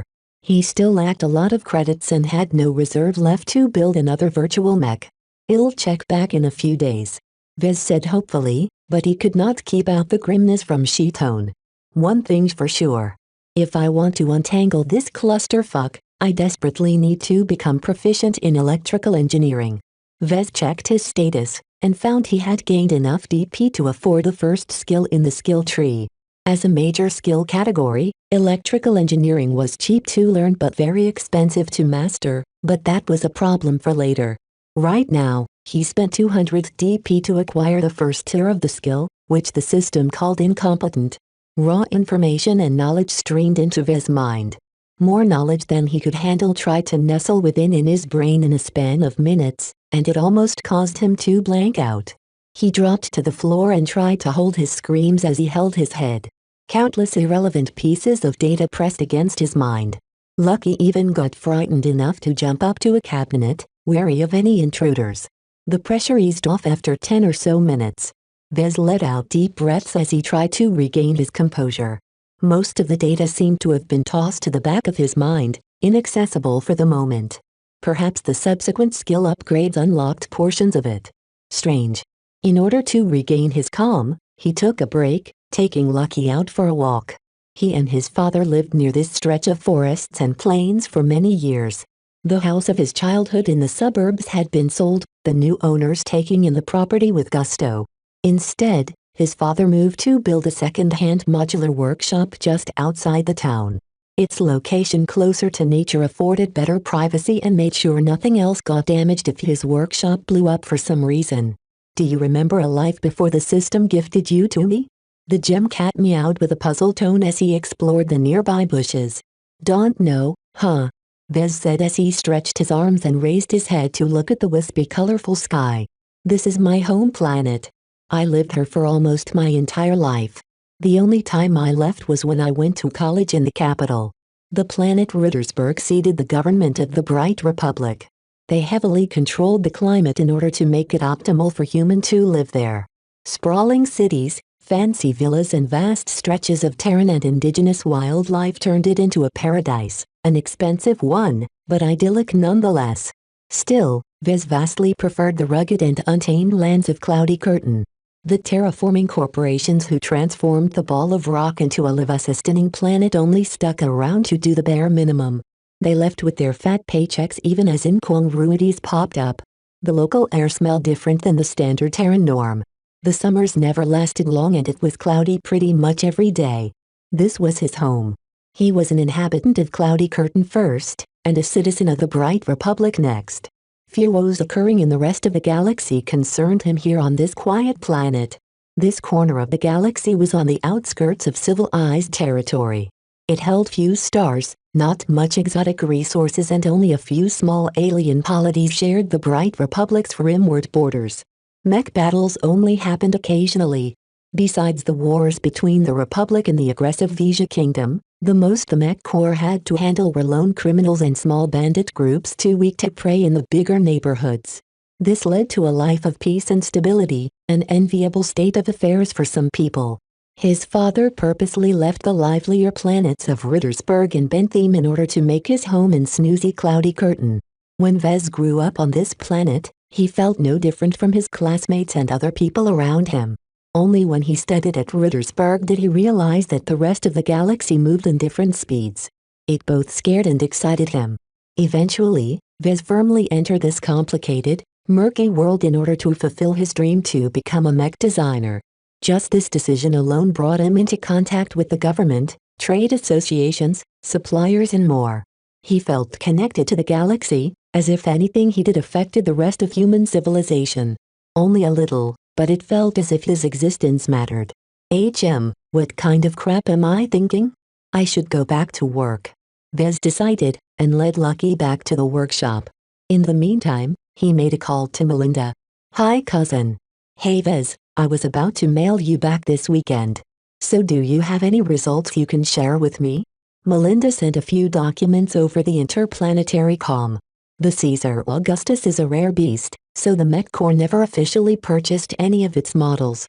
However, it did come into contact with a few models piloted by pirates fleeing the authorities of the bigger empires. They even captured one intact, more or less. Did they do anything with it? The Mech Corps may be penny pinchers sometimes, but they won't throw away a functional mech. An ace pilot took it over and piloted it for a few years before it got embroiled in a border skirmish with the Vesians. It lost its left leg and a chunk of its waist. When it came back to the hangar, the Corps decided it was more trouble than it was worth trying to fix it up again, so they sold the rest for scrap. Damn, so it's gone now, right? Yup. Recycled down to the seats. Well, there goes my hope of refurbishing it. So anyway, the Mech Corps must have learned a thing or two about the CA-1, right? Nothing officially, but I tracked down one of the technicians that serviced the CA-1. That was impressive, and also a little dangerous. Melinda could get in trouble if she harassed a veteran too much. Don't worry about it, cousin. Melinda smiled over the comm. He found the Caesar Augustus to be a bitch to maintain, but he still misses it. He freely gave me the notes he kept about the mech. I've sent it through this connection, so you should already have them in your storage. That's going to help out a lot. Thanks for taking the time. I'm looking forward of what you can do. Be sure to give me a call and show off your work when you finish a design. Will do. When Vez returned to his workshop, He perused the documents Melinda sent over. The retired technician had conveyed his thoughts in a haphazard manner, with no apparent order in his many ideas. Vez spent quite some time to iron out the disordered words and plentiful jargon into something legible. What he got opened his mind. The technician was evidently proficient in improvisation and jury-rigging. He kept the Caesar Augustus going for years even without official replacement parts from National Aeromotives. Though the notes contain no schematics or blueprints, just getting to know the changes and the reasoning the technician came up with already gave Vez ideas for his own customization plans. His newly gained skill in electrical engineering also helped him puzzle out the crude drawings of rerouted cables and shifted systems. The retired technician spent some of his spare time trying to come up with a better layout for the most problematic tangles. Not many of them looked viable, but the technician succeeded in coming up with some optimizations, making the mech a little easier to maintain. After digesting the material, Vez had the urge to work on a design immediately. He quickly switched over to the designer and started incorporating some of his ideas on the Caesar Augustus. He worked on the easy solutions first. He moved a few components, sometimes shifting them just a millimeter, other times swapping them from left to right. Following these actions, he uncrossed a couple of cables and rerouted them through a different channel. When Vez stepped back and admired his changes, he realized the technician's suggestions did have a basis on reality. The modifications he made according to the suggestions made the mech a little less troublesome to produce and maintain. Now that I've picked all the low-hanging fruit, it's time for the real work to start. Vez intended to redesign CA1 practically from the ground up. Just making a few changes here and there just didn't cut it. So Vez bit his lips and started to test the viability of more drastic modifications, some suggested by the technicians and some he figured out himself after handcrafting its design in the game. The changes he sketched improved the base model only incrementally. With limited knowledge and a lack of component licenses, Vez faced limitations everywhere. At its heart, a humanoid mech imitated the workings of the human body. Though hundreds of years of progress have made a mech mechanical workings increasingly more sophisticated, it still adhered to the same rules. If Vez arbitrarily cut off a few cables or messed around with its proportions, he might cause the design to cascade into an unworkable mess just like if he messed around with an actual human body. Some people started to question whether mech would evolve to constitute life. Vez wasn't interested in these philosophical discussions that popped up every once in a while in college. He did not delude himself into thinking he was playing God by fashioning new mech. Vez always thought his classmates who talked that way treated the mech designer occupation as a luxury. Vez preferred to hang out with the more down-to-earth crowd that treated the job as a way to assist the mech pilots that defended their homes. A week went by as Vez made some accomplishments. He also earned enough DP to upgrade his electrical engineering skill to Novus. With his improved insights in electrical engineering, he also simplified a couple of problematic spots. This necessitated a drop in performance, but to what he lost in specs he gained a lot more in ease of manufacturing and repair. While Vez had made some minor progress in taming the beast, it still maintained its essential wildness and ferocity. I still have a long road ahead, but I'm reaching the limits of what my skills and imagination can do. He only managed to come up with a half-finished design. While he wanted to wait until he could afford a few more skills with a steady income of DP, he had to validate his design by fabricating it personally. Without getting hands-on, all of his work remained theoretical. Vez finalized the design when he reached the limits of what he could do. He named the variant the Nero after a famous person who lived in the same time period as Caesar Augustus in ancient Terran history. Frankly, Vez knew very little about history.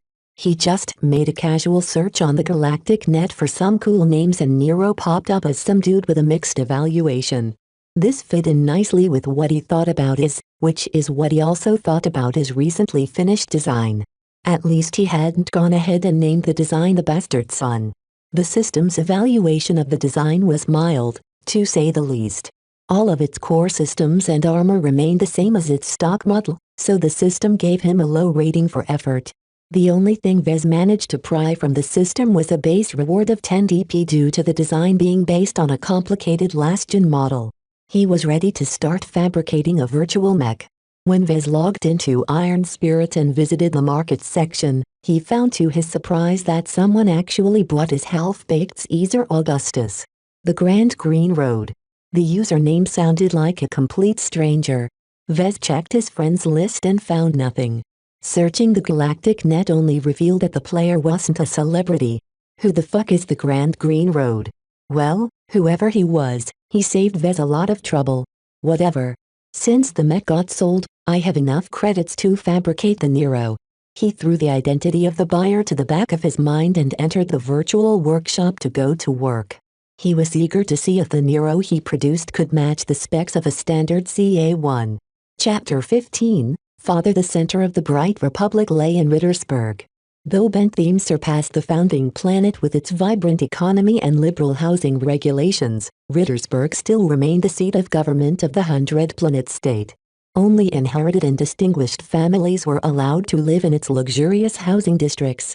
In one such district, a row of modest villas rested alongside a placid river. In the backyard of one of those villas, a man reclined in a folding chair as he held a fishing pole in front of him. An empty bucket lay beside him, waiting for fishes to carry back home. An air car approached the guarded district.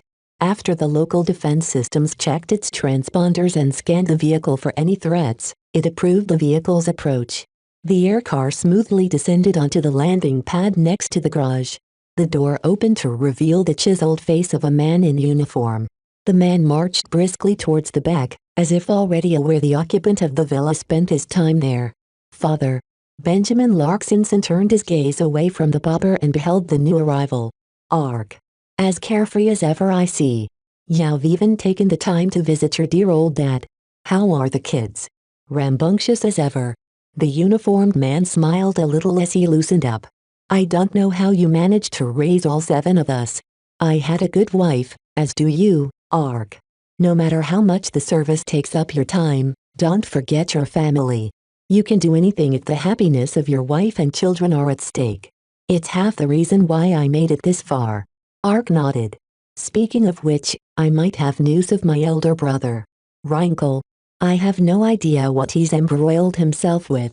He's always been the most reticent of you bunch. He loves his own son like a treasure, so why did he not come to me? Does he think I will treat him any less? Puh. We've spent some time digging into Reinkel's movements of the last year before he disappeared. There's a couple of times when he went off the grid. I suspect he went incognito in order to visit a conflict zone. Accounting for travel time, it should match the times he couldn't be traced. Benjamin grimaced at those words. Pirates. What has my boy done now? I didn't raise any of you to make dealings with the scum of the galaxy. The trail ends there, unfortunately. We don't possess enough information to infer which conflict zone Reinkel frequented. We're analyzing all of the data devices he left behind, but he's been very disciplined with the trails he left behind, so we're not expecting much from those sources. Sighing, Benjamin closed his eyes as he leaned back on his chair. Tell me about my grandson. There are some anomalies surrounding Vez that paint a suspicious picture. While he had been an unremarkable student in the Rittersburg University of Technology, he's performing above average in the month and a half that he's been active so far. It's as if he's given wings now that he's free. Benjamin smiled at the report. I always expected Vez to catch up to his potential once he got over his inability to join our career path. I'm glad he finally found his way and embraced his role in the world. The financing still remains troublesome. Despite receiving a production license grant, Vez is unable to leverage this asset. If nothing unexpected happens, he will fail to meet his impending interest payment. Father, will you give him a hand if he's come up short? No. Not even at the very last moment. Reinkel went through the trouble of procuring those loans, so we should see his plans through the end. I don't believe he has lost grip of his son even if he's indisposed. The river flowed gently along the stream. The sun shone brightly in the skies. A serene calm descended on the pair as the father kept fishing while the son organized his notes, sending over the relevant documents to his father's calm. How's my grandson's work? He's not making more Fantasia variants, is he? He sold most of his one-star virtual licenses to raise money. He's completely committed to mastering the Caesar Augustus. I bought his first mech, which is unmodified, and tested in simulations. Was it up to par? Not really. Ark shook his head in disapproval. If Viz produced a mech as shoddy as that in the real universe, he'd get chased away as soon as he tries to certify it at the association. In most of civilized human space, weapons such as mech face stringent controls. Designers and manufacturers were only allowed to produce a mech if they owned the necessary licenses.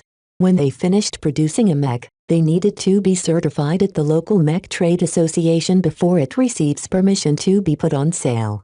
The MTA was a transnational non-profit organization with branches in pretty much every human state.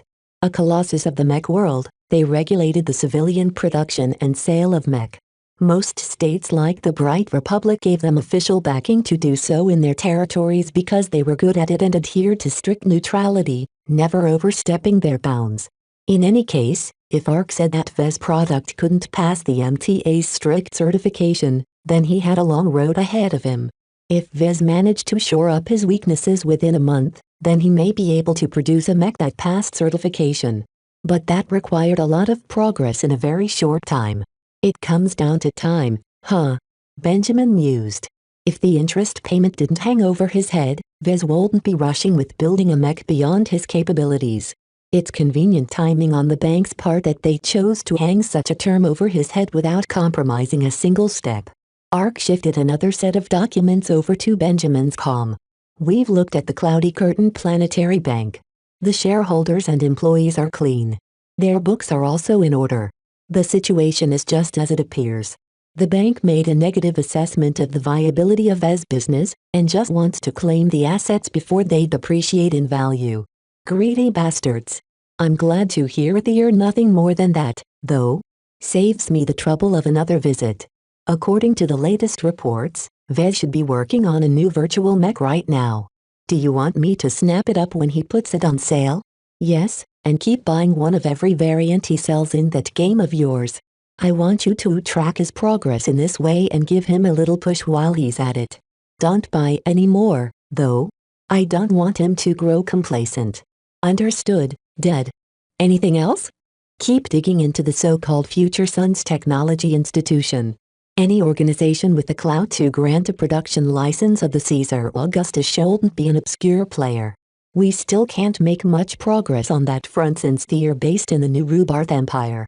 Their corporate laws are too opaque, deliberately so. Even if we use our sources, they won't be able to get anything. Benjamin spat to the side.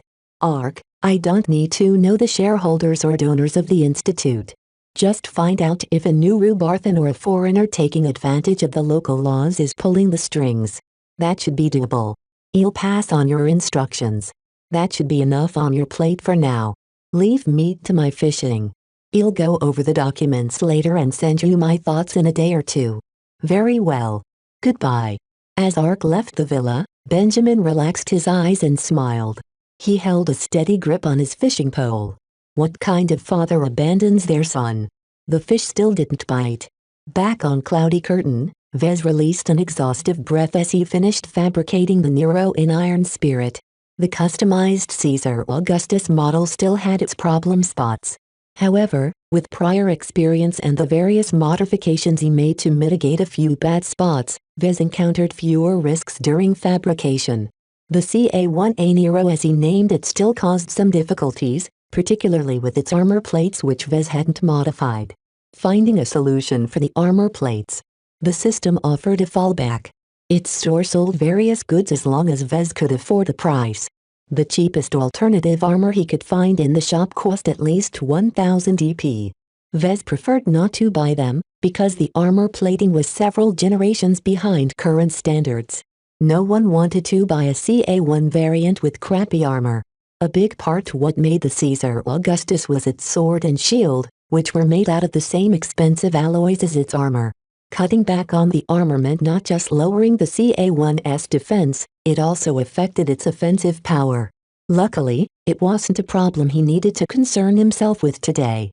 Vez put the Nero on sale once he ironed out the remaining kinks revealed by the last-minute tests. CA-1A Nero. Base model, Caesar Augustus CA-1. Purchase price.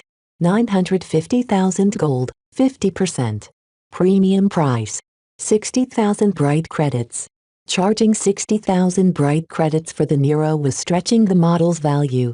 It only offered a marginal improvement in performance and a slight decrease in repair cost to any player interested in a Caesar Augustus model.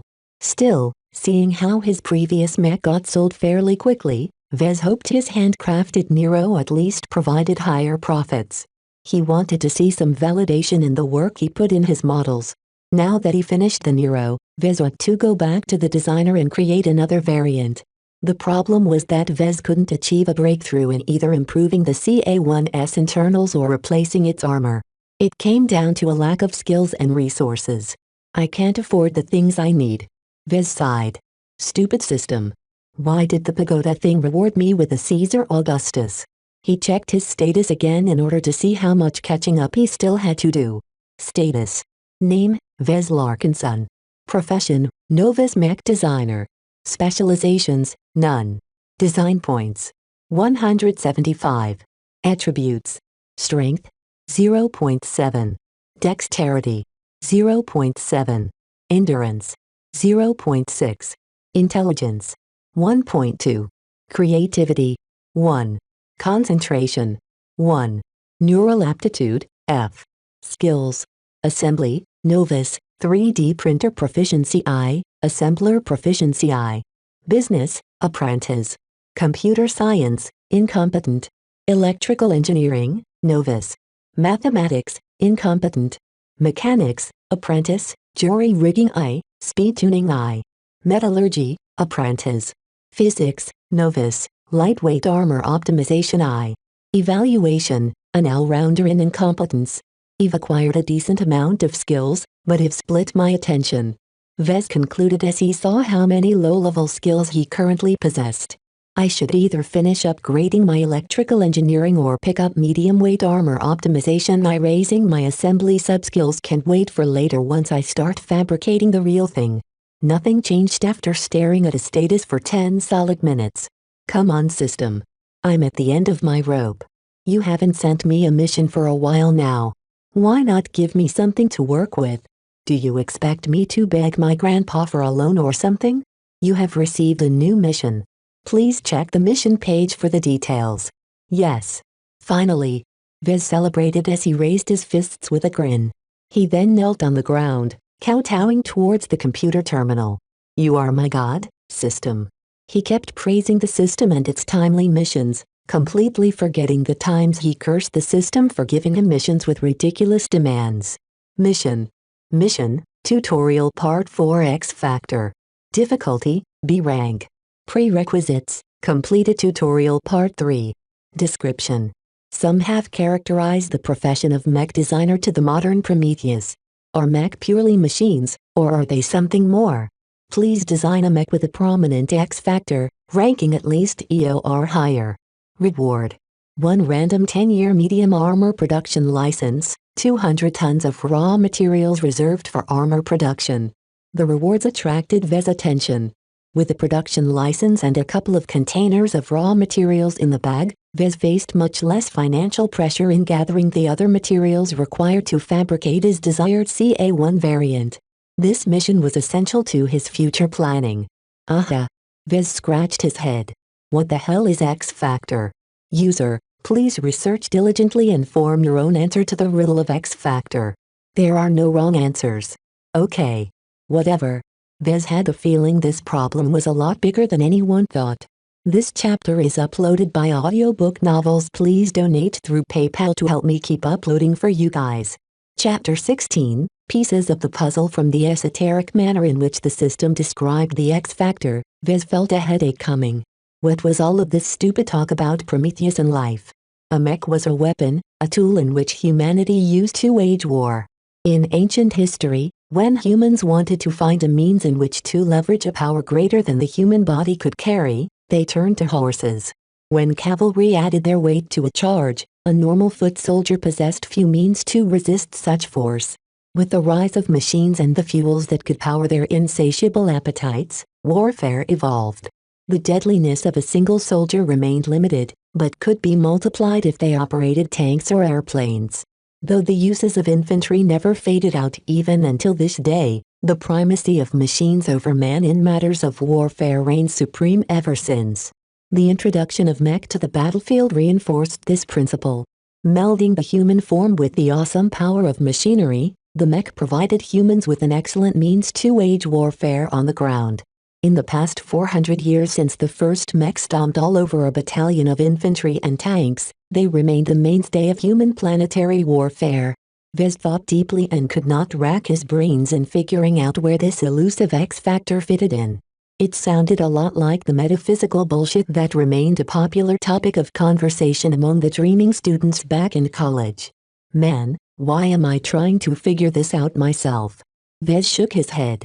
He sat down in front of his terminal. Let's see what the Galactic Net has to say about the X-factor. The topic appeared to be obscure, but due to the sheer size of the Galactic Net, Vez found plenty of sources. Does the X-factor exist? An interviewer asked the older gentleman across the seat. I do not know. The professor replied, shaking his head.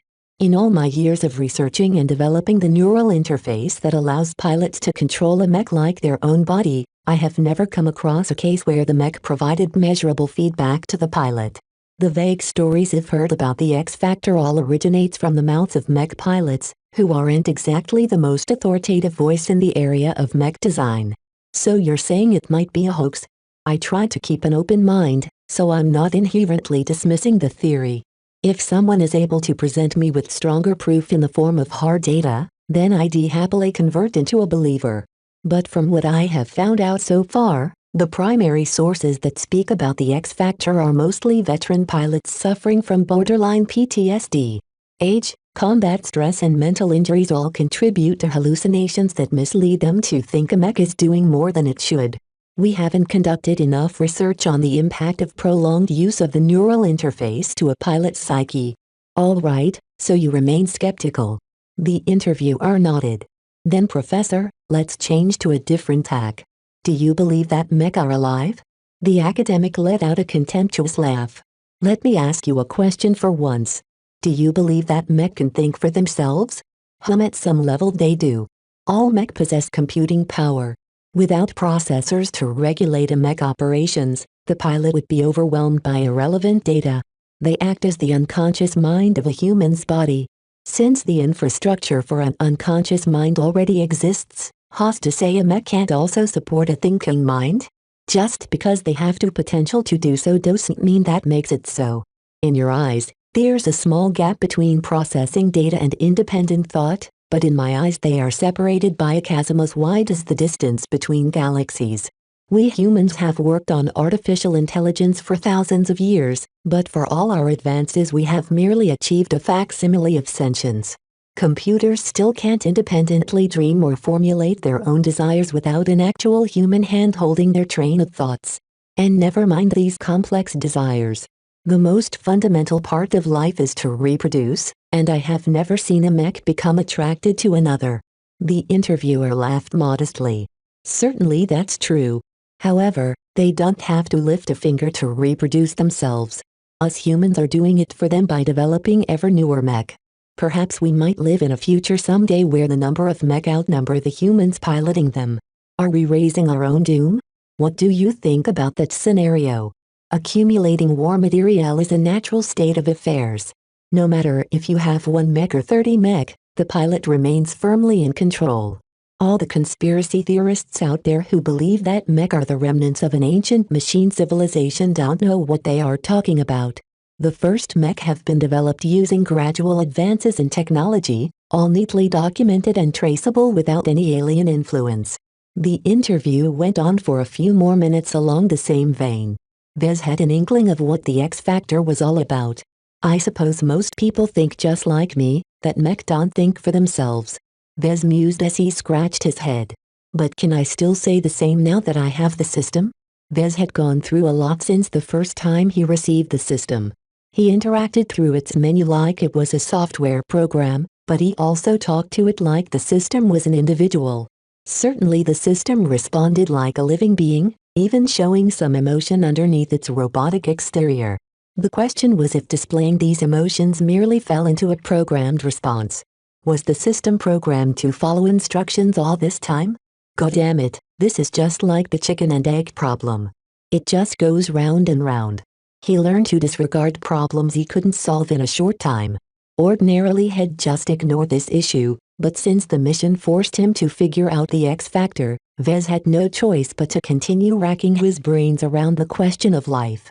Man, let's find a more practical source of information. I need more hard facts and less wishy-washy talk. Vez thought as he went back to the starting page of the Galactic Net. Interviews provided by Mech pilots tended to be more direct. Since they weren't scientists, they didn't fear ridicule if they said something wrong. Eric is my partner for life. A female pilot gushed as she watched over the technicians servicing her damaged mech. I can't count how many times he saved my life. The more I pilot him, the more I become him. I put half my mind in his body every time I connect with the neural interface. I don't believe Eric hasn't learned a thing or two from me in all these years. There were many moments I got into trouble in the battlefield. If Eric hadn't mentally nudged me here and there, I might have never escaped those deadly moments. If it was legal to marry a mech, I'd already be standing here wearing my bridal dress. I don't know why I'm still alive. A wounded mech pilot rasped as he beheld the stumps of his arms. I knew I was a gunner as soon as 3 bastards popped out of nowhere. My mate died, his cockpit blown apart before he could dodge. Something just snapped then. He was my friend, the partner I always shared my patrols with. Even our mech had been a pair ever since they rolled off the factory. I guess my mech felt the same, because he fed his anger into me while I channeled my fury back into the frame. You know what happened next. We tore those bastards to shreds. A shaggy-haired prisoner of war sat down on a metal chair behind a metal table. He looked around the interrogation room with distaste. You want to know my secrets? Ha, you unfeeling murderers don't know the first thing about the mech you're piloting. Have you ever rubbed your hands against them affectionately? Have you sat down next to their gigantic feet and tell them about the stars? Did you for one tiny moment stop murdering innocents long enough to treat your mech like a person? I guess not. That's why I've been able to kill over 200 of you bastards with just me and my mech. Because I was never alone. I've chased after the oft-rumored X Factor for my entire life. An elderly executive stated as he sat behind an imposing desk in his office. I bought and piloted over 3,000 mech. Bipedal, quadrupedal, humanoid, avian, reptilian, whatever the shape, you can be sure I piloted it at least once. I've also painstakingly tracked down over 100 damaged, scrapped or second-hand mech piloted by some of the most famed aces in the galaxy. All of them were excellent machines, especially after I restored them to their glory. So did you manage to fulfill your life's ambition? The old man smiled wistfully. Perhaps. Perhaps not. I certainly think that the X Factor exists now more than ever. But is everyone fated for it? Perhaps us 3.5%ers are not the cream of the crop we believe to be. Maybe only 3.5% of the 3.5% of humanity possess the right aptitude to trigger the X Factor. But these so-called superpotentates cannot all be blessed. They need the right mech to unearth their full potential. But that's just a random idea I'm tossing out, don't take it too seriously. A mech is lifeless. It isn't born, it's created. It doesn't die, it gets destroyed. A famed new Rubarthan ace pilot said as he resolutely stood before his mech in a hangar. All of these myths about the silly X Factor are mistaken. I believe in the endless potential of the human heart. When one puts his body and soul to a single purpose, he can achieve 110% or even a 120% of his maximum potential. The mech is not the source, but the means in which we pilots can achieve miracles. I don't disrespect the pilots who believe in the X Factor, but they attribute too much of their success to their mech and not enough to their humanity. Vez always believed mech were machines. They were born for the purpose to be used, and if they failed to perform up to spec, then they'd be discarded as heartlessly as one would throw away a broken chair. You might feel some affection for sitting on it for years on end, but in the end it was just a piece of furniture. But now he came across plenty of hearsay that suggested that mech were more than unfeeling tools. They had the capacity to think, to feel emotions, to make decisions on their own, even if only faintly. Was this what the system referred to as the X Factor? Though skeptics provided plenty of viable alternatives, Vez leaned more in favor to the idea that Mech could possess life. Still, his beliefs changed nothing by itself. His mission wasn't to uncover the mystery behind the X factor. Instead, he had to design a mech that incorporated the vaguely defined X factor. How the hell was he supposed to bring life to a mech? Then he remembered that he might have already touched the threshold. He activated the system and switched to his old designs. He called up the Seraphim's evaluation. Design evaluation, Fantasia 2R Seraphim. Variant name, Fantasia 2R Seraphim. Base model, Fantasia 2R. Original manufacturer, Keisha Armaments. Weight classification, light. Recommended role, aerial marksman. Armor, D. Carrying capacity, F. Aesthetics, A. Endurance, D. Energy efficiency, D. Flexibility, C+. Firepower, C. Integrity, F+. Mobility, A. Spotting, B. X factor, F. Deviance, 44%. Performance improvement, 17%. Overall evaluation, the Fantasia 2R Seraphim features a superior aerial performance at a horrible cost. Its performance in close-ranged combat has been sacrificed for powerful long-ranged firepower. The mech is able to outperform its opponents as long as it has energy to spare, which isn't much. The Seraphim further shines out due to its attractive appeal. The description commented on the Seraphim's fundamental attributes. Nothing in it hinted at anything metaphysical, yet the system still gave him an F in X factor. Vez almost couldn't believe it. The Seraphim, a kludgy variant of the 400-year-old Fantasia model, carried the potential to ignite a mech pilot's performance beyond its pinnacle. What makes the Seraphim so special? The R2E, Phantasm and Nomad are also based off the Fantasia, but why don't they have a whiff of X factor? The puzzle nagged at Vez. He felt as if he had the pieces in front of him, but he just couldn't make it fit. He doubted spending more time in the galactic net would help. A lot of the people who researched it never experienced the X factor for themselves. Maybe he should find someone closer. He considered calling Melinda, but he didn't want to distract her from her work. Serving in the Bentham Planetary Guard was a great honor for a pilot as young as her. Vez already crossed the limit when he asked her to pass over information on the Caesar Augustus. I don't need to find a real pilot. Iron Spirit is supposed to simulate reality accurately. Can it also simulate the X factor? It was an interesting question that Vez had no way of answering, but he was willing to bet the answer was favorable. He went to his store page and checked his sales log.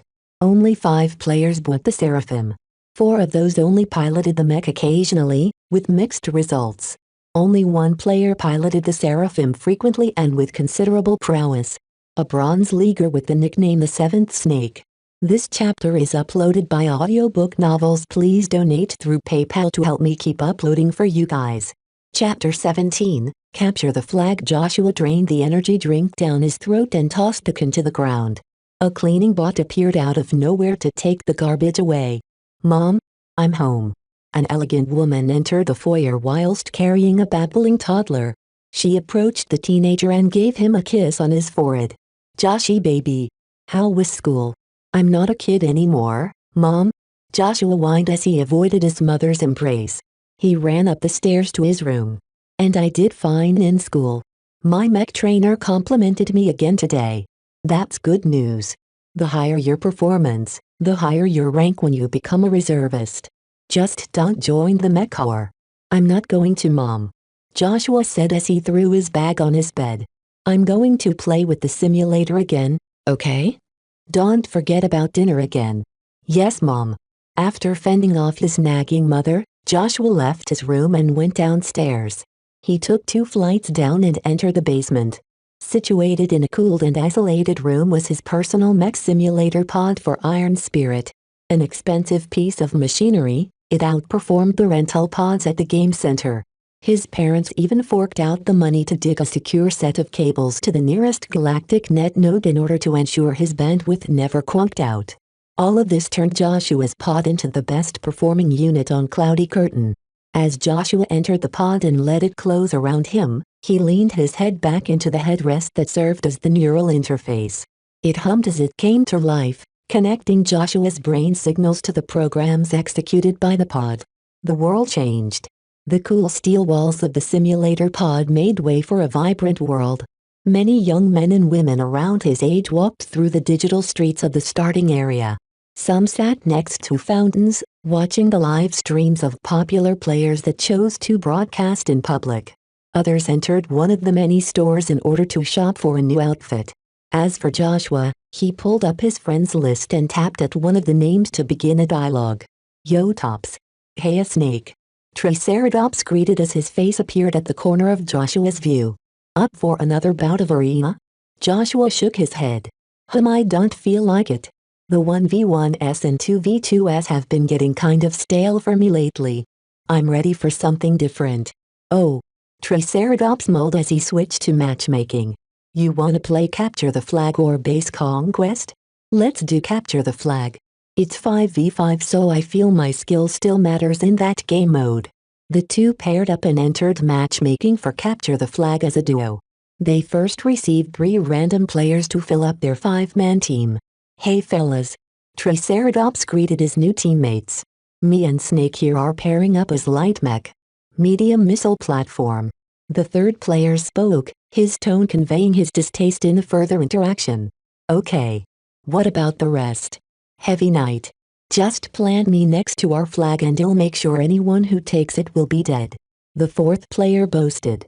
Defending the flag was the most traditional role in Capture the Flag and perfect for a heavy mech. "Got any guns on your knight?" "Nope. But I'm faster than other knights." "Great." Triceratops sighed. "At least you can chase the enemy if someone manages to steal the flag from underneath us." "So what about the last guy?" "I'm a girl, thank you," the young woman emphasized with a sneer. "You just get out of my way. If you must know, I'm piloting a Genesis 18. The medium spider mech? So you do have more than 3 brain cells. Congratulations doofus." "Haha." Triceratops deadpanned. "Well, our team's a little light on weight, but we're very mobile. Let's do a 41. 32. The missiler interjected. "My mecha glass cannon. I'm best at supporting the heavy knight and providing long-range missile support. I'm attacking from the rear," the spider girl said. "I work best if I can sneak up to them alone, so don't you dare follow me." Triceratops sighed again. Joshua, or the 7th snake, consoled him in a private chat. "Don't bother too much. Getting your teammates work together like we learned at school doesn't always work. A lot of players just want to blow off steam. God, I hope they make an effort then. My win rate for Capture the Flag is already in the dump due to getting teamed up with egoistic morons." The matchmaking system released a bell, signifying a successful search of an opposing team. The screen changed into a small lobby where their team could inspect the enemy's loadout while the random battlefield loaded in the background. The 7th snake analyzed the enemy's team composition and felt a headache forming. The enemy team has a 3-person pre-made. They're all kitted with the same heavy mech. He didn't recognize the variants, but they looked a lot like the strikers he fought the other day. One of them carries a bunch of close-ranged heat projectors. The other transformed his arms into medium-ranged ballistic cannons. The last guy appears to be their long-ranged marksman with his jumbo-sized laser rifle.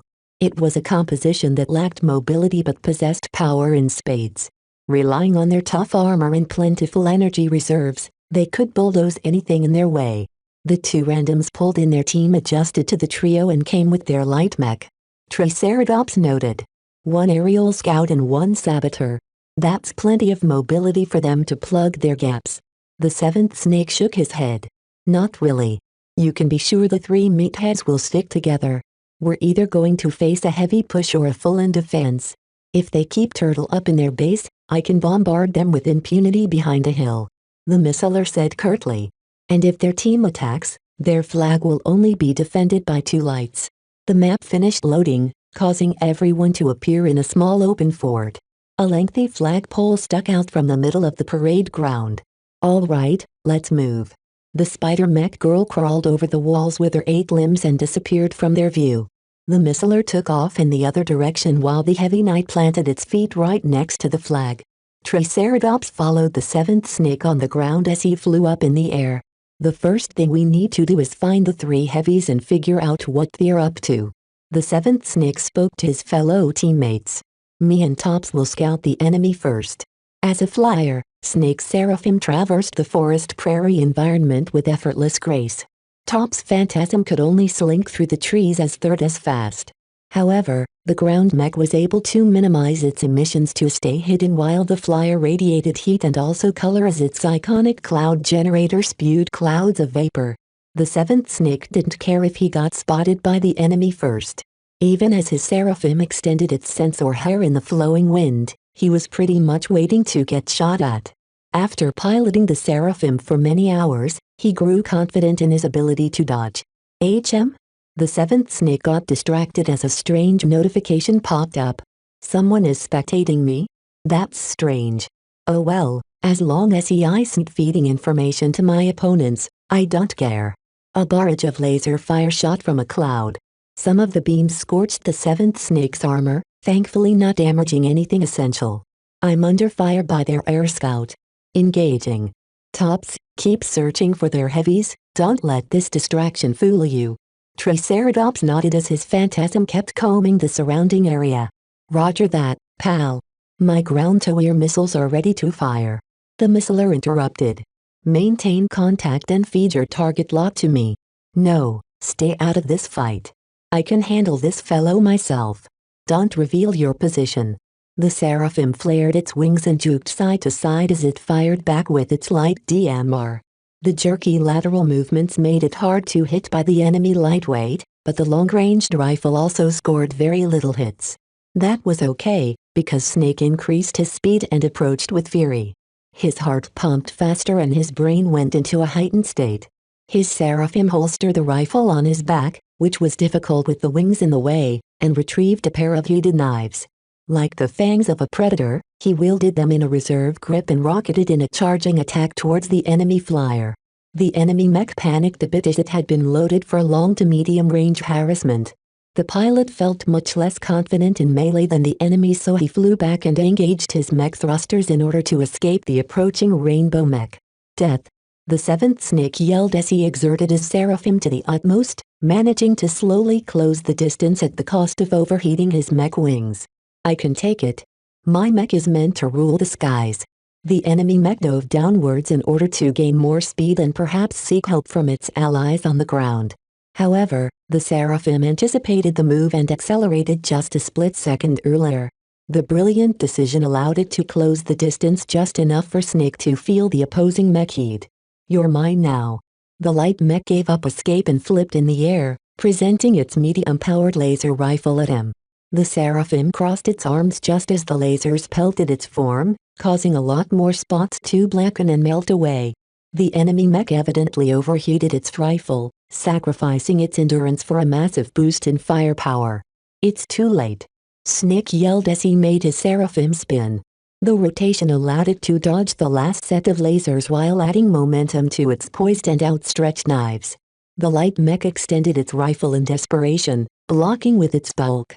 One heated knife snapped right through its body, shearing the weapon into slag. The other knife passed around the weapon and scored a deep blow in the shoulder, practically crippling the mech left arm. The seraphim finished delivering its attacks, leaving it open for the light mech kick.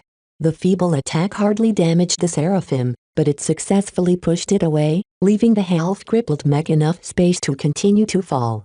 Instead of chasing after its prey, the seraphim holstered its knives and brought its rifle back to its arms. With a calm and steady aim, the seraphim fired a constant stream of energy bolts. The first bolts went wide, but as the light mech failed to adjust in time, the next bolts hit its wings. The damage was light, but it disrupted the operation of its wings. The light mech posed an easier target now that its speed reduced.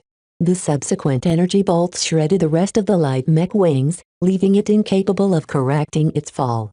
Their aerial scout is doomed. The 7th snake stated as he watched the smoking mech crash into the ground and explode. What's the situation down on the ground? Their saboteur is good. The spider mech girl responded. He got 2 of my legs, but he hasn't come out unscathed. Don't bother me. Lem focus on the duel. Their heavies are attacking our base. I'm having a hard time keeping them off our flag. The heavy knight gasped. Mr. Missile Fan is helping, but I really need more help. Triceratops also filled in his status. You've taken their flags and Spider Mech is doing a good job keeping their remaining light mech occupied. I can either help her out or go back to base. I won't be able to deliver the flag with the heavy boys around.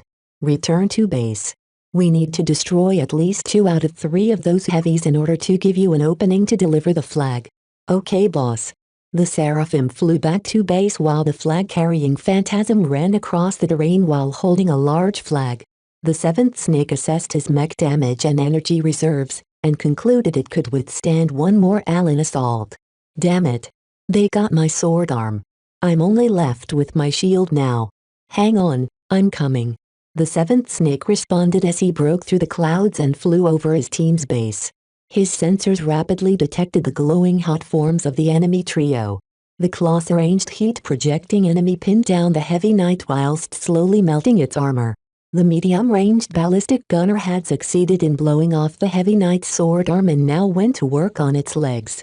As for the long-ranged marksman, it had already circled round the sides to suppress their missiler.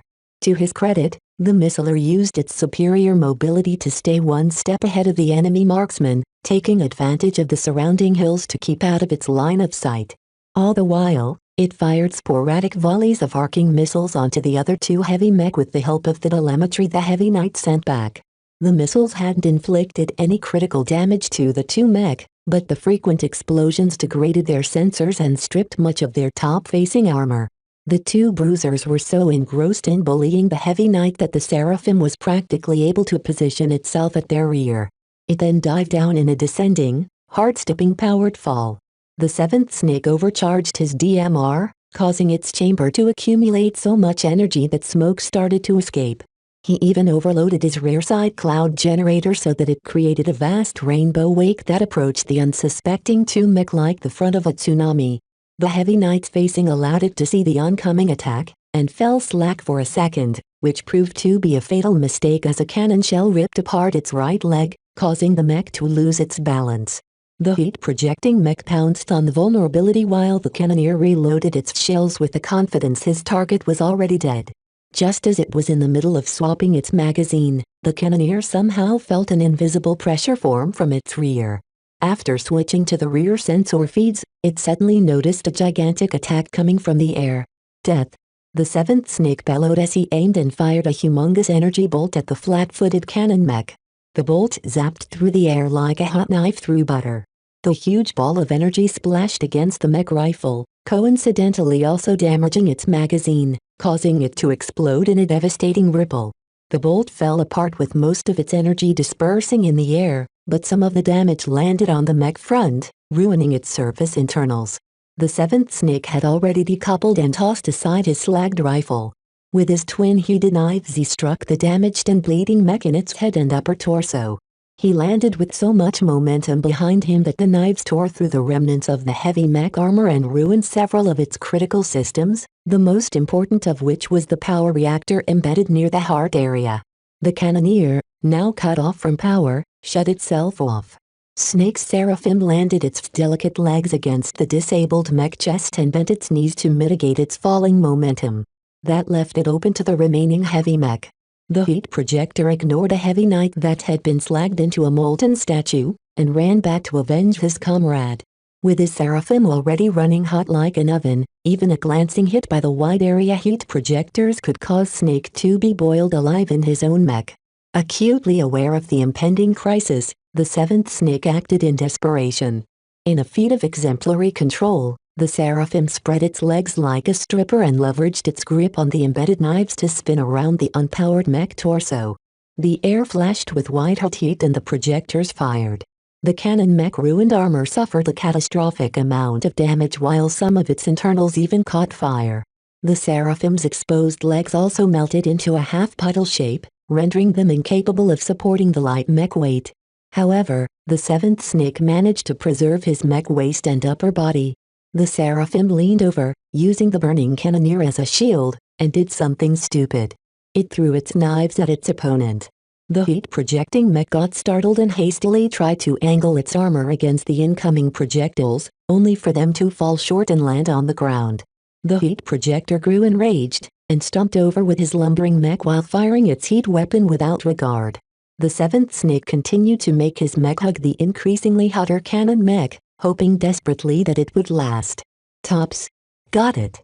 The heat projector inadvertently walked away from the center. This left the waiting Triceratops a narrow window of approach.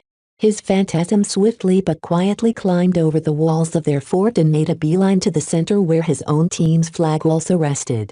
Noticing his mistake, the heat projector's pilot commanded his mech to turn its torso. With his pair of heat projectors poised to fire, the phantasm was bound to suffer greatly. That was until the seventh snake managed to pry off his battered and half-molten seraphim away from its shield. With a disabled pair of legs, the seraphim nevertheless crawled forward with all the strength its feeble arms could muster. It approached underneath the distracted heavy mech and reached out to grab on the heat projectors. The seraphim succeeded in spoiling one of the heat projector's aim. It unleashed much of its molten fury harmlessly against the ground. The other heat projector succeeded in hitting the phantasm. However, the phantasm suffered no damage beforehand, and with only one projector achieving a hit, the phantasm maintained its ability to move. With a limping run, Triceratops succeeded in planting the enemy's flag right next to their team's unconquered banner. Yes. Woohoo. You interrupted my duel. While his teammates cheered and grumbled, the seventh snake sank back in his cockpit with a satisfied expression. He could feel the victory invigorating him even as he felt as if the excessive heat had cooked him into a crispy state. We won. The seventh snake smiled as he let out a warm and deep breath. I'm getting better at this, though my seraphim won't be happy I trashed it again. Then he remembered someone had spectated him throughout the entire match. The seventh snake opened his personal page and switched to his stream. He read out the name of his only spectator. Chasing Clouds. That sounds familiar. Chapter 18, Life watching the seventh snake's replays impressed Vez. The mech pilot's flamboyant piloting of his seraphim showed a remarkable mastery of its capabilities. The seraphim domineeringly claimed the skies, fighting particularly well against other flyers, and launched aggressive attacks against opponents on the ground. Though Vez knew little of mech piloting, he still recognized the seventh snake's remarkable skill. His aggressive playstyle and continuous risk-taking had a keen sense of timing. If this snake wasn't at the threshold of promoting to silver, he was absolutely in the upper tier of Bronze League. When Vez noted that the seventh snake had come online and entered matchmaking, he chose to spectate his match. What he saw of the young pilot's performance reaffirmed his judgment. Snake piloted the seraphim in ways even Vez hadn't imagined. But does he have the X factor? Good piloting didn't necessarily mean one has the X factor. Disregarding the phenomenon's vague definition, the X factor might not even work in a virtual reality environment. Perhaps the seventh snake was only a good pilot, and nothing more. Still, Vez believed it would be beneficial to his understanding of his mech if he had a talk with the pilot. When Vez initiated a call, the mech pilot answered immediately. Hello. I saw you spectating my last match. Who are you? I'm the mech designer who created the Seraphim variant you're piloting. Wow. The pilot gasped. No wonder I found your nickname familiar. So you're the famous Fantasia customizer. I'm researching a new project, and I need some feedback from the people who pilot my older work. Can you spare me a moment of your time? Yes. Vez was taken aback at the seventh snake's enthusiasm.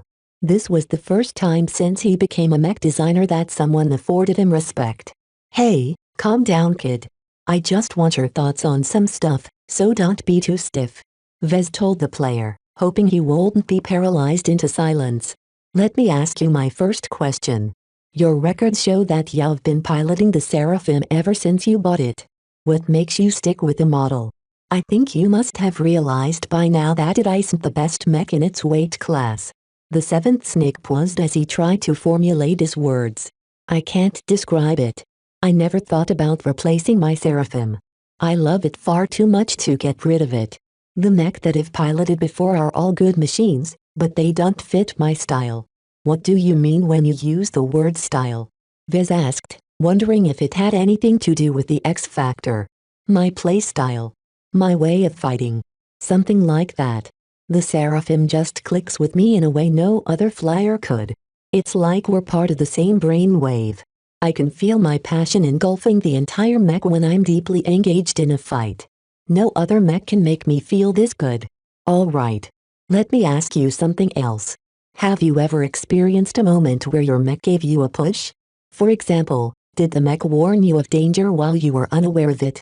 Were there moments when you thought doing something was impossible, but you still managed to achieve it because your mech gave you a helping hand? The seventh snake fell into silence. I don't recall any moments like that. I'm always in full control of my mech. What I'm pretty sure of is I feel more at ease with the Seraphim. It's easier to play at my best when I'm piloting the Seraphim than with any other mech. I've even bought your Phantasm and Nomad models, but I never could get quite as comfortable when I play with them. Maybe it's the lack of wings. I've fallen in love with flying. Vez asked the seventh snake some other questions. What distinguished a good pilot and a great one? Are mech better when they are smaller or larger? Does he believe in metaphysics? The young pilot's answer revealed no surprises. The boy wasn't aware of the X factor, nor did he seek to pursue anything magical. Vez formed an image of the young potentate. Young, wealthy and well-trained, his view of the mech world had been colored by the many teachings of his tutors. It was therefore no surprise that they avoided telling him about the X factor. A young man like him had no business chasing after a fantasy. I have one last question. Vez wrapped up the interview. Try to take a moment before you answer this. Do you believe your mech is alive? I don't know. The seventh snake replied with a confused expression. He scratched his head, trying to recall the times when he piloted the Seraphim. I'm not delusional. Of course it's not alive. The Seraphim's a great mech, but it doesn't have an AI as far as I know. What I can say is that piloting my Seraphim makes me feel more alive than anything else. Alright. Thank you for taking the time to tell me about your experiences. Goodbye. I hope I helped. You certainly did, don't worry about it. Can I ask you something before you go? Are you going to put more one-star mech on the market? Vez shook his head. I'm sorry to disappoint you, but I don't plan to do so. I've sold most of my one-star licenses, so I can't construct any new one-star mech. My hands are kind of full trying to start up my real universe mech business. Oh, so you're a real mech designer? No wonder. That's not to say I still don't have a use for Iron Spirit. Vez responded carefully, naturally not mentioning that earning massive DP was his main reason for sticking around. Once I earn some revenue, I'm transitioning to 2-star mech. The profit margin is better in that tier. He would also have an easier time to reach beyond his limited customer base in Cloudy Curtain. In a few months, he'd hopefully gain enough skills to produce a competitive design. After shutting down the game, Vez stood up and stretched his limbs, mentally re-examining the interview. The seventh snake spoke with a peculiar accent that reminded him of the officials working in the capital of Cloudy Curtain. Despite his good upbringing, the young potentate described his piloting in the same vague way as the veterans did when describing their incredible feats that others thought involved the X factor. In other words, the interview provided inconclusive results. Vez hadn't come much closer to understanding the elusive X factor. Was it some kind of energy that hid inside a mech? Was it some evolutionary catalyst that manifested in only a couple of pilots? There's one thing all interviews about the X factor have in common. Love, affection, grief, vengeance.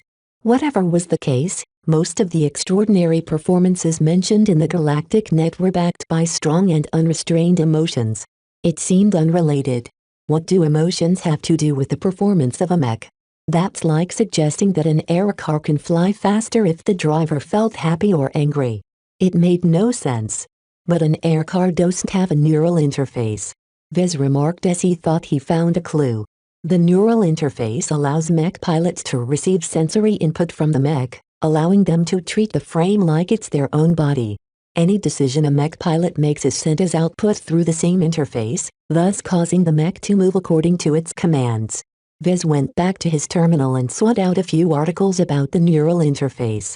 The neural interface was a highly restricted and highly controlled piece of hardware.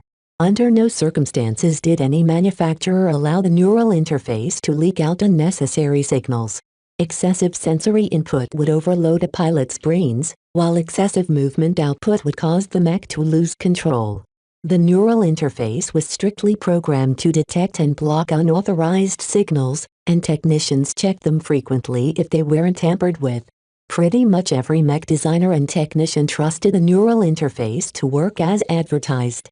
If thousands of industry insiders are sure there's nothing fishy with the neural interface, then it's not the source of the X factor.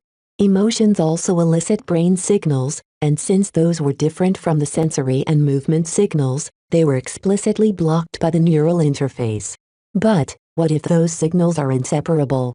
Could emotions be conveyed through the same signals, therefore making it impossible for the neural interface to filter them out? For example, if a mech held a sword over a fallen enemy, did its pilot's desire to kill his opponent get blended in with the same signal that commanded the mech to thrust down its sword? If a mech spotted missiles flying in its direction, did an emotion like fear accompany its sensor signals of the incoming threat? Unfortunately, Vez had no background in the neural sciences. Everything he learned about the neural interface in college was how to install it and how to maintain it. A designer had no need to know how the gadget worked in order to use it in their designs. This left Vez unable to answer this question. I don't think all those other people who have hunted down the X factor are that stupid. If someone like me can think of it, I'm sure they exhausted themselves to death trying to see if the neural interface was capable of doing more. In the end, Vez was stuck again. With no solid theory on how to achieve the X factor, Vez had no starting point in designing a mech that incorporated it. With a huge interest payment looming over him, time began to run out for him. He could not waste the remaining days on a fruitless quest. Lucky chose this time to barge inside. With a nonchalant walk, the mechanical cat dropped the shiny blue sapphire before Vez's feet. It then nuzzled his legs with its slim but lively body. Another gem I see. At least you didn't bury it in the backyard again. Vez picked up the sparkling blue gem and inspected it briefly before storing it in a small safe. Good job, buddy. Vez took a break. He picked up his gem cat and sank down on a sofa. He scratched the cat's metallic hide, not really sure if the cat even felt his fingers, but sure acting like it did. Lucky closed its eyes as it lay down comfortably on Vez's lap. As he looked at Lucky, a strange thought inserted in his head. Are you alive? The cat kept purring as if he didn't understand the question. But Vez knew the gem cat was smarter than he looked. It possessed an AI way more sophisticated than the thoughts of an average household cat. What is life? The age-old question of life engendered a lot of controversy over the years. Many scientists mentioned that life had the ability to learn, adapt and reproduce. These clinical definitions of life try to encompass all manner of life, including even the tiniest bacteria. That made the definition far too broad to be of use in this situation. Instead, Vez wondered if Lucky could be called a living being. Sure, he probably couldn't mate with another mechanical cat, but Lucky was no different from any other pet. Whether Lucky's responses formed spontaneously or through a large script of possible responses, it didn't matter. Humans worked in the same way if one pulled up their microscopes and sunk deeper into a person's cells and DNA. I don't care what the scientists and experts say. Since you're capable of expressing your emotions, you're alive in my book. Vez was also pretty certain the key to unlocking the X factor lay in emotions. If Lucky could express emotions like love, hate, fear and disgust, why not a mech? Certainly, a mech didn't possess the programming to ferment such redundant thoughts in the eyes of scientists. But what if a mech bypassed the neural blockade? It could borrow the pilot's complex neural system to form its own emotions. Since the mech neurally connected to its pilot's brain, its emotions mirror the pilot's own feelings. A mech anger would neatly mirror its pilot's own hostility towards an opponent. This would only enhance a pilot's current mood and not display anything abnormal in the neural interface. I'm kind of reaching out there. How can a novice designer like me get it right while countless of experts missed this gap? At this point, Vez stopped caring about the opinions of others. He kept it simple. Lucky is alive. The system is also a living being. If these two entities are capable of life, then I believe that mech can also live.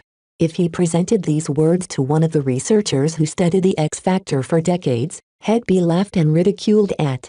It was a stupid-sounding argument that relied entirely on subjective anecdotal experience.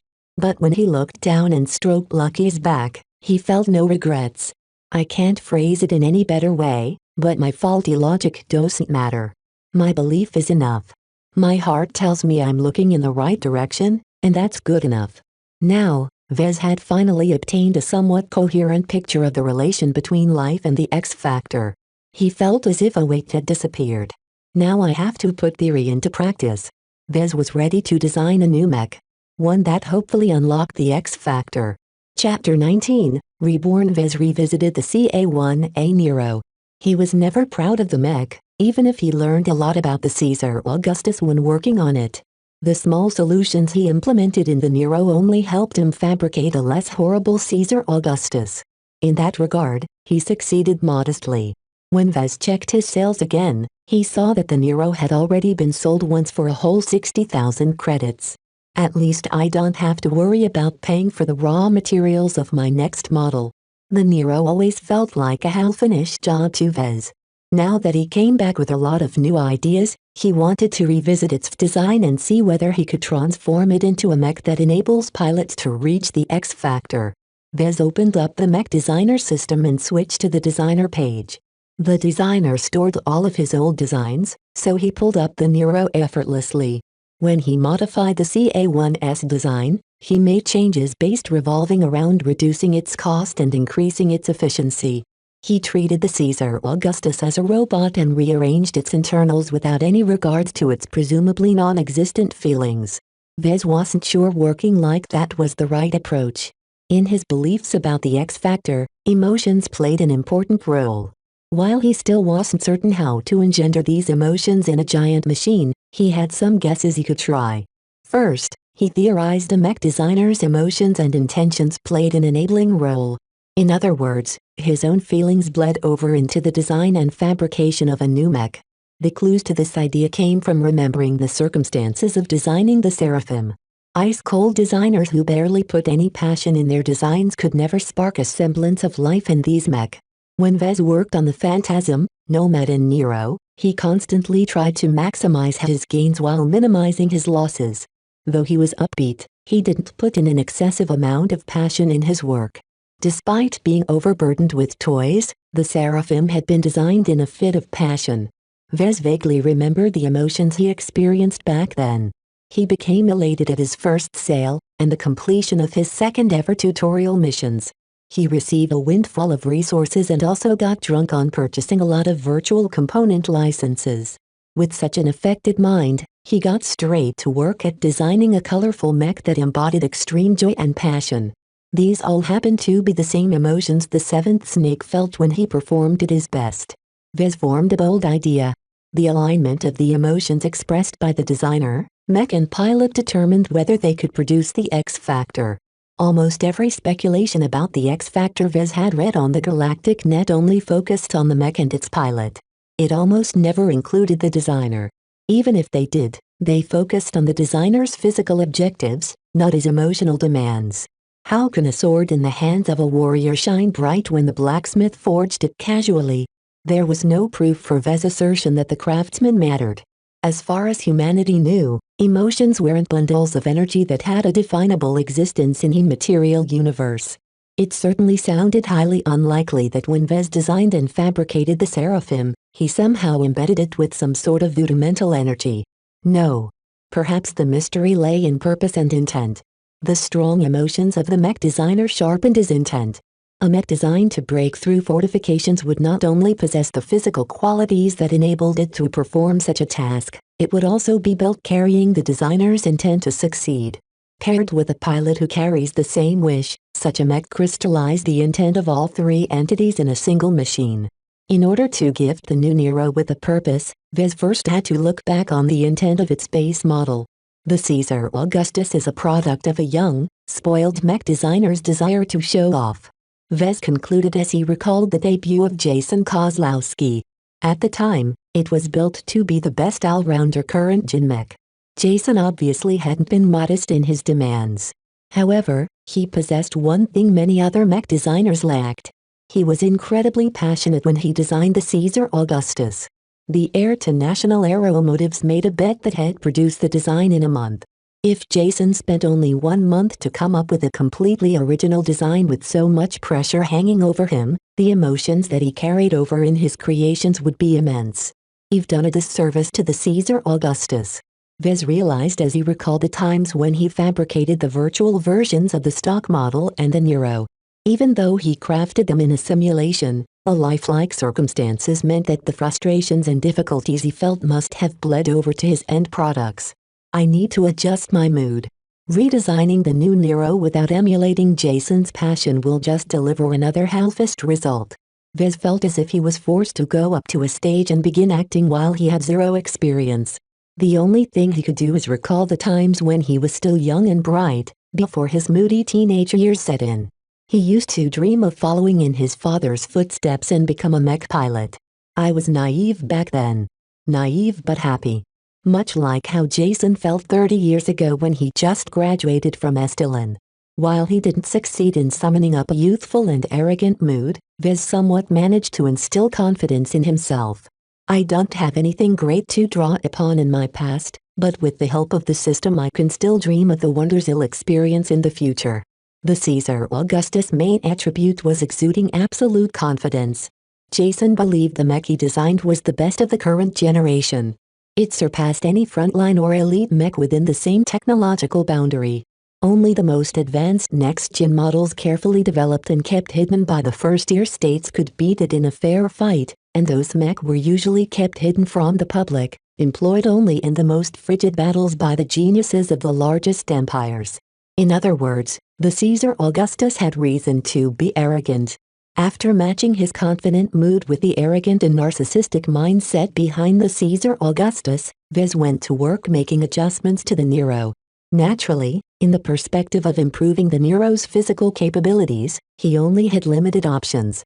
He hadn't learned any new subskills since the time he designed the Nero, after all.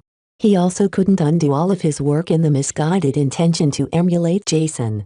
Instead, he sought to bring back the charm of the base model. Vez had originally smoothed out the minute incongruities Jason incorporated in CA1's armor. He used to regard them as sloppy flourishes that added nothing of value. Now he noted the seemingly useless contours enhanced its domineering image. Next, he paid attention to its internals.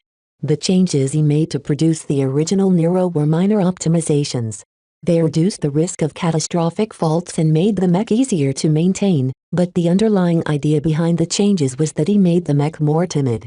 Jason designed the CA1 to be a show-stopping elite, focusing purely on its martial prowess and not nearly enough attention to its practicality.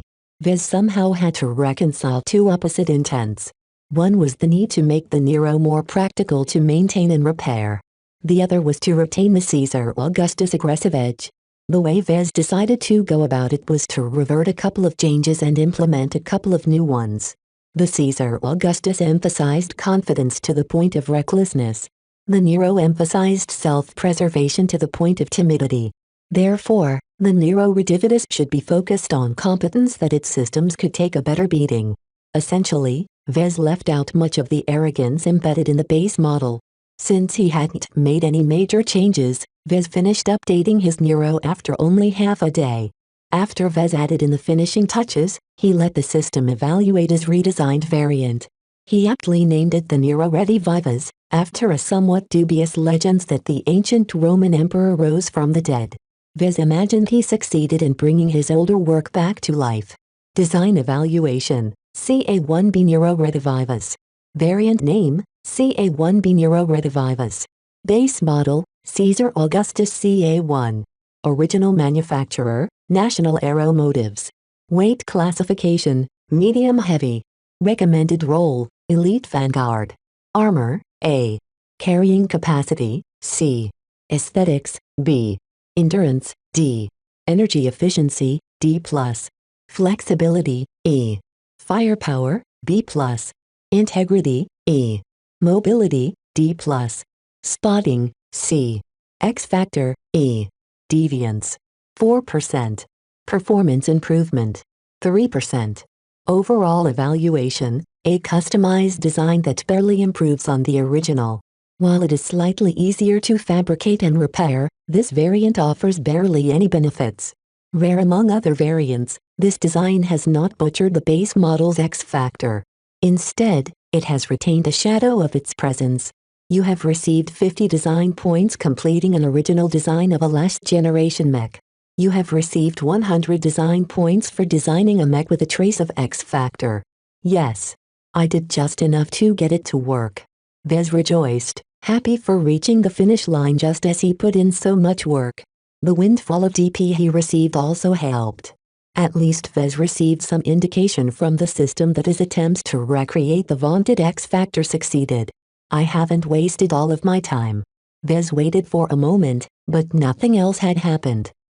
System. You've completed the mission. Won't you give me the rewards? Please continue fabricating your design in order to complete the mission. Regardless of the Nero-ready Vivus inadequacies, it offered the possibility to unleash the X factor, but evidently the possibility wasn't enough. He had to prove its existence by making the design come to life. I'm pretty sure the mission stated that designing a mech should be enough. Do you just want me to finish what I started? It didn't hurt to practice. I might as well do it. But first, let's spend my DP. Enough time had passed for his Fantasia variants to sell several hundred times, though their sales trend started to decline. And while Vez only managed to sell the Caesar Augustus and the Nero ones, their higher tires resulted in more DP when they were sold. Together with the DP he received as a reward for designing the Nero Redivivus, Vez saved enough points to purchase the medium-weight armor optimization I subskill in the skill tree. I'd rather purchase the 3D printer proficiency I upgrade since I still have trouble reproducing the Caesar Augustus parts, but I really need to learn how to work with armor once I receive the new license. It was a matter of priorities. Without becoming more proficient in modifying armor, he might fail in adapting the new armor to the Caesar Augustus. He'd be wasting the valuable license if he botched the design. He checked his status again to see if anything else had changed. Status. Name, Vez Larkinson. Profession, Novice Mech Designer. Specializations, none. Design points, 74. Attributes. Strength, 0.7. Dexterity, 0.7. Endurance, 0.6. Intelligence, 1.2. Creativity, 1. Concentration, 1.1. Neural aptitude, F. Skills. Assembly, Novice, 3D printer proficiency I, assembler proficiency I. Business, apprentice. Computer science, incompetent. Electrical engineering, novice. Mathematics, incompetent. Mechanics, apprentice. Jury rigging I, speed tuning I. Metallurgy, apprentice. Metaphysics, incompetent. Physics, novice. Lightweight armor optimization I, medium weight armor optimization I. Evaluation, achieved a step into novice territory. Surprisingly, he gained some benefits from his focused research. The long hours he spent reading and watching interviews rose his concentration by 0.1 points. The scattered but varied theories he learned and formulated by himself also gained acknowledgement by the system, resulting in a new subskill called metaphysics. Seems like you acknowledge that metaphysics has merit. Vez remarked coyly at the system. It didn't deign to reply. Shrugging, Vez switched back to his skill tree and saw that the metaphysics subtrees were under a special condition. He spotted plenty of icons, but fog shrouded their names and descriptions. He also couldn't spend his DP to unlock them. He wasn't allowed to cheat his way into mastering the X factor. This only underscored its value. Well, he could figure it out later. First he had to fabricate the Nero Redivivus in order to prove his assumptions and complete the mission. First, I need to get in the right mindset again. I can't treat the fabrication process as a chore. He began work on fabricating the new Nero whilst keeping a confident, trusting attitude. This wasn't always easy to keep up for hours.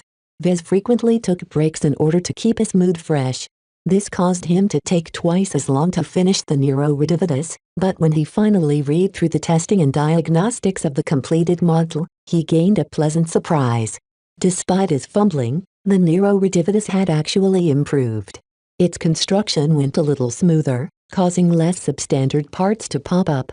This improvement helped along the assembly process, where Vez spent much less time wrangling ill-fitting parts into a hole.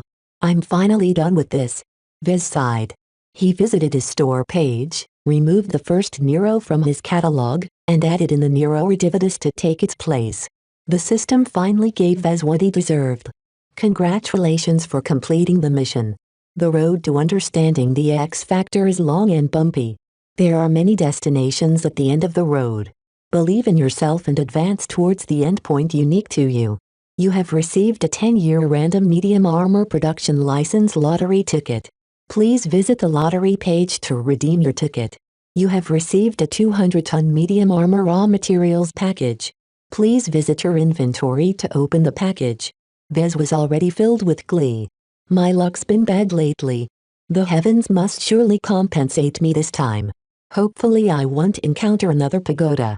Chapter 20, Armor. Vez waited for a long time to receive an armor production license. The good ones cost at least as much as an advanced mech license, but even bargain bin armor cost a pretty penny. Demanding a 100 million bright credits to license a decent armor system was considered reasonable. Of course, if Vez was really desperate, he could license outdated armor or even stuff that was so old, its owners didn't even bother charging a license for its use. The latter was useful if Vez made a civilian mech, such as a machine designed to lift containers in warehouses or sow crops in a farm. There was no way he'd ever implement such rotten armor in a combat mech. Any pilot that chose to bring such a poorly armored mech to the battlefield was asking to be sniped in a single shot. Over the 400-year development cycle of mech, the components that accompanied their designs also evolved over time. Lasers got more efficient, enabling them to deal more damage with less heat. Ballistic weaponry featured new iterations of propellants and explosives. Energy cells provided more energy to the mech with the implementation of highly energetic fuels and advanced batteries. In the face of progressing weapons, a mech armor had to match their pace. There were certain moments in mech history where firepower dominated over that period's armor level. Those were miserable times, where wars caused immense casualties to all the parties involved. In other times when armor easily endured against stagnating weapons, conflicts often dragged on into exhausting wars of attrition, draining much more resources than anticipated. Only when the level of firepower matched the level of armor could mech battles remain short and limited. More wars started during this period, but they also ended quicker. Hopefully the lottery will bring me something average. Vez had no desire to win another good license. The Caesar Augustus was already bad enough. He did not want to compound his expenses with some kind of super deluxe armor plating that required special machinery to produce. When the Wheel of Fortune showed up, Vez let out a relieved breath. At least it's not the fucking pagoda again. The only thing Vez had to worry about was getting an awfully cheap armor license. The Caesar Augustus required a certain standard of armor to work. Anything older than last generation was useless in the battlefield.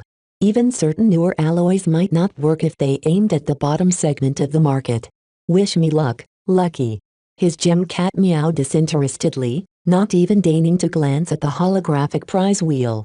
Despite his name, Lucky hadn't helped Vez gather much luck so far. He still had his uses though, so Vez just ruffled his cat's head and spun the wheel. Clacking sounds echoed in the workshop as the wheel's pins clacked against the pointer. Various different plates of armor spun past too quickly for Vez to recognize their names. After about 30 seconds of solid spinning, the wheel slowed down. Vez was able to read the labels now, but he failed to recognize their brands. Way too many products are introduced each year. The names don't really matter. I only care about their capabilities. The wheel dragged its heels for a couple of suspenseful seconds before it stopped. The pointer landed on a grayish piece of plate. Congratulations. You have received a 10-year production license of the following armor component. Marlin Solutions 1004 HRF 5th generation. It looks a little cheap. Vez had to say it could be worse. As he studied the armor specifications and sought more information on the galactic net, he realized his bad luck struck again. At least he hadn't suffered critical damage. The 1004 HRF was actually a bog-standard piece of armor. It was also popular, seeing as Marlin opted to renew its formula for 5 generations. A favorite of small and medium-sized mech manufacturers, the HRF required a complicated manufacturing process to produce decent quality armor plating. Decent quality for average second-line mech, like law enforcement or planetary guard regiments. The fifth generation of the HRF thankfully qualified as current generation armor, so its fundamental specs weren't inferior to the mech his cousin Melinda piloted at the Bentham Planetary Guard. The HRF's performance actually featured no unique strong points. Neither did it have any glaring weaknesses. Its main advantage was cost. Its formula used no exotic raw materials, just a large amount of widely available minerals and ingots. The HR in its name stood for highly refined, which meant it took a lot of energy to extract the useful parts of all those materials and combine them into a single plate. Thus, the production of the armor generated a lot of waste products. Vescom unit pinged with the arrival of a new message. Just like with the Caesar Augustus, one of the system's shell companies sent him the production license for the HRF via the Galactic Net. After combing over the license agreement and finding nothing amiss, he signed it and sent it back to the fake institute. The system would take care of the rest of the paperwork, like registering his license at Marlin Solutions and the local branch of the Mech Trade Association. He unpacked his virtual box of raw materials next. A huge set of containers got dumped in Vez's storage area, practically filling it up halfway. Opening them to take a look inside revealed neat boxes filled with ingots, minerals and powders. Damn, 200 tons should be enough for a couple of mech with plenty to spare, if I had any other armor license. But the HRF wastes so much input that I'm not even certain I can produce enough plates for 2 mech. If Vez bought the 200 tons from the open market, he'd have to cough up almost 20 million bright credits. Processing them into finished plates of armor used up a lot of energy and a fair amount of time, so Vez also needed to pay tens of thousands of credits in his next electricity bill. This was also why he appreciated the system's rewards for this mission. The materials gifted to him saved an enormous amount of trouble. For most mech, armor plating cost the most, due to its excessively high material needs. Other components such as the power reactor and engines demanded a lot of precision in its manufacturing, but asked a lot less of its materials. Their main value lay in their sophisticated architecture, which fell under intellectual property that the license already covered. Vez had checked the price of a 10-year Caesar Augustus production license shortly after he first got it. Such prices weren't made public, so he had to visit a couple of mech fan sites to find a couple of estimates. The license's price supposedly ranged from 500 million to up to 2 billion bright credits. Jason stuffed his mech full with goodies from different companies. It's no wonder they all want a piece of the pie when he licenses out his mech. That was the way business worked. It was extremely fortunate that Vez had earned the licenses through the system. If he had to resort to other means, he might have been forced to sign away his independence. For example, a competing manufacturer might lend his leftover licenses if Vez sold a majority stake of his company's stock. To any other mech designer, they'd feel fortunate if someone decides to invest in their startups. To someone who has the system like Vez, it'd be satisfying thirst by drinking poison. He refused to be shackled by anyone. With only about 4 weeks left until the start of the Young Tigers exhibition, Vez wanted to complete a viable design that he could show off to the elites attending the event. The manufacture and sale of any model based on the Caesar Augustus was still too difficult for Vez to achieve by himself in the limited time before he had to meet his interest payment. Even though the base model could still compete with current-gen models, the Caesar Augustus only had a very small circle of customers. It was not viable to produce the mech first and put out a few ads on the Galactic Net to sell later. It might take years for some random pilot looking to buy a cheap elite mech to stumble upon his work. By then he'd already be bankrupt. No. It's better to seek out a customer first. I won't be wasting the remaining half-month I have left. I don't want to do a fruitless job manufacturing a mech I'll never earn anything from its sale. Hopefully a lot of wealthy people will visit this year's it. Anyway, let's not put the cart before the horse. I need to get to work with a new design. Vez loaded the Mech Designer System's exclusive designer and looked at his available models. He considered it a rating on the Nero Redivivus, which would save him a lot of time, or start over from the base model. Both choices had their pros and cons. While I'm rather short on time, 4 weeks should still be plenty. What's more important is that I start designing a variant with the X factor in mind from the beginning. If I keep working on the Nero, I'll just muddle it further by blending in different emotions and intents. I'd certainly be able to design a decent mech, just not one with a strong X factor.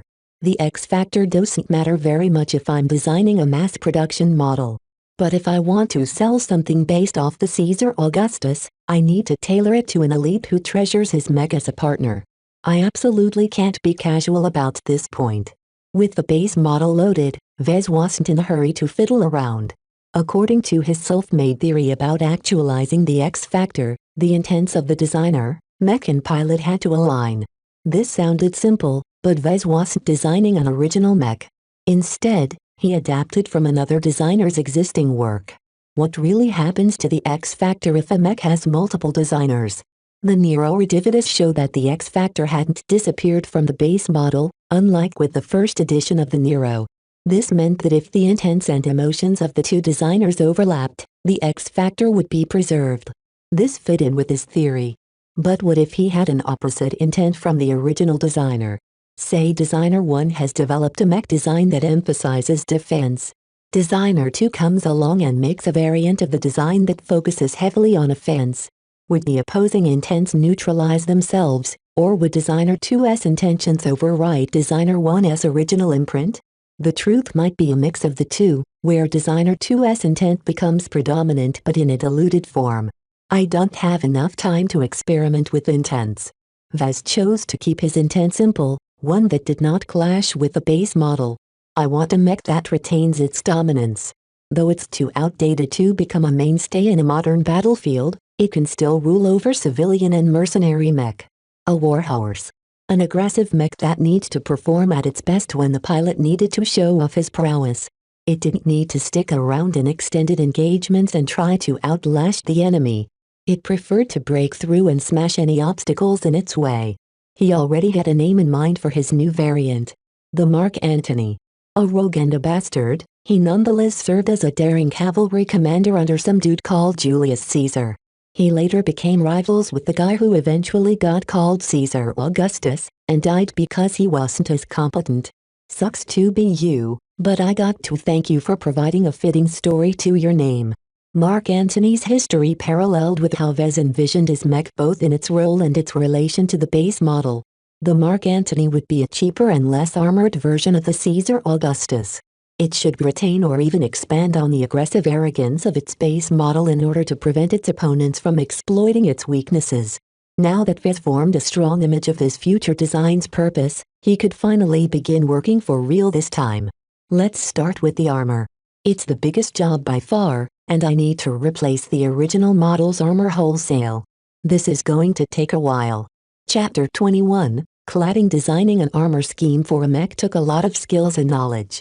Vez was frankly impressed by the young Jason Kozlowski's work in making the armor of Caesar Augustus look majestic while still doing its job. Of course, he also enjoyed limitless resources and help. With an abundance of processing power, Jason could easily layer the armor plates in a way that minimized the gaps. Vez lacked a room full of processors ready to solve any problems by brute force, but the mech designer system came with its own perks. The designer offered a number of simulations that showed how certain sections responded to laser fire or other types of damage. It simulated a mech maximum capacity for damage. It also had a tool that showed how to disable the mech with the least amount of effort. Using these aids saved Vez a lot of effort. Together with his newly gained medium-weight armor optimization I subskill, he felt competent enough to start his job as an armorer. Rather than copying Jason's armor contours, Vez decided to remove most of it and start from the bare minimum, only keeping the ingenious ways Jason and his helpers kept the joints protected. He started with the legs. For mech, legs not only provided movement, they made sure the mech stayed stable. While the mech engines devoted most of its power to supporting the legs, the limbs had to bear the entire mech weight in addition to its own armor. The mech legs were absolutely crucial to a mech operation. Crippling even one of them might immobilize a mech, effectively achieving the same results as killing it. Protecting the legs was a top priority. The Caesar Augustus enjoyed luxurious armor on its legs. National Aeromotives knew their business when they developed its proprietary armor. It offered excellent protection at a decent weight. Now Vez somehow had to keep his Mark Antony's legs protected while not piling up too much armor. Excessive bulk reduced mech flexibility and speed. The Mark Antony is a spear that breaks through obstacles. It needs mobility more than armor. The legs has to facilitate a charge. It doesn't need to be excessively nimble. The Antony doesn't pretend to be a light mech in that regard. The Mark Antony featured slightly thicker armor, especially on its front axis. While it made the legs vulnerable to crippling strikes from the rear, it could take about 75% of a beating the base model's legs could endure. This was already very generous considering the enormous differences in price between Vez's newly acquired HRF and the original armor plating. Next came the torso.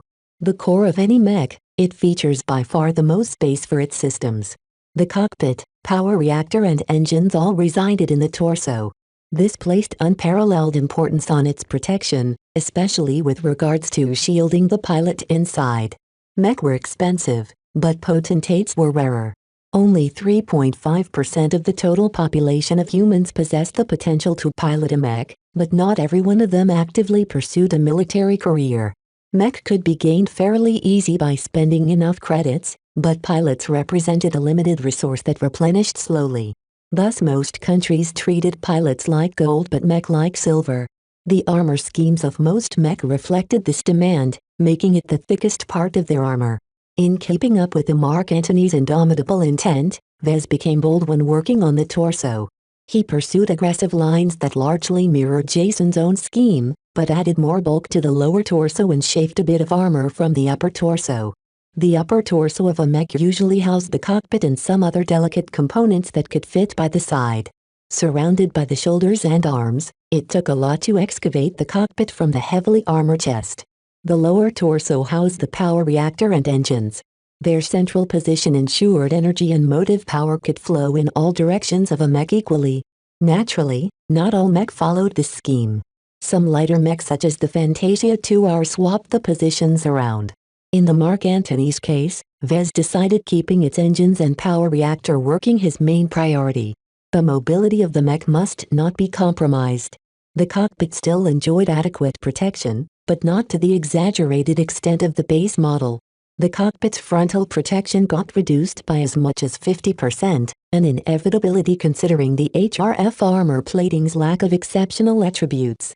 Layering too many plates on top of each other not only wasted Vez's armor budget, it also threatened to upset the mech balance. Still, considering the HRF's much cheaper cost, it was a price worth paying in some situations. Vez spent some time with the rear torso, but not too much except for thickening it a little bit. The Caesar Augustus possessed above-average rear armor, but if Vez replaced it the same thickness in HRF plating, had turned the Mark Antony in a mech with its rear section dangerously naked. He had no choice to bulk up the rear, choosing to incorporate some subtle angles that helped deflect damage aimed at the cockpit or engines, but otherwise keeping it plain. The shoulders deserved special attention. Jason's CA-1 employed shoulder launchers for long-ranged missiles. This wasn't anything unusual for mech designers who wanted to offer a long-ranged solution to round out their mech deficiencies in that area, but Jason very clearly half-assed the attempt. The Caesar Augustus was not a mech that specialized in lengthier engagements at longer ranges, so it carried no room for additional missiles. In short, the launchers only fired the missiles in its tubes before they became useless ornaments. He considered removing them. Sure, the launchers were relatively small and light, and didn't hinder the mech mobility all that much. On the other hand, it added little firepower beyond its initial salvo, and the addition of the system and its mech meant its logistical footprint grew larger than what could be justified. Well, it's not like anyone has to stick to these missiles. They can easily change them to something to their liking. These days, missile systems became a lot more standardized than in the past, where each manufacturer used different sizes to monopolize the sale of refills. The missile launchers employed by Jason came from a reputable manufacturer, so plenty of missile types could fit in. Shorter-ranged missiles that lacked sophisticated guidance options packed a lot of punch, which might be crucial when employed with great timing. He spent a lot of time refining the torso before moving on to the arms. Most humanoid mech employed arms as their primary weapon platform. They required protection from harm due to their essential role in a mech offense, but they also had to retain their nimbleness in order to operate their weapons as smoothly as real human arms. Regarding the use of arms, mech designers generally chose from 3 different options. One was to keep the arms articulated like a human's, letting the mech depend on external weapons like pistols and rifles. Great importance is placed on mimicking the arms to its biological equivalent, sometimes achieving a synchronization of up to 99%. This allowed marksmen to fire their weapons as accurately as they could in real life without depending on aim assist and other guided aids, which provides a remarkable advantage in certain times. Another route was to embed weapons in the wrists. Usually smaller and less powerful than handheld weapons, it kept the arms free to wield weapons while simultaneously offered additional firepower without detrimentally affecting weight and carrying capacity all that much. However, such weapon systems needed to be fed energy or other resources from the torso. Accommodating these needs weakened the arms internally and created more weak points.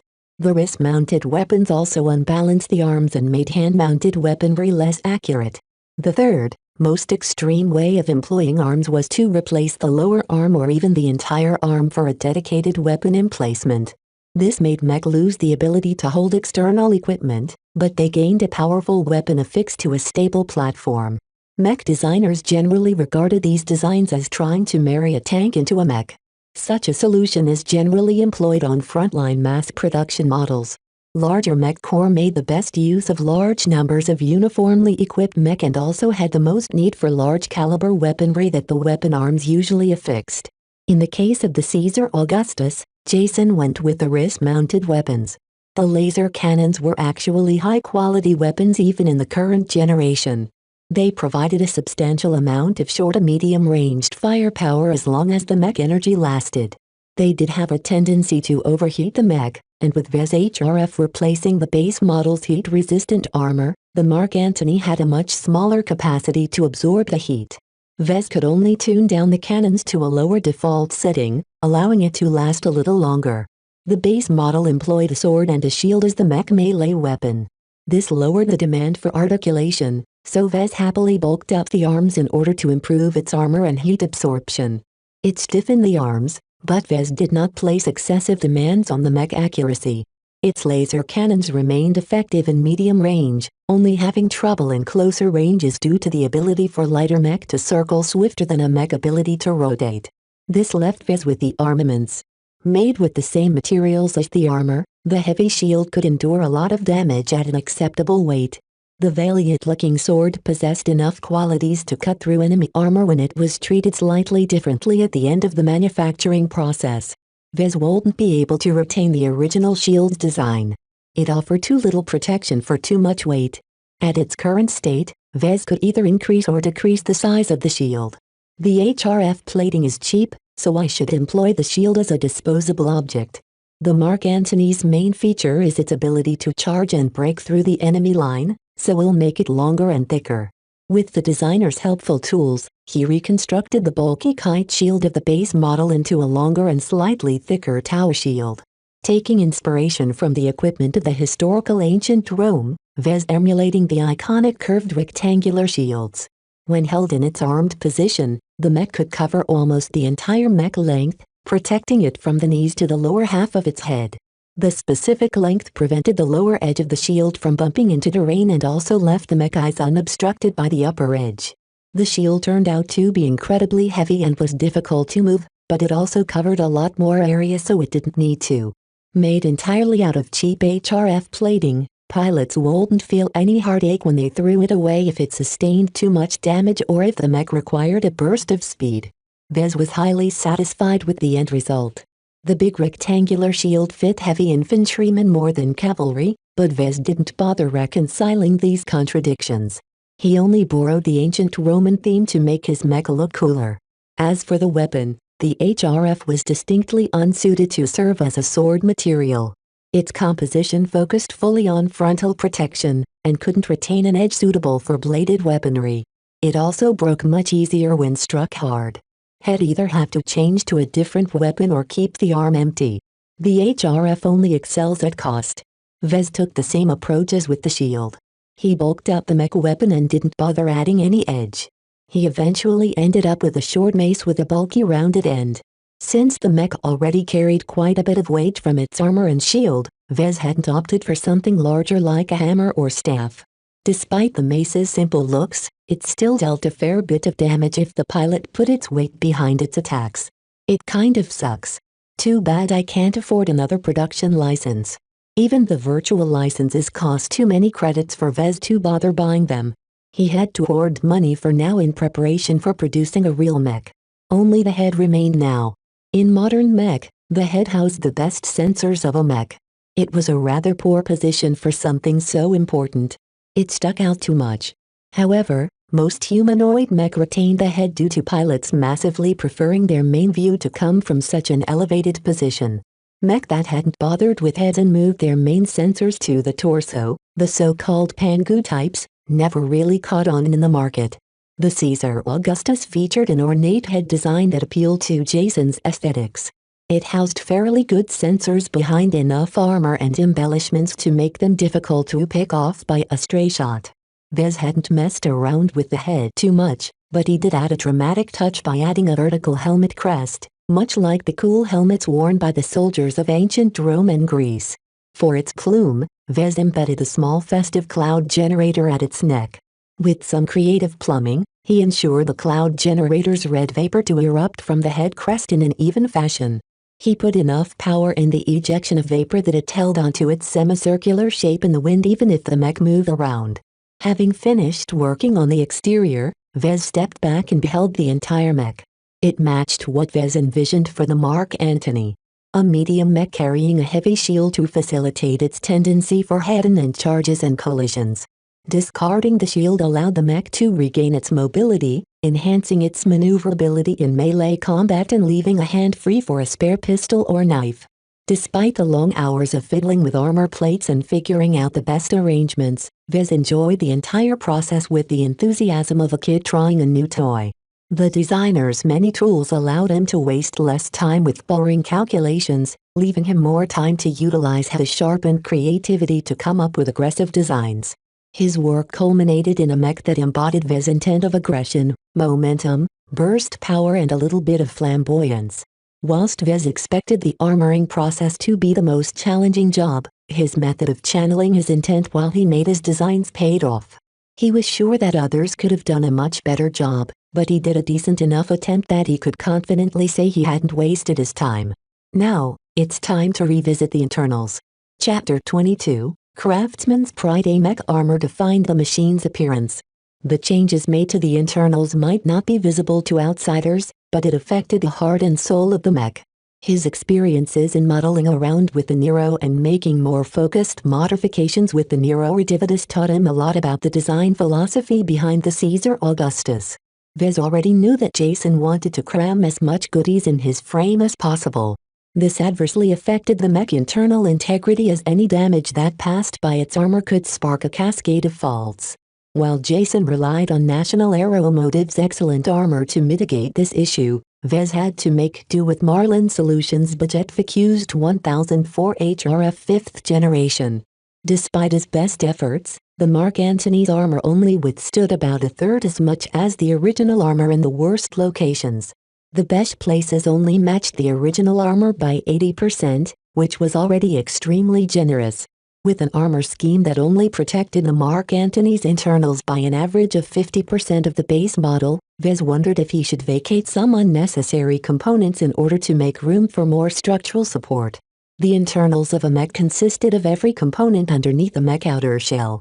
The internal frame that acted as the skeleton of the Caesar Augustus was strong and thick. It needed to be, as it sometimes came under intense stress due to the weight it carried and the attacks it bore when the armor was penetrated. The highly durable synthetic muscles that controlled its limbs also took a lot of space, as an abundance of power was required to move the CA-1's generous armor. The components themselves varied in their requirements. The cockpit, engine and power reactor all took up most of the space in the torso, but other systems such as sensors and processors had plenty of space in the Mech's otherwise useless head. The pipes and cabling that connected the components together looked thin, but added up together they made up a significant and important portion of a Mech internal space. The original Caesar Augustus models came installed with some truly fine components. Even though the Mech was now considered last generation, the quality of its numerous components allowed the Mech to overcome most current generation frontline models as long as its energy lasted. However, this led to the CA-1's internal space becoming congested by cabling as all those components needed to be connected to the engines, power reactor, cockpit or more. It exceeded all the recommended safety margins Vez learned in college. The Mech only supported so much weight. The Caesar Augustus had been classified as a medium Mech. Such Mech were the mainstays of battles, able to dodge slow attacks and tank the lighter ones. To retain the minimum amount of mobility required to pilot the Mech in such a manner, Jason already stretched the Caesar Augustus to its maximum limits. Any heavier and the Mech would end up into an uncomfortable weight class beyond medium weight but lighter than heavyweight. It was hardly able to dodge most attacks, but its armor couldn't endure against a sustained assault. Vez mulled the difficult problem of solving the Mech internal structure while keeping his Mech effective in performing its role. The Mark Antony is aggressive. As long as it's able to charge at the enemy and thump them in the opening moments, it's sufficient. Battles of attrition and extended engagements are not its specialties. The Mech doesn't demand too much endurance. His first internal modification was to make the painful decision to remove 15% of the Mech energy cells. This reduced the Mech ability to sustain a pitched battle, but it freed up quite a bit of space. Mech generally feature two kinds of energy cells. The most often used cells acted as batteries or capacitors with a fair amount of readily available energy. These battery-type cells could be used to power a high-intensity laser cannon, allowing the weapon to fire in quick succession as it drained power very fast. Battery cells generally were employed on Mech that depended highly on energy weapons and were expected to fight short but intensive fights. Other types of energy cells carried fuels or other energetic materials. While these cells couldn't provide an immediate boost of energy to power a weapon, they provided a lot more energy for the same amount of weight and space. When these fuels were injected into a power reactor, the Mech enjoyed a steady output of energy that could sustain it in a medium-intensity battle for an extended time.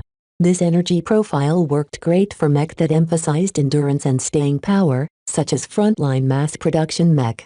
The energy cells Jason used were high-end batteries that provided the Mech with a decent amount of instantaneous energy. However, once they were drained, the Mark Antony could only rely on its slower-working power reactor. At low-intensity mode, these usually provided enough power to keep a Mech moving, but could not power anything else, such as weaponry. Vez dared to reduce the amount of energy cells because he had also tuned down the wrist-mounted laser cannons previously. The weapons should last the same amount of time even with a reduced maximum capacity. Naturally, this came at the expense of a Mech total damage output, which many Mech pilots placed an undue amount of attention on. It was also just plain uncomfortable knowing you'd run out of juice faster. It nevertheless freed up sufficient space to rearrange some placements in order to optimize the extra breathing room Vez created. He carried out more extensive modifications than the ones he made with the Nero and Nero Redivivus.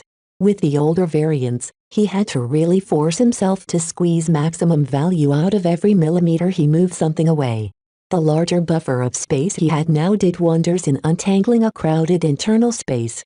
It was like rearranging a crowded suitcase, when you had stuffed it with clothes, toiletries and other objects to the point that it wouldn't close. There came a point when no matter how many tricks you pulled, you couldn't reduce the volume any further. Simply removing a few unimportant items let the suitcase have a breath of air, allowing the owner to easily fill up any excess empty space and ensure the contents were distributed equally. Vez kind of treated his design the same way. The energy cells didn't take up a lot of space, but removing a chunk of them still freed up 5% of the Mech internal volume. This allowed him to shift Part A, making room for the shifting of Part B, which made room for Part C, and so on until Vez could finally untangle the highly congested portions of Parts X and Y. It took several days of constant work to rearrange the base model's internals. The modifications he made reduced the amount of weak points by at least half. The mech ability to receive internal structure damage had improved quite significantly. Not to the point of calling his mech a zombie, but just enough to make up for the Mark Antony's inferior armor. Vez made sure to prioritize the most critical components related to the engines and power reactor. Above all else, the mech had to keep running. The Mark Antony neared its completion. Vez had put the finishing touches on its internals and even readjusted some of the armor's contours in order to accommodate the changes. A faint and barely present sense of anticipation built up in Vez. In the end, he spent 2 weeks pouring much of his heart and soul into creating the Mark Antony. The mech represented his first foray into real mech design. Then why do I feel my design is incomplete? Vez wondered as he zoomed out the mech image in the designer. He felt a sense of incongruity that prevented him from finalizing his design. There is something lacking about my mech. This was the intuition Vez had recently acquired when he crafted based on intent. It guided his actions and decisions, not necessarily making him choose the most efficient routes, but always one that fit. When Vez studied the mech crest and the red plumes floating out of the narrow slit, he finally realized it. It's the paint job. The Caesar Augustus came primarily in white. Jason chose this color in order to echo ancient marble statues of majestic figures. The Mark Antony lacked the regal air of a ruler. Vez instead molded it in the image of an aggressive vanguard. The stately white appearance felt out of place. Luckily the standard paints only cost a couple of thousand credits. Vez muttered, and went to work in the designer's painting function. He chose to dye the mech in black, and accompanied it with red and bronze accents. It contrasted nicely with the Caesar Augustus, and gave his own design an intimidating, bloodthirsty appearance. He dyed the shield in red as well, and added a couple of yellow stylized eagle wings and lightning bolts in homage to the historical Mark Antony's homeland. Vez stepped back and viewed his mech in its entirety. The dark colors, the aggressive contours, the red vapor helmet crest, it all combined together in a mech designed for battle. It exuded masculinity. Where the Caesar Augustus' stately appearance made it suitable to rally its subordinates in battle, the Mark Antony instead preferred to press upon the enemy. It was time to finish the new design and let the system take a critical look at his work. I'm ready. Let's hear it, system. Gimme your best shot. Design evaluation, CA1C Mark Antony. Variant name, CA1C Mark Antony. Base model, Caesar Augustus CA1. Original manufacturer, National Aeromotives. Weight classification, medium heavy. Recommended role, shock trooper. Armor, C+. Carrying capacity, D. Aesthetics, A. Endurance, D. Energy efficiency, C. Flexibility, E. Firepower, B. Integrity, C+. Mobility, D+. Spotting, C. X factor, C. Deviance, 35%. Performance improvement, 35%. Cost efficiency, plus 60%. Overall evaluation, an acceptable variant of the Caesar Augustus. Though very lacking in its armor compared to the base model, it has achieved an admirable amount of cost savings over the original model. You have received 200 design points for completing an original design variant of a last-generation mech with significant cost savings. You have received 500 design points for designing a mech with a moderate presence of X factor. The system added a new parameter since the last time he received a design evaluation. Reducing the cost of Vez's first real variant had been a top priority for him, and it was nice for the system to acknowledge his intentions and take the time to judge whether he succeeded. Considering he made the mech 60% cheaper while only losing 35% performance, he had accomplished his aim. Vez felt he had tasted what true mech designers called pride. In order to come this far, he gambled his workshop and his father's legacy. He rejected all other career opportunities and insisted on running his own business. "This is worth every sacrifice I made so far," he said as he inspected the Mark Antony's design from every angle. This was a product of his own design. He could base his nascent mech boutique on the sales of this new design. The invisible but potentially influential X factor was the single biggest draw of this mech. Vez devoted almost all of his time constructing his mech with a single purpose in mind. Though not a mech pilot himself, As its designer, he felt the Mark Antony possessed a faint aura of aggression. His customers might not be aware his design could spark the X factor, but it remained a minor benefit even if they remained clueless about the X factor. He was sure the Mark Antony could please his customers. The variant might not feature excellent specs, but it cost 60% less to build compared to the base model, allowing him to set a competitive price if he wanted to drive sales. Naturally, he'd have to pay taxes and license fees for every Mech he made and sold. Yet even the crumbs left over was sufficient to reinvest back in his business, allowing him to upgrade his machines and license more Mech and components. Even better, he'd gain more opportunities to earn a lot of DP. Hot damn, 700 design points. That's more than twice than what I'm earning in a week. And his existing sales also kept diminishing. The apparent craze about the Fantasia variants had run its course, and every young Mech pilot that wanted to own a Seraphim, Phantasm or Nomad already bought them. This reinforced the notion that Vez always had to keep moving on. He couldn't rest his laurels after designing a successful Mech variant. Also, I can earn a shipload of DP designing a Mech that's still in use today compared to 100 prehistoric Mech. It made sense. Costs had risen while technology advanced and became more complex. The 400-year-old one-star Mech exercised the knowledge Vez learned in college, but he hadn't truly made any breakthroughs. In contrast, Vez learned much more about Mech design when he worked on what Iron Spirit considered a 5-star Mech. With the points he already saved up, Vez possessed just over 1,000 DP. It represented an unexpected windfall, and opened up many goodies in the system store. Lottery tickets, attribute candies, I can even buy a brand new 3D printer for my workshop. Vez muttered to himself as he gulped his saliva. There's even a time capsule that allows me to slow time by 2 times. How crazy is that? The system's so powerful it can even affect space-time. Perhaps the system wasn't bluffing when it boasted it was omnipotent as long as it had enough DP. He shook his head. Gotta stop dreaming these fanciful ideas. I've already budgeted my upcoming DP spending. With a reluctant and painful gesture, Vez bought the assembly skill upgrade from the skill tree. A whoosh of energy burst in his mind as an explosion of knowledge started to press on his brain. He screamed in pain as he felt information he once read but never really understood become clear as day.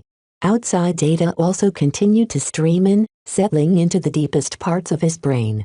Vez breathed deeply once his brain stopped stampeding inside his skull. I thought I did decently in my studies, but it turned out I was too ignorant. Raising his assembly skill to apprentice level deeply impressed him with the power of the system once again. He imagined he went through school as an average slacker, only to trip on the ground and hurt his head, causing him to inexplicably turn into a genius. He learned so much about assembly that it put his previous work to shame.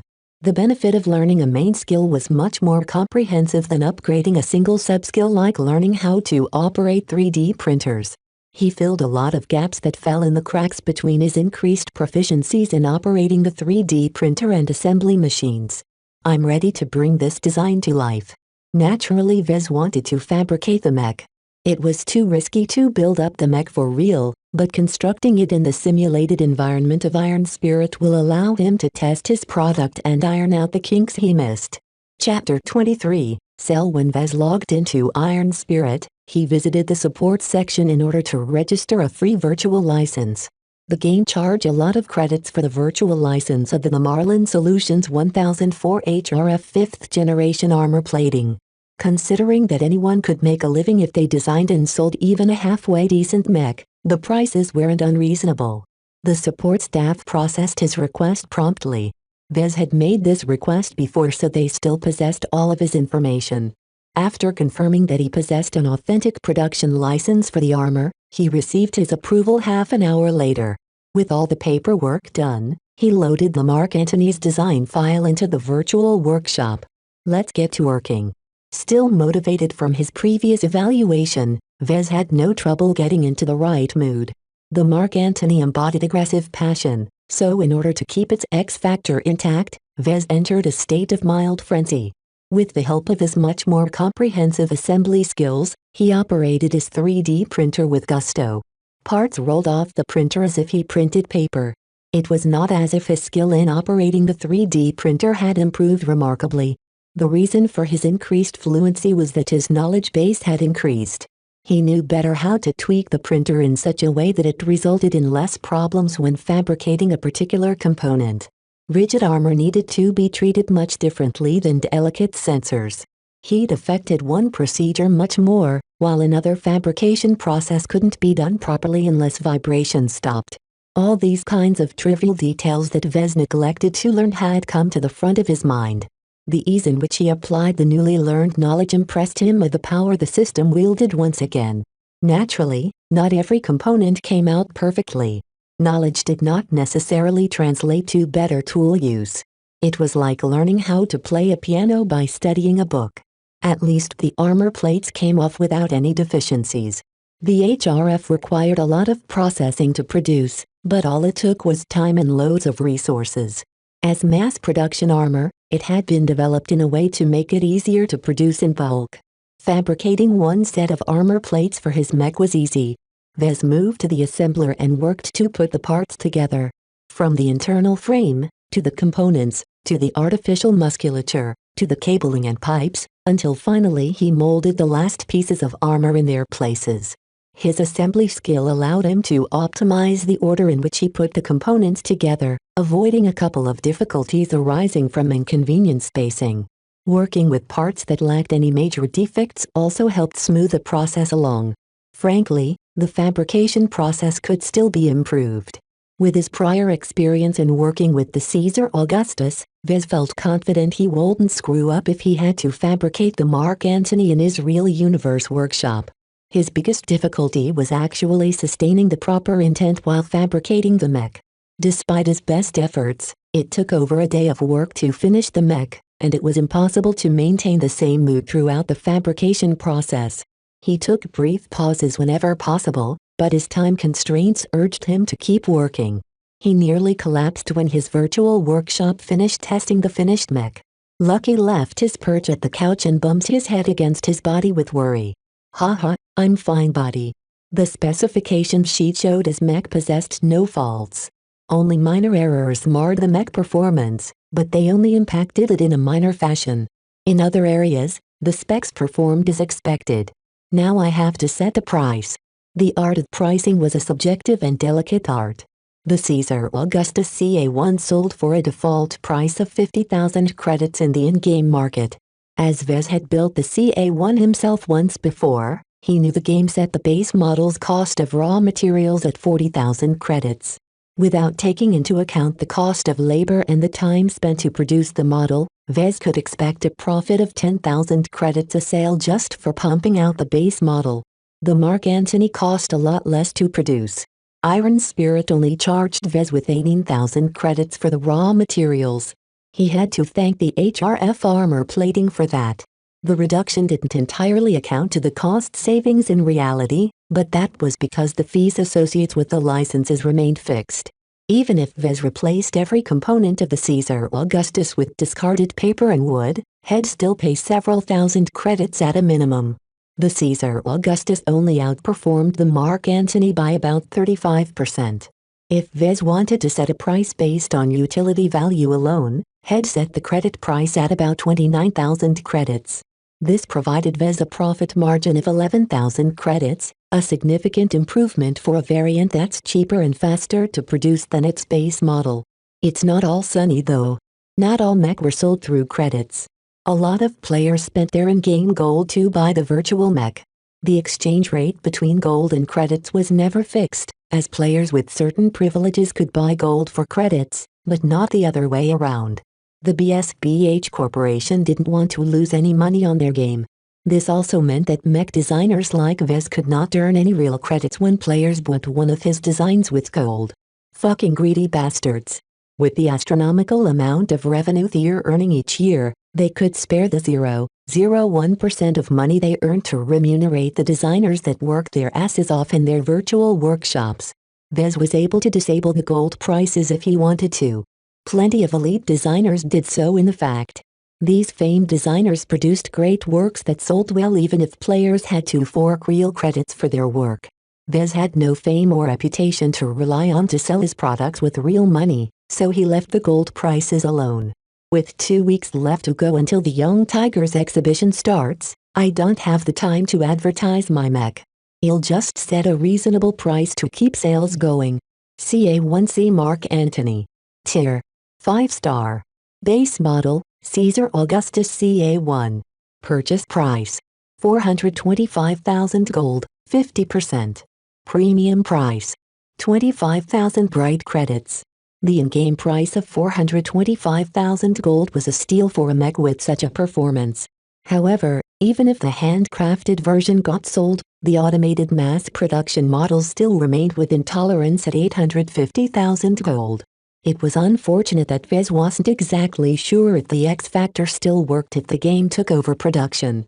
It'll introduce a weak link between the trinity of designer, Mech and pilot. The intent of a cold machine in charge of pumping out Mech and nothing else will pollute the emotions of invested in the design. Perhaps the design's impressive X Factor rating of CAS given by the system might get demoted to a D or E rating. It probably won't drop any further. My intent is so strongly embedded in its contours that some of it will likely stick even if the most unfeeling robots worked on my design. And from what he understood, the game would be stupid to simulate such a tedious process. Iron Spirit merely copied the Mech designer's handcrafted design, reduced the specifications a little, and slapped a doubled gold price for its efforts. In such a case, the X Factor should retain a large amount of its potency. At least I hope so. X Factor can't be measured as far as I know, and I'm still not completely certain it can express itself in a virtual game. Vez planned to look it up later when his model got sold. He logged onto the Galactic Net to do his usual marketing routine. He left messages at message boards and online communities. Hopefully the Mech received enough exposure from someone to make the first sale. All I can do now is wait on that front. He checked his spending account and found he could afford to fabricate the Mark Antony again. Having nothing better to do for the next 2 weeks, he dove into the virtual workshop again to handcraft another Mech. I'm going to need all the practice I can get. The more models I build, the better I'll be able to build a real version of the Mark Antony. Screwing up in the virtual world only resulted in a few hundred credits worth of damage. Messing up in the real world might mean writing off 1,000,000 credits if the mistake was costly. He couldn't afford to get tripped up by the more challenging portions of the fabrication process. Meanwhile, many light years away from Cloudy Curtain, Larkin Son sat at his desk, processing the paperwork for the day. His comm unit lit up as he received a call. "Hey, Uncle Ark." "Melinda." The man smiled, releasing his hard-faced expression now that he spoke to one of his favorite cousins. "Since you're calling me while I'm still on duty, I suspect you have something that can't wait." "Righto. You know about Vez, right? That he's recently received a pair of production licenses from God knows where?" Ark frowned at the mention. The so-called Future Sons Technology Institution were run by people he'd never heard of, received donations from empty shell companies, and offered no means to apply for any of its grants. As far as the Larkin Sons had found out, the FSTI was a cover for a third-party influence. The question was who? The Visions? The New Rubarthans? The Terrans? Ark dismissed those options from his minds. Vez was too insignificant to bother manipulating. "We're still looking into this organization. New Rubarthans can be remarkably opaque in their bookkeeping. They're running so many plots against each other that they've taken shady accounting to the highest level." Melinda grinned, not really worried about what was happening with Vez. "The kid is fine. The production licenses are held in his name, so the Institute can't take that away from him now. Let's shelve this discussion for later." "What did you call me for, Melinda?" The woman's grin widened. Vez finally did it. He just released a Mech that looks like it's going to be his first moneymaker. He was working on modifying the Caesar Augustus. That's not an easy thing to do. It's been only a month or so since he received the Mech production license. When I checked on his progress, all he released so far were models with only marginal changes. This time it's different. He's successfully incorporated the HRF armor. That is, faster than we'd expected. Ark replied, his eyebrows raised. The technicians I consulted at the depot told me it's not simple to fully replace a Mech armor. Though he lacked the technical background to understand the finer points in mech design, as a veteran mech commander he still knew a thing or two. If replacing a mech armor with a different composition was so easy, then the market would be flooded with re-armored mech. In actuality, any seasoned mech designer could do the same, but they disdained playing around with customizing someone else's design. They'd rather work on their own projects, in order to avoid losing a massive amount of revenue paying licensing fees. Melinda swiped her hand, causing her comm unit to send a document over to her uncle. You should look at the mock-up images and the spec sheet. It's an exceptional work for a designer as fresh as Vez. He has my respect so far. Ark nodded as his eyes swept over the specifications with a laser focus. It's a shame what happened to Reinkel, but the Setman responsibility has done the boy a lot of good. Boo-hoo, my little Vessie is all grown up now. He doesn't want to cuddle with big sister Melinda anymore. Melinda mocked with fake tears. Then she resumed smiling. Anyway, I'm here to borrow some credits from the family. I spent all my salary on some new digs, so I can't take my little cousin's mech for a spin. And you know I don't play Iron Spirit all that often, so I don't have enough gold either. You don't have to worry on that account. Your Uncle Cantor bought every single mech the boy released in the game and reported back to us of his impressions. Well, this ain't one of Vez practice designs. This is the real deal, a mech that Vez plans to sell in the real universe. Melinda slammed her fists together. I think we owe it to him as a family to push along his sales. Your grandpa was quite clear on this, Melinda. We will only purchase one mech for testing purposes, no more. Then at least give me the credits to play, test the new mech. I can do the job just as well as Uncle Cantor. He won't be happy. Then he can buy the mech with his own money. The two Larkinsons stared at each other over the comm, its signals instantly sent across star systems. Fine. You'll have your credits. I expect a professional review of Vez work. Don't try to slant things in his way. Sure, I know how to do my job. Ark slided his hands, opening up a small menu. After selecting his banking options, he prepared to send over some cash to Melinda. How many credits? Only 25,000 bright credits. It's a lot cheaper than his Nero thingy. That does sound cheap, for a variant based off the Caesar Augustus. After sending the credits, Melinda bid him a quick goodbye, leaving Ark alone in his office and a terminal full of reports to sign off.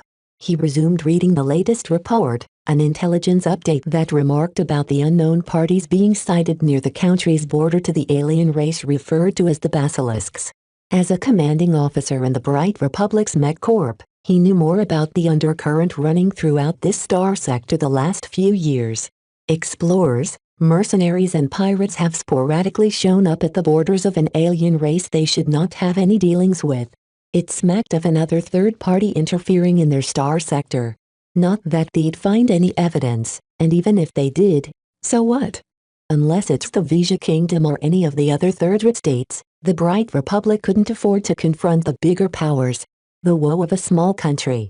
Ark smiled ruefully. The issues concerning Vez paled in comparison to what was on his plate. Chapter 24, Melinda Larkinson had a busy life. As a junior member of the Bentham Planetary Guard, she spent most of the time on patrols or back at base learning the ropes. As she was determined to reach the pinnacle of mech piloting, she continually sharpened her skills by sorting out troublemakers and sparring against her fellow guardsmen. A great number of business flowed through Bentham, the economic port of the Bright Republic.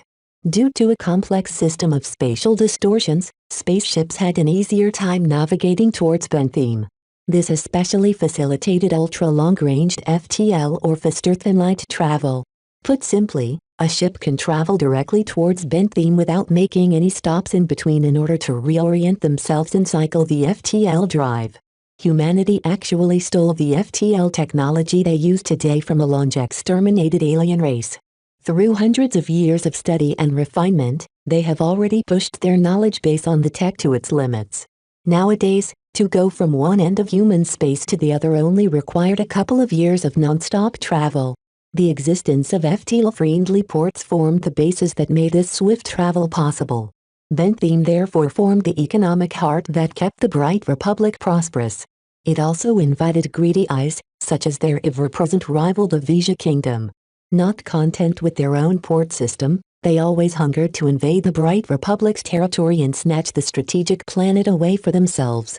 Some of trouble the Bentheme Planetary Guard had to handle could be traced to the covert actions of the Vesians. Just the last month alone, Melinda had to respond to several emergencies. One case was a lone wolf who took an illicit drug and went on a rampage with his heavy mech. Another case involved a family who fell into ruin in the past, returning from the dead and taking on one of Bentheme's established family businesses. Then there were always the ever-present pirates skulking in the outskirts, ready to snap up a lightly defended transport convoy. Though only in the service for 4 years, the amount of petty and not-so-petty conflicts she had to resolve numbered in the hundreds. While not a genuine substitute to the high-intensity battles of a full-scale war, Melinda was able to increase her experience and sharpen her initially rough piloting skills. Right now, Melinda finished her shift for the day. She deposited her mech at the hangar, waved the technicians goodbye, and left for the Guard's exclusive training center. "Hey Melly." A fellow junior Guard pilot sidled up to Melinda. "What's up? I can see the smile in your eyes a light year away. Got a date or something?" Melinda huffed. "I wish, Janet. I nagged my uncle for a few thousand credits and pried it out of his hands." "Wow. And he let you do that? Must be nice to be a Larkin son." Janet held out her hand as if she was a crippled grandmother. "Spare some alms for a poor commoner?" "Ouch." Janet received a playful punch in return. "Scram. I already have something in mind." Melinda entered the training center with a curious Janet trailing after her. They skipped past the physical exercise rooms and entered the virtual simulation area. "Oh, are you going to spar against someone again?" "Not really." Melinda grinned. She picked a random simulator pod and hopped right inside. "I'm going to play a game." "Iron Spirit?" "Haha, it's been a long time since I last logged in. I must have dropped down to the bottom of the Platinum League by now." Janet laughed with faint contempt. After all, playing a game never beat the real deal. Shaking her head, Melinda was about to close the pod. "I'm not logging into the game just to fool around. Grab a pod and log into the game. Let's add each other to our friend lists. I'll show you what I'm about in-game." Shrugging, Janet hopped into a pod, curious what Melinda wanted to do with a large bunch of credits. Don't tell me she wants to buy a virtual mech? Is she crazy? If she wants to gain experience with advanced mech, there's plenty of other programs installed in the simulators. After the two young women logged into the game, they searched for their counterpart and added each other to their lists. Janet playfully hugged Melinda's virtual body. "I'm here now. Please tell me what you're up to now." "We'll have to take a visit to the market for that." They both entered the market, encountering a bustle of virtual avatars and computer-controlled personnel. Instead of approaching one of the many public access terminals to call up a shopping interface, Melinda led her colleague through the narrow streets of the simulated market city. She took a sharp turn into an alley and entered a small, rickety shop with a wooden door that almost seemed to fall apart. The interior hosted no furniture and almost appeared abandoned if not for the glowing blue ball floating in the room. "Welcome to Chasing Clouds Mech Shop. How may I assist you, customers?" the default robotic shopkeeper asked a pair. "Well, Mel, are you sure you want to buy something from this shifty store? I don't think the owner even bothered investing a single penny in this store." Melinda just bumped Janet onto the head. "This store's owned by my cousin, Dweeb. He's a little short on cash, so he can't waste it on a frivolous expenditure like a virtual shop. Most sales happen through the public terminals or from a mech pilot's exclusive room." The lively city and its many ancient-looking storefronts were only recent additions to the game. The BSBH Corporation wanted to increase Iron Spirit's appeal by facilitating social interactions. "The only reason why I brought you here is so you can take a closer look at the mech my cousin designed." "Oh, this is the first time I heard of you having a cousin who works as a mech designer. Is it an original design?" "How can it be an original design?" Melinda shook her head as she navigated the menu provided by the shopkeeper. "It's only a variant, but it's also quite impressive." With a final press of her finger, the dark and empty shop seemed to fade away into an endless starry sight.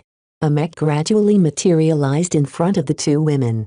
The Mark Antony revealed its dark and menacing visage to the two women for the first time. This, my cousin calls it the Mark Antony. It's a cheaper variant of the Caesar Augustus. Impressive, huh? Wow.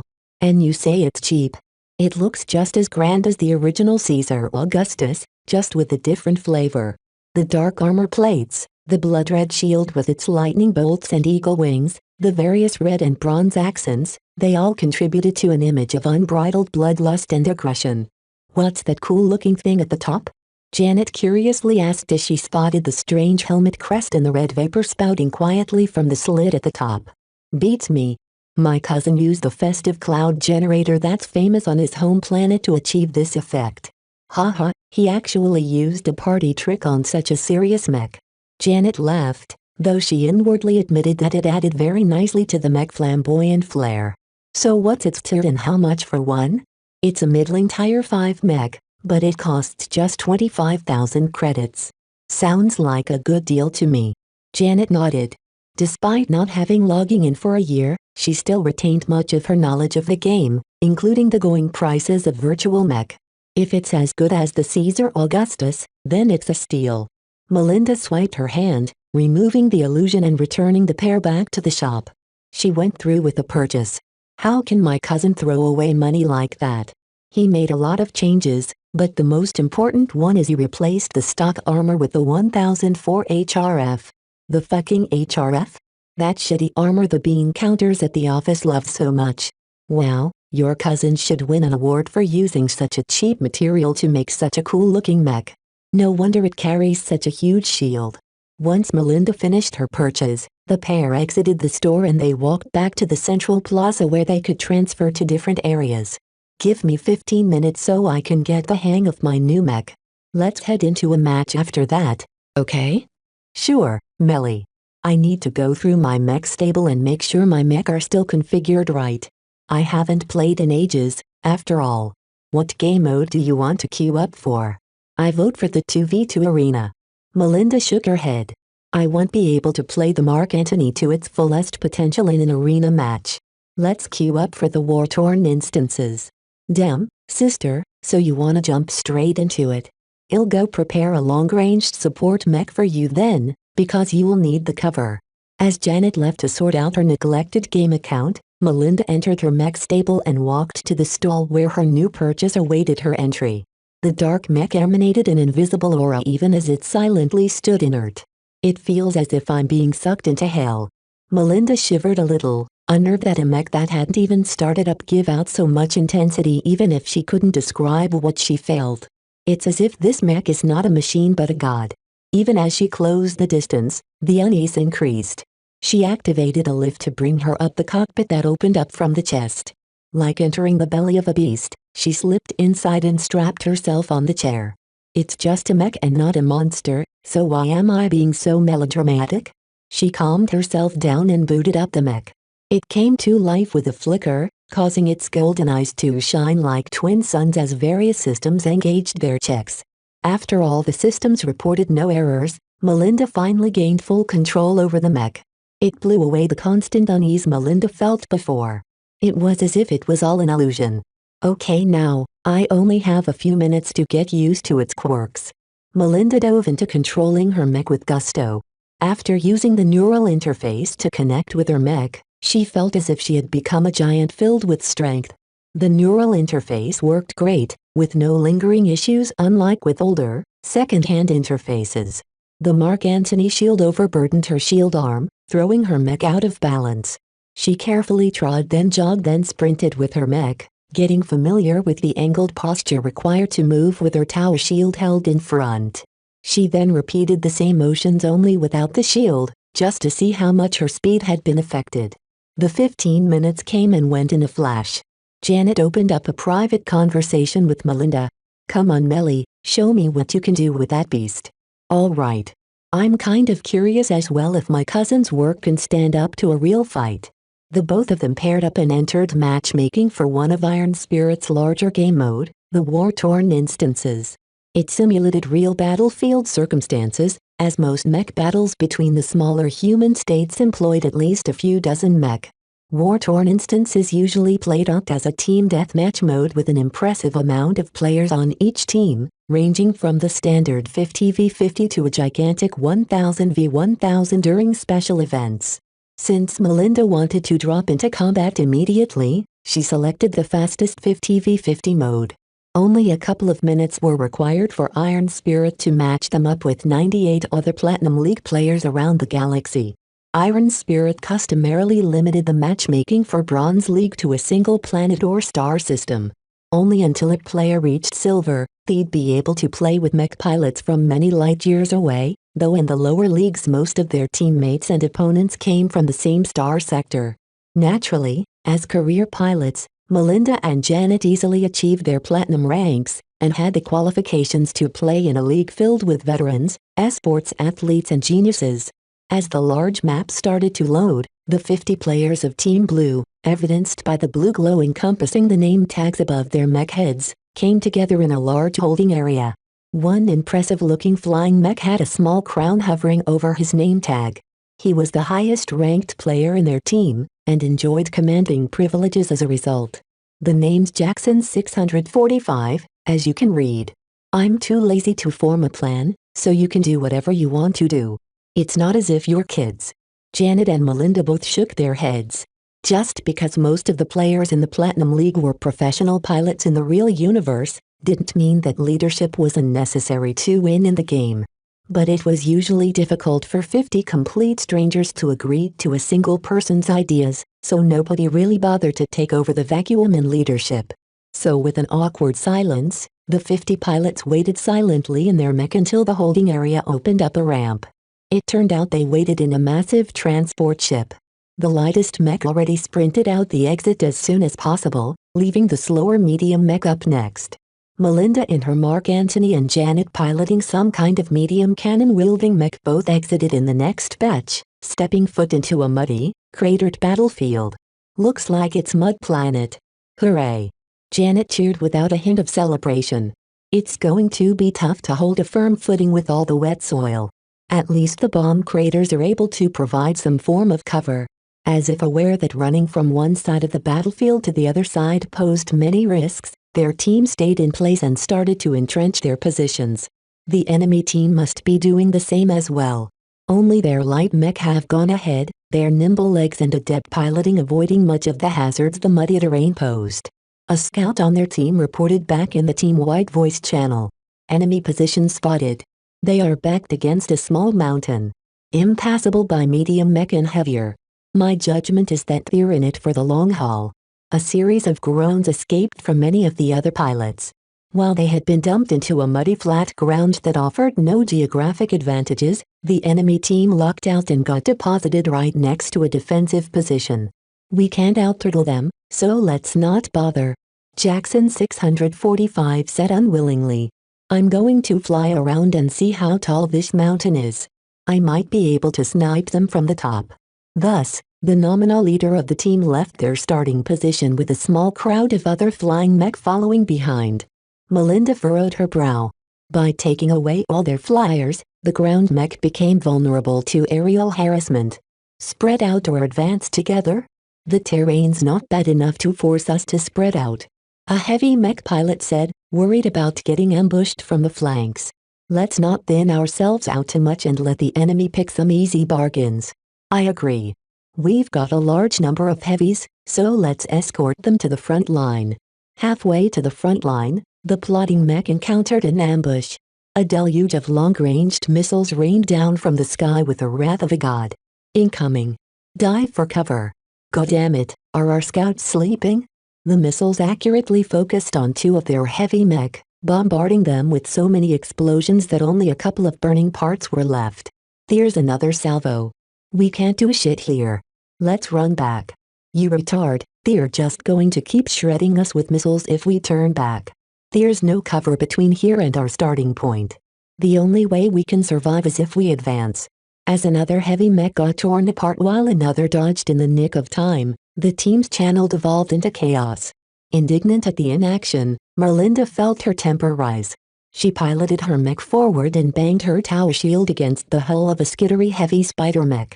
The noise deafened the arguments. Look boys, our flyers are gone and our light mech are asleep. We'll never get rid of the target locks on our mech, so what's the point of running? I plan to charge at the enemy. Who is with me? Silence prevailed in the interlude between missile launches. The Mark Antony banged its mace against the side of its heavy shield, letting the clanging shake their minds awake. I asked, "WHO is with me?" Now that everyone on the team turned to Melinda, they began to notice the mech's unusual appearance. It had an aggressive build, carrying a stylized tower shield and a bulky mace. The red vapor helmet crest lent the mech an ancient, authoritative air, as if they were facing a martial general instead of just another mech. WHO is with me? WHO is with me? WHO is with me? Janet stepped forward with her mech. I am. Taking the opportunity to push the rest of her team into something other than sitting ducks, Melinda turned around and led Janet forward. Follow me if you want to win. As if pulled by inertia, most of the medium mech followed the strange black-handed mech. The heavies struggled to follow in their footsteps. Soon enough, their entire team approached the enemy team's position like a wave crashing against a cliff. Lacking any fear, Melinda kept her bulky shield in front and focused her eyes for other ambushes. Her blood pumped faster as she relished the upcoming clash. Chapter 25, War-torn instance. The noise of battle echoed all around her as missiles kept raining down in salvos. Only now the blue team started to employ countermeasures. The medium mech kept zigzagging while the heavies used their prodigious firepower to strike the missiles down. Melinda and Janet skillfully navigated forward. They dipped in the many craters to spoil line of sight and hide behind cover in case snipers aimed at them. Though not high-powered weapons aimed at them, they received sporadic rifle fire from their entrenched opponents. Melinda resolutely shielded Janet from incoming fire with her shield. Their team's light mech must be engaging the enemy scouts by now. Melinda noted as the missile fire stopped landing with unerring accuracy. Spoiled by their ECMs, the deadly payload sprayed down in a wider spread, damaging many mech but not to the point of wrecking them completely. What are Jackson and his flyers up to? Janet whined as she felt useless trudging behind Melinda's shield. Her cannon mech had no chance of firing back against an enemy hiding behind makeshift trenches. We're dueling their flyers. Don't bother us. The highest-ranked player in their team spoke before shutting off his comms. Janet, you're too vulnerable if you go any further. Stay here and provide support, okay? As a trained pilot, she recognized her circumstances, so she nodded without a word. Melinda already scanned the sights in front of her. Open terrain. Trenches. A lot of ordnance thrown in our way. I don't think they want us close. No shit, Melly. The only thing I can do is huddle behind a crater hoping they don't send arcing missiles at me. I really picked the wrong mech for this battle. A heavy knight bumped next to Melinda, his shield outweighing even her own. Hey, what's the plan? We charge forward. Once we get in their midst, we can turn this situation around. At the very least we won't be in a one-sided slugfest. You heard her, lads, follow us. The knight-type mech yelled as he raised his hammer in the sky and lumbered forward. Melinda overtook the heavy mech and kept her shield squarely in front. She checked her sensors to see if their team came with them, and when she saw they only kept plodding behind craters, she grew agitated. They were close enough for their rifles to deal a lot of damage. She clanged her mace against her shield so hard it almost dented the edge of the giant slab. Step on it. Keep running and don't stop until you get in their faces. Though she was just one mech of many on the field, somehow her eye-catching form seemed to attract more gazes than normal. Her red crest that made her appear as a valiant warrior inspired others to follow along. Most of them were veterans or expert players after all, so they knew how bad they had fallen into the enemy's kill zone. They put down their apprehensions and followed after the shield bearers at the front. Perhaps recognizing that Melinda's mech led them forward, the enemy fire started to slant towards her position. She utilized her mobility as best she could, trying to weave to the sides in order to throw off their aim. Nevertheless, she wasn't as nimble as a light mech, so quite a few cannon shells and laser beams impacted her gigantic shield. One large-caliber cannon round even blasted the right corner of her shield into pieces, almost throwing her off balance. Get on your feet. The heavy knight player yelled as he interposed in front of her, taking the brunt of the volleys while she regained her balance. My shield can still take much more. She pushed past his trudging form and sprinted faster. We're halfway. Just a bit more and we can pound their faces. Melinda felt an overwhelming desire to crash in their faces. She forgot she was playing a game. She forgot that her real life wasn't at stake. She even forgot to take note of the Mark Antony in order to write a report. No, the only thing in her mind was to bowl through their firepower. Her HRF-plated shield started to crack from all the ballistic impacts she received. The laser beams exacerbated the damage by melting the cracks wider. The shield was thick, but eventually the fact that it was made out of inferior metals and received a deluge of firepower couldn't prevent the bottom half from cracking away. Fuck. The loss of that section threw her off balance, and some sharpshooter shooters immediately lowered their aim, hitting her legs. She could manage the laser fire, but the heavier cannon shells further threw her off balance. Only through skillful piloting did she manage to stumble past the initial seconds. After she regained her balance, she charged forward and closed in on the enemy trenches. She raised her other arm and held up her mace. Bash their heads. Ragged war cries escaped the throats of the other players in their team as they finally closed the distance. They lost 9 mech throughout the run, but they finally made it to the trenches where the enemy's ranged superiority ceased to offer a decisive advantage. The enemy team possessed a clear lack of close-ranged fighters. However, a heavy striker appeared before Melinda and fired his oversized shotgun at her approaching form. "I can still take it," Melinda said with gritted conviction as she felt her tattered shield fall into pieces. She flung the remainder at the shotgun mech, causing it to flinch for a split second. Her mech-raised arm began to fall, allowing the mace to travel in a dangerous downward arc towards the enemy's head. The heavy striker's shotgun crunched as Melinda feinted her attack, successfully deceiving her opponent as she slipped her mace further downwards and cracked his main weapon. However, a lunging strike left her open to a counterattack, an opportunity the heavy striker took as it raised both its arms. The glowing hot holes on top of the wrists spewed a gout of flame as searing as a spaceship's engine exhaust. Ah! Melinda awkwardly rolled away, throwing mud and burning liquids in every direction. Just as the striker adjusted its aim, a barrage of cannon shells impacted its torso, pushing it back and spoiling its attempts to take its opponent out. "Thanks, Janet." "You're welcome." Before the other mech in the trench ganged up on her, Melinda was determined to finish off the striker. She got into its face and smashed the mace against its left wrist, disabling the flamethrower. Still moving forward, she used her free hand to grab the mech's other arm, keeping it from turning the remaining flamethrower in her direction. She then bashed her mace against the enemy mech face to disrupt its main sensors before bashing lower in order to disorient the pilot sitting in the cockpit. The heavy striker's armor largely held against her mace, but the amount of force she was putting in strained the pilot to the point of almost passing out. The shock waves passing through the armor could be deadly in itself once it gained a certain level of strength. Sure that she knocked out the pilot, Melinda dropped the unresponsive heavy and turned to face a pair of medium laser riflemen. They had qualms about firing at her when she stuck close to their ally, but its defeat left them with a clear line of fire. As she stormed over, Melinda raised her own fists and charged up the power of her laser cannons. The 3 exchanged laser volleys. Both sides tuned up their weapons so the damage they all took caused a couple of systems to malfunction. Nevertheless, Melinda remained steadfast, closing the range until she got into melee range. The 2 riflemen discarded their rifles and unsheathed their combat knives, but before they could do anything, Melinda shoulder bashed one mech while pounding her mace against the other mech grip, redirecting its path. The mech that received the bash rolled onto its back, its knife only leaving a deep groove off the Mark Antony's thick front torso.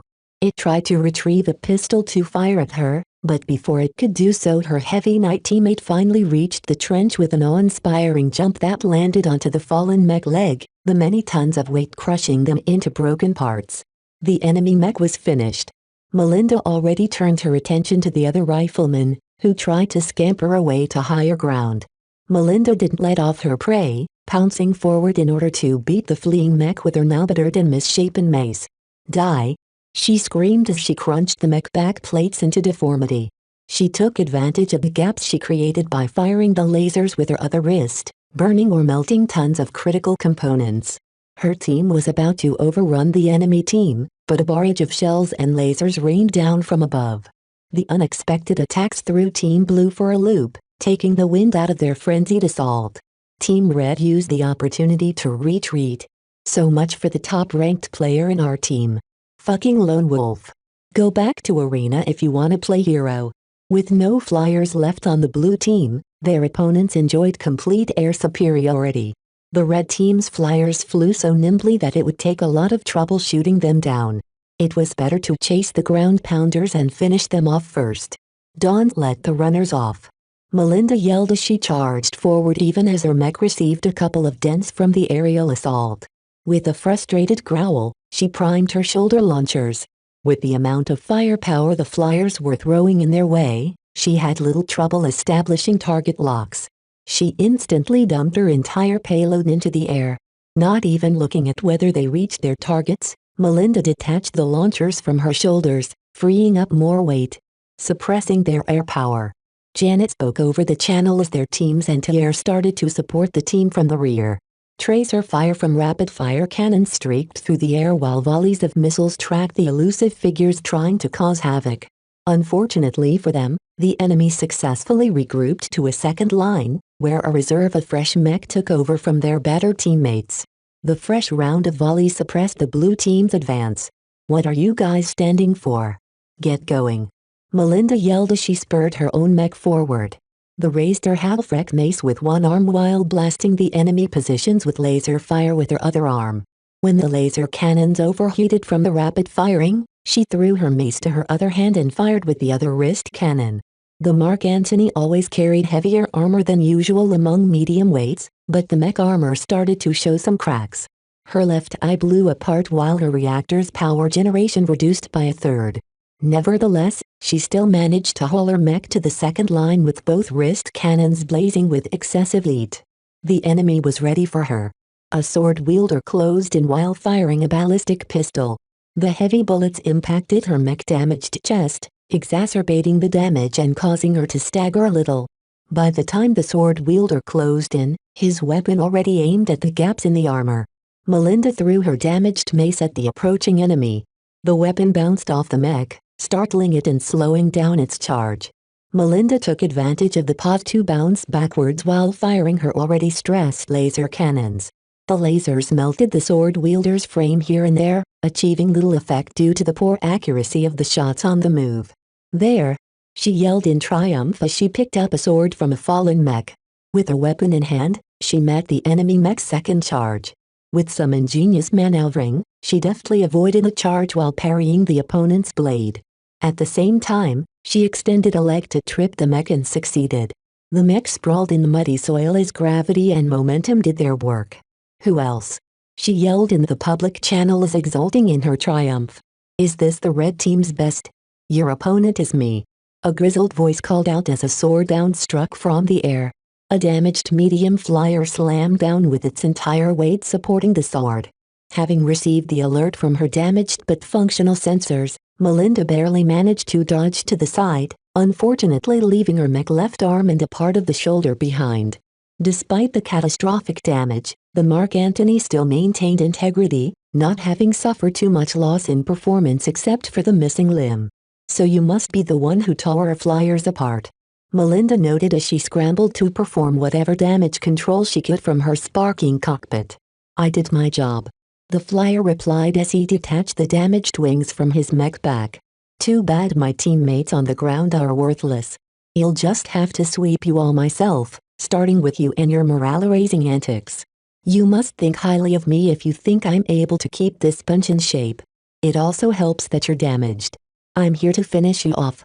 Without any other exchange of words, the two clashed against each other, sword to sword. The flyer possessed most of the advantages. His mech was nimbler and still possessed both arms. The pilot also revealed polished sword skills that could only have achieved this state through constant battles. The ex-flyer aggressively sought to tear the Mark Antony into pieces.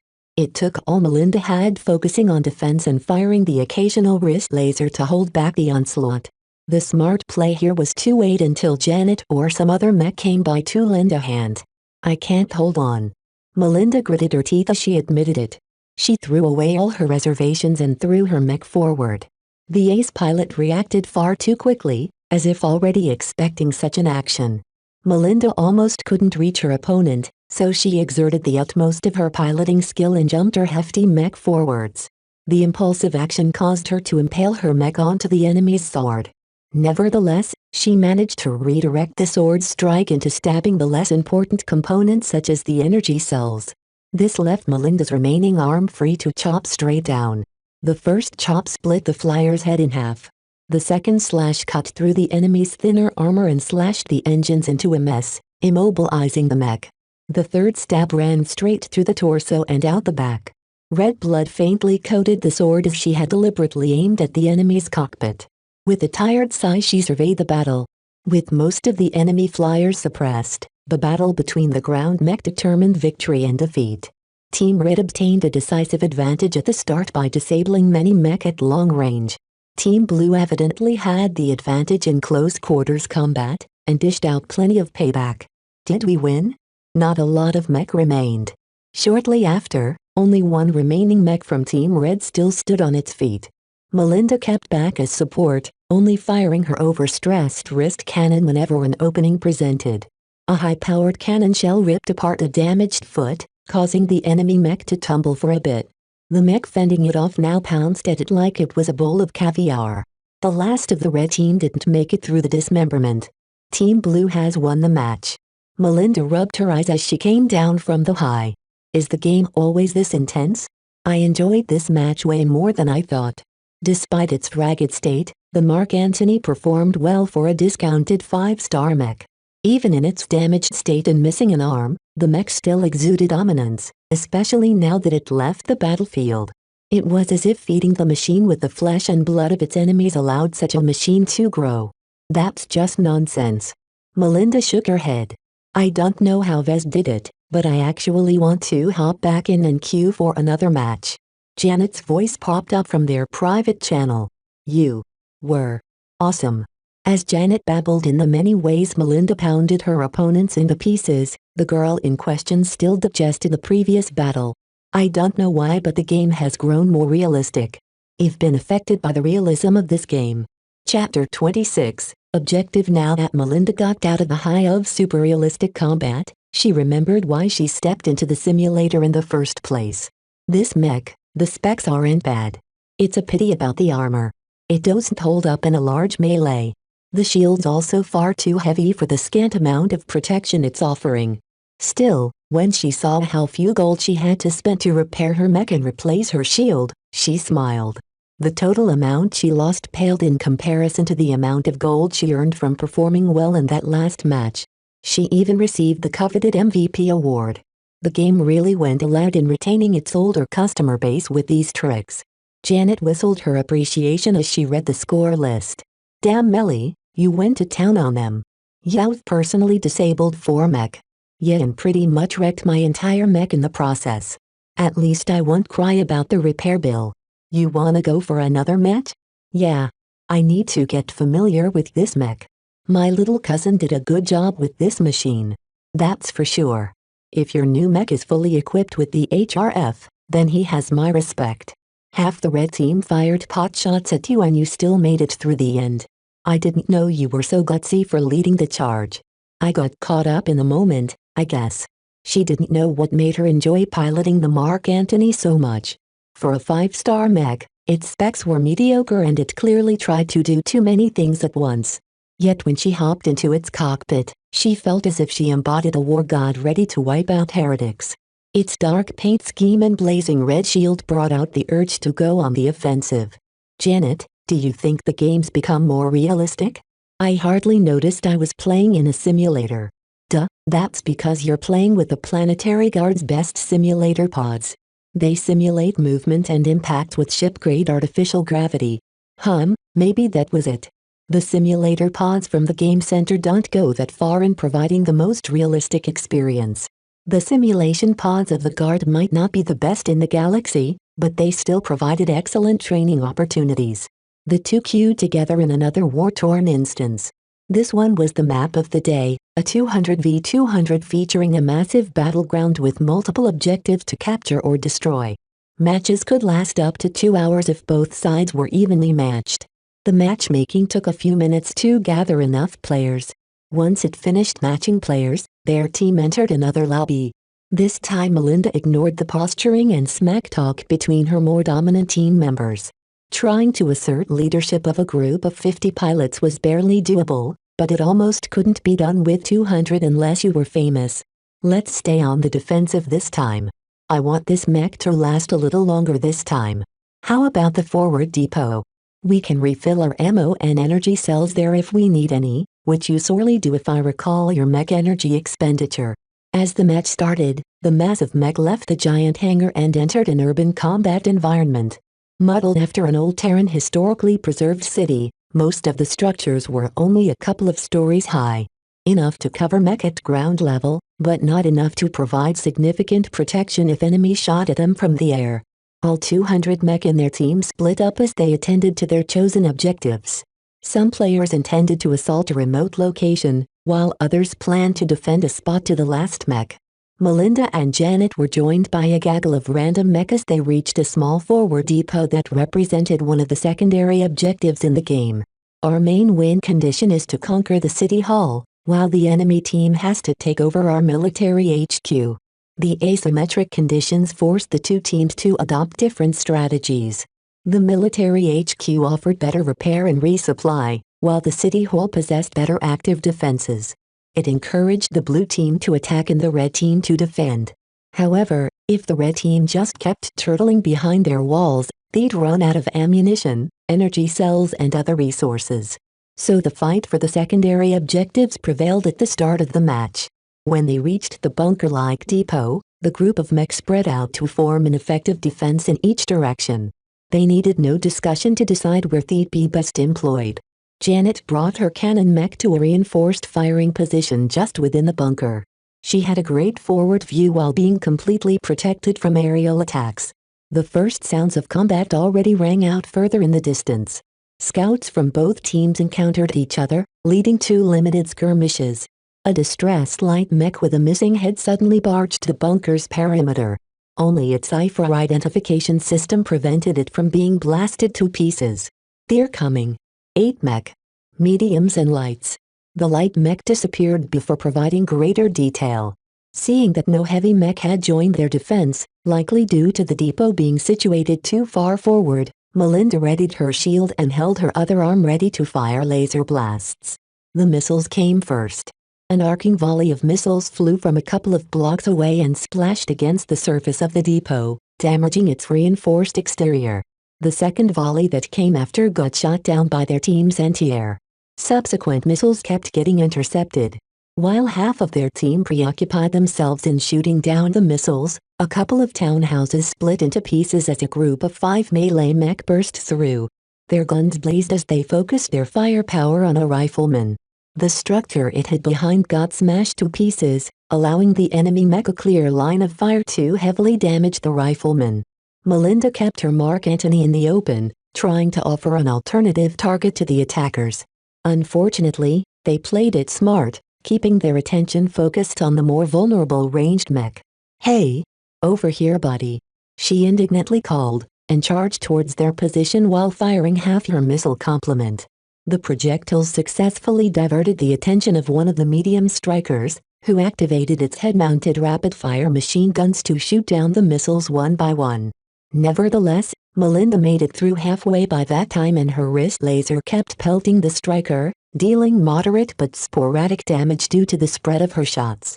The striker retaliated with a barrage of shotgun fire, the pellets stripping the front layers of her shield. Nevertheless, her shield held up against the attacks which could easily shred a light mech to pieces. Melinda stopped firing her lasers. Instead, she raised the mace in her mech grip and prepared to smash it down against the opposing mech face. The striker responded by activating a wicked-looking bayonet on his shotgun. As her mace came down, the striker dodged the telegraphed attack and thrust with its bayonet. Grinning, Melinda rotated the torso of her mech, causing her unbalanced mech to haul its shield in an angle that neatly deflected the bayonet attack in time.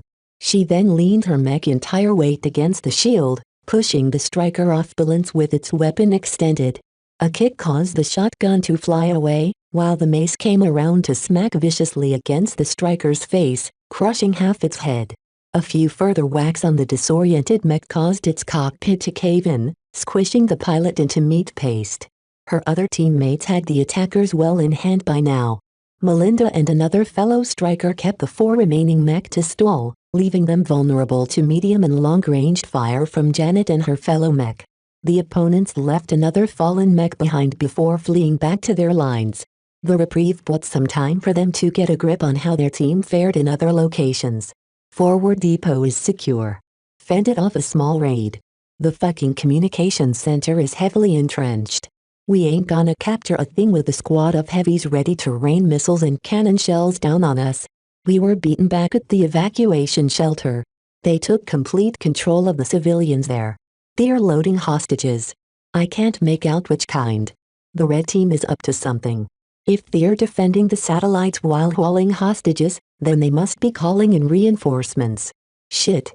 We gotta stop them before they call in something nasty. Yeah, go ahead.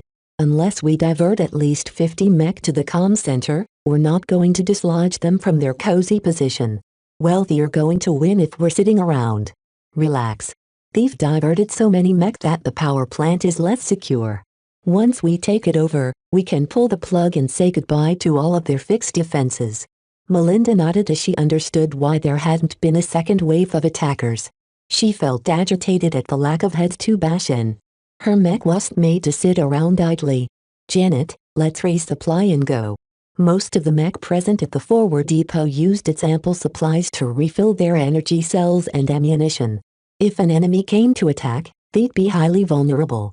Luckily, no one came, and Melinda managed to refill her missile launchers and a couple of spent energy cells.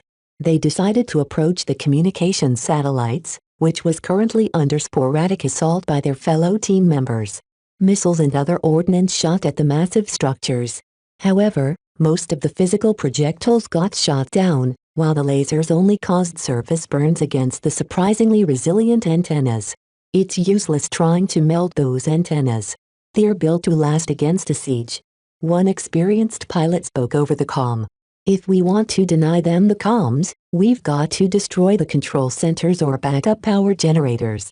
We need to get close somehow. It's too risky to go in by air or at ground level. Is there an underground access point on this map? There are, but our enemies have mech holed up behind a lot of barricades. It's going to be hell pushing through any of the tunnels. We've got no choice. Melinda said, already having a bad feeling about this situation. Unless you want to keep dicking around trying to melt all the antennas with your lasers, we've got to do something to disrupt whatever they're up to. Let's meet up to the north access point. Melinda left Janet behind. Her cannons won't be useful in the tight confines of the underground. While Janet and her cannoneer stayed behind in order to provide supporting fire, Melinda gathered a ragtag bunch of mech with the same thing in mind and entered the tunnel to the north of the comm center. The dark environment only lit up with red emergency lights, too dim to provide effective lighting. Melinda and a dozen other mech switched their sensor mode from optical to whatever night or dark vision they possessed. Their scout went ahead at a faster but less noisy stride, disappearing for several minutes before sending back his observations. 6 light and medium mech spotted at the juncture ahead. It's a warning post. They're going to make a run for it as soon as we appear. We're not built for stealth. A rifleman noted. Let's focus on storming half of them while letting the rest go. It's gonna suck if they get off a warning, but I don't think we have any better solutions. Sounds alright to me. Okay. Let me go in front. Melinda insisted despite the presence of several light mech in their midst. I might not be as fast, but I'm the only one with the biggest shield. Fine by us. One of the light mech pilots spoke.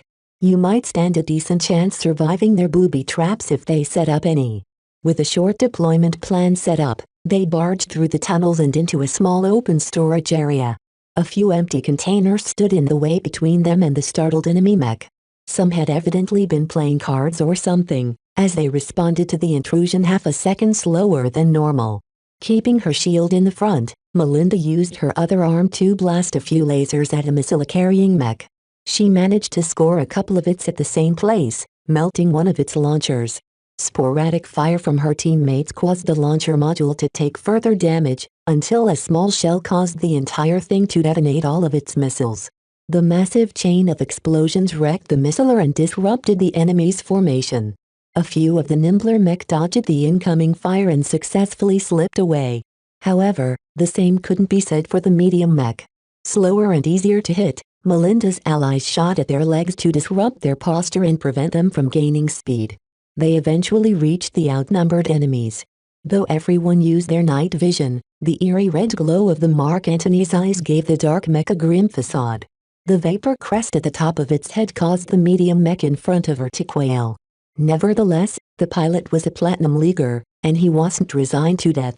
The enemy mech fired off an entire salvo of short-ranged missiles that blew back the Mark Antony, yet still the shield held though with half of its layers gone. "You're going to pay for that," she yelled and dove back in to bash the mech into a battered pile of components. The other mech finished off the remaining enemies. "Let's move on." As they reached the end of the tunnel, they met with a stream of cannon fire. One of Melinda's teammates got hit in the leg, severely damaging his mech mobility. "Shit. My left leg's a goner. Make way." Melinda yelled and surged at the front to hold her shield over the fallen mech. Someone dragged his ass behind cover. "What do we do now? We haven't got enough firepower to contend against their cannons. Did you forget our objective? Push through no matter the cost." Without waiting for a reply, Melinda stepped forward and bravely took the lead. The other mech hesitated before deciding that they didn't have another opportunity. They followed with gusto. Those with ranged weapons fired while on the run, causing very little damage to the cannoneers down the tunnel, but it did force them to keep their heads behind cover. As Melinda kept up her run, her mech continued to get hammered by shockwaves as its shield received constant cannon impacts. It was tough for her to bowl through the sheer amount of kinetic energy thrown in her way, but the adverse circumstances only made her heart pump faster. "That's it. Keep firing on me. My mech can take the punishment." The shield started to lose its square shape as the ends got shut off. Some of the shells even exploded against her armor, causing several cracks. Still, she successfully closed the distance before the cannons could do worse. With her halved shield, she bashed one enemy mech aside while her mace pounded against the cannon of another enemy, disabling the weapon. Her opponent retaliated by throwing the useless weapon toward her, causing her to falter in her follow-up. The mech used the gap to unsheath the sword behind its back. By the time the sword slashed down at her, Melinda managed to regain enough balance to block the strike with her shield, causing it to split apart. Angry at the loss of her shield, she fired a couple of quick laser blasts before pouncing aggressively with her mace. The lasers distracted the mech long enough for her mace to disable the enemy mech's sword arm. Her subsequent strikes successfully wrecked its forelimbs. The narrow confines and the barricades made it difficult for both sides to see how the battle progressed. Nevertheless, Melinda felt confident her team had the upper hand. She conveniently scavenged her fallen opponent's sword before hunting her next victim. That was until a salvo of long-ranged missiles streaked from the dark. Melinda hastily jumped back and picked the recently disabled mech. Its IF systems was still operating, so most of the missiles turned at the last second to acquire other targets or explode against the walls of the tunnel. She dropped the half-dead mech once the missiles had been spent. "That was a neat trick." A surprisingly young voice echoed from the tunnel. "But I'm afraid that's where your luck will end." The darkness made way for a brightly colored mech. Its white exterior showed no marks, and even its shield looked pristine. The tall and majestic-looking mech had held back so far, keeping it and a small squad holed up at the exit to the surface. "Well shit," Melinda said, noting how her shield was gone and her armor looked cracked and scorched. "You're running the stock model?" "Indeed I am," the pilot replied conceitedly.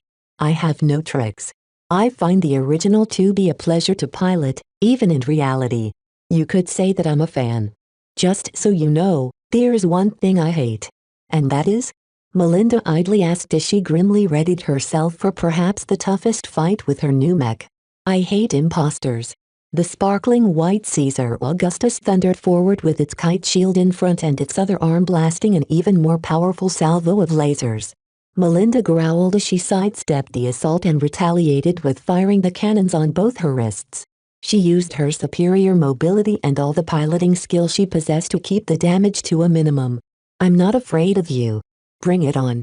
Chapter 27, Absolute Power in an Unspoken Agreement. The reinforcements that came with the Caesar Augustus busied themselves with fending off Melinda's allies. "That's a nice mech you got there. Shame about the armor though.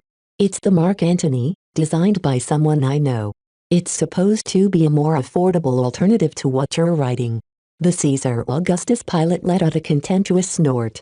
"The mere thought of cheapening any of this frame's components is abhorrent. It goes against everything this August mech stands for. You and your friend have no idea how much you sullied its grandeur." Like an unstoppable tide, the Caesar Augustus kept closing the distance as it exchanged laser blasts. Melinda's laser cannons were running hot, but the only thing she managed to achieve was to heat up the top layers of her opponent's shield, causing only a fraction of its mass to melt. Its defensive power was a testament to National Aeromotive's heat absorption research. "It's useless. Face the inevitability. You talk too much," Melinda yelled as she abandoned her laser fire for a close-in approach. Like a nimble gorilla, she threw her mech forward while juking as much shots as she could.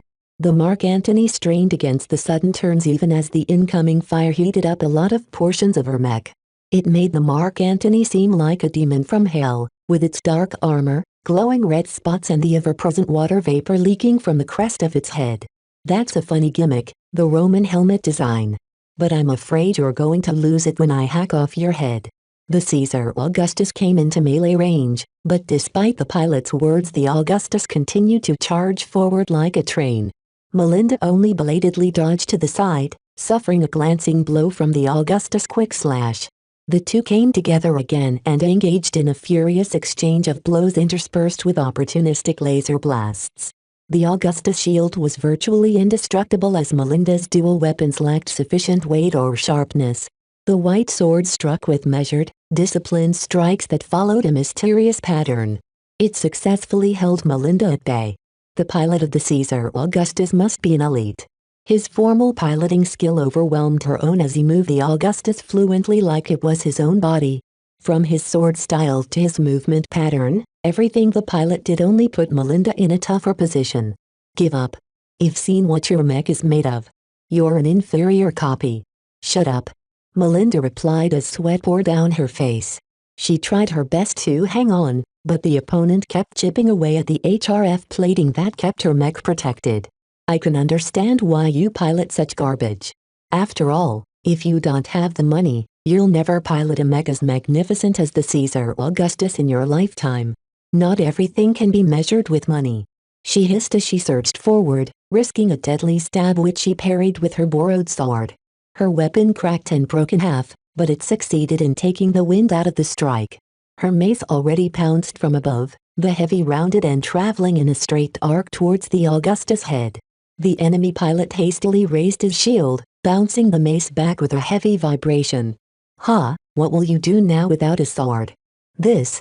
Melinda dropped the broken sword and used her wrist to fire a couple of point-blank laser blasts right in the eyes. While most of the head was able to endure the heat, the main sensors and the delicate components buried deeper in the head were not so lucky. The enemy pilot screamed as he lost his primary vision. He performed a reflexive bash with a shield that pushed the Mark Antony back. She stepped backwards along with the push, and started to slink sideways in order to take advantage of the fact the Augustus now relied on its secondary sensors. "You think you've blinded me? You're wrong." Surprisingly, the Augustus shifted adeptly in Melinda's direction. Perhaps wary of another point-blank surprise, the Augustus with its melted head kept its distance while firing its wrist laser. The Mark Antony spent its energy at a fast rate trying to dodge the shots. "I've been lenient to you so far. I didn't expect you to scorn my face. Very well, let me show you the real power of the first emperor." The Augustus dropped its shield, relinquishing much of its defensive advantage over the Mark Antony. Nevertheless, the Augustus moved forward with renewed grace. The enhanced speed alarmed Melinda, and it took all she had to dodge the Augustus' masterful sword stroke. The follow-up strikes chipped away at the Mark Antony's exterior, shaving off several portions of its arm and torso armor. Melinda pushed down her panic and kept composed as she danced around with her mech. As each second passed, she felt her conscious mind grow more intense. The Mark Antony's dark form echoed her every thought, allowing her to avoid the Augustus swords repeatedly. Even in the instances where she couldn't avoid damage, she exerted her utmost to let the sword strike her mech's best armored sections. All you can do is run like a cockroach and jump like a monkey. The pilot bellowed, frustrated at the continual chase. That's all a cheap or riding a cheap imitation like you can do. You'll never be able to match me and my mech brilliance. An irrational spike of fury invaded Melinda's thoughts. All her formal guard training warned her not to lose her composure. Having spent a lot of time mediating between hotheads piloting multi-ton war machines, she was well aware of the dangers of letting your anger get the better of your decision-making. The Mark Antony. I suppose you're not familiar with ancient Terran history. You see, way back then, Augustus defeated Mark Antony repeatedly. And now, history will repeat itself. Your cheap joke of a mech will never be as worthy as mine. None of her reservations remained. Indignant at being looked down at, she willingly embraced her anger and howled. The ferocious call stuttered the young pilot's attack, causing him to present an unforgivable gap in his assault. Melinda struck out with her mace with the limits of her mech capacity, channeling the kinetic energy of her mech legs, its rotating torso and its entire arm in a single devastating swipe that landed accurately against the Augustus sword grip. The fingers crunched as the impact of an entire mech momentum couldn't be stopped by such delicate limbs. The middle and ring fingers even separated entirely. Despite the critical damage, the Augustus was nimble enough to throw its sword to its other hand. Once the Augustus regained its weapon, the Mark Antony would suffer as it overextended itself severely in its last attack. Melinda's eyes sharpened as she used the brief moment to do something unorthodox. She engaged the emergency release catches that kept the Mark Antony shoulder launchers attached to its armor. Using the remnants of her mech forward momentum, she caused her mech to bodily fling the launchers at the gobsmacked Augustus. No matter how much money you have, you can't spend your way to victory. Melinda grinned as she waved goodbye with her mech free hand. She activated the overrides that caused all the missiles to explode their payloads at once. Twin suns appeared in their midst, blasting the Mark Antony backwards. The explosion further cracked her mech armor, but she was able to get it to stay on its feet. As the smoke and fire cleared, the Caesar Augustus looked much sorrier than before. Its armor surprisingly only sported a few cracks and craters despite suffering 2 concentrated magazine detonations. Unfortunately, even if its armor retained much of its effectiveness, the more delicate components underneath suffered worse. The amalgamated explosions radiated the combined shock waves of a full salvo of missiles. Worse, the propellants of the missiles hadn't been expended at all, so they blew up all at once as well, adding an incinerating quality to the explosions that left the bedraggled Augustus half burning in mechanical agony. What is this? I can't move my mech. The distressed young man said as he kept trying to take control over his mech twitching limbs. The Augustus is only mortal. Melinda interjected as she guided her mech foot to crunch the other hand of her opponent's mech into scrap. The Mark Antony ominously leaned over, bringing its menacing and battle-scarred face close to the Augustus' half-smashed and half-burned face. You're not invincible inside that expensive toy of yours. At least I'm able to afford one in the real universe. You'll get your ass whipped just the same. Melinda noted, then bashed her mace against the Augustus' torso. The cracks expanded but the armor surprisingly held up against the blunt force trauma she frenziedly inflicted. By the time her mace broke off from the abuse, the enemy pilot's body had long since fallen apart from the excessive shock impacts. Tossing the useless handle away, Melinda walked over and picked up the fallen mech virtually pristine sword and shield. Thanks for letting me borrow this, buddy. She swept her gaze at the confused melee around her. Though her duel with the Caesar Augustus expended much out of her mech, it lasted only around 2 minutes. Victory and defeat hadn't been decided yet, but Melinda already pounced at the nearest enemy mech from the flanks. The opponent wasn't able to keep its attention in 2 directions at once, and lost its lower leg to a cruel slice of Melinda's new sword. This weapon's much better than I thought. she pleasingly muttered, though she missed the crunchy feel of her mace. With Melinda's help, she freed up her preoccupied teammates, leaving them free to help out the others in turn. This caused the scales of battle to tip in their favor rapidly, leading the enemy to a solid rout as their remnants retreated up to the surface. The Mark Antony raised its appropriated sword, causing the survivors to cheer in victory. Despite not having any advantage in the quality of her mech or her league ranking, she still managed to exude the quality of a leader. Most of the mech who fought alongside of her were willing to follow her directions. Pleased at the deference she enjoyed, Melinda lowered the sword until it pointed towards the exit. "We have a base to wreck. Let's go." The group of mechs squeezed out of the exit and finally reached the surface. Most of the defenders were still stuck guarding against outside attackers, but some of them had already been alerted to the intrusion. "Show me where their control center is located." 6 o'clock, the dome by the tower-like structure. "All right, boys and girls, we've got only one thing left before we can call it a day. To the control center." Despite the many mech that turned around to take care of the threat that popped up in their midst, the invaders had initiative on their side and they only needed a short time to reach the control center. The hard-shell dome protected it against all kinds of ordnance, but when Melinda crashed the lower edge of her kite shield against the surface, it cracked and started to cave in. Some of the other mech with melee weapons joined in the fun while the rest fended off the approaching defenders. "We can't hold out much longer. Keep it up. We just need a little more time." The Mark Antony's last 3 shield attacks succeeded in prying open a hole. A light mech with a flamethrower immediately went to her side and fired off a lethally hot stream of flame that incinerated all of the control center's personnel and computers.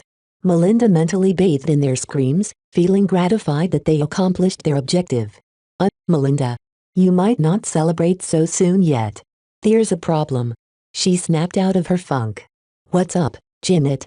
"Well, you guys managed to destroy the control center, but not before they called in the first wave of their reinforcements. You better look up in the sky." Her sensors readjusted. She could see a small speck in the sky growing larger. It was an entry pod, allowing Mech to arrive on the surface of a planet with the speed of free fall. The pod grew larger, and larger, and larger, and larger. That's not a normal pod. The pod was way too big to fit a single mech. From the size of it, Melinda estimated the pod could fit in at least 8 to 12 medium mech, which was difficult to fend off. Only until the pod engaged its boosters to slow down its downward crash did Melinda feel that something was off. Those boosters released so much force that it rattled the entire comm center. It was as if the boosters were working their ass off, arresting the fall of something much larger than a bunch of regular mech.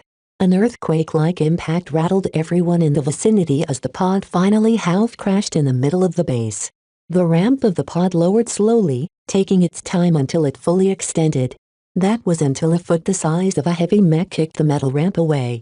The rectangular piece of metal screeched as it bounced off the ground only to crash against the base of an antenna.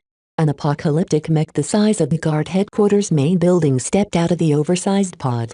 Each footstep seemed to rumble the footing of the other mech, leading to a growing unease among the blue team.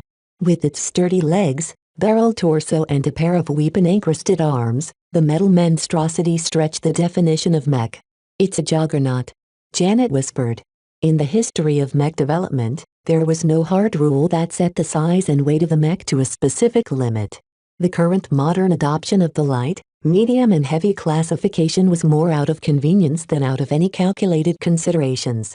The doctrines that followed were what really cemented the classifications in place. A light mech is fast and stays alive by remaining unseen or dodging enemy attacks. They usually act as scouts, saboteurs or flankers. They also make excellent flyers. A medium mech is nimble on its feet and can withstand a limited amount of damage. They are the jack of all trades in the mech world, able to fulfill any role with their unparalleled flexibility. A heavy mech doesn't bother dodging, instead choosing to tank all the attacks coming its way. It is regarded as a tank due to the ease it is able to defend a position or break through enemy lines. An entire industry has sprung up around these 3 archetypes. The system of developing and licensing interchangeable and modular components came about when different customers demanded they wanted to mount their favorite toys on their favorite mech. Many advanced components invented these days restricted their use to a single weight class in order to maintain compatibility. But regardless of this thriving ecosystem of mech and mech parts, there were always some parties that wanted to take a step forwards for themselves. One such moment happened at the new Rubarth Empire's introduction of the Juggernaut to the battlefield. The Juggernaut was a mech that had the ability to contend against a low-flying spaceship. Its frame and its countless components weighed as much as a dozen heavy mech, but was about 100 to 1,000 times more expensive to build. The many technologies that kept such a gargantuan in one piece and prevented it from collapsing under its own weight were very expensive to reproduce. Such a large and heavy mech simply didn't appear to be economical. That never stopped the new Rubarthans, though. They painstakingly invested in its development and kept the project under wraps for at least an entire mech generation. Only until they refined the design well enough to be able to operate in hostile planetary environments did they release the first Juggernaut on the battlefield. It left behind a massacre back then.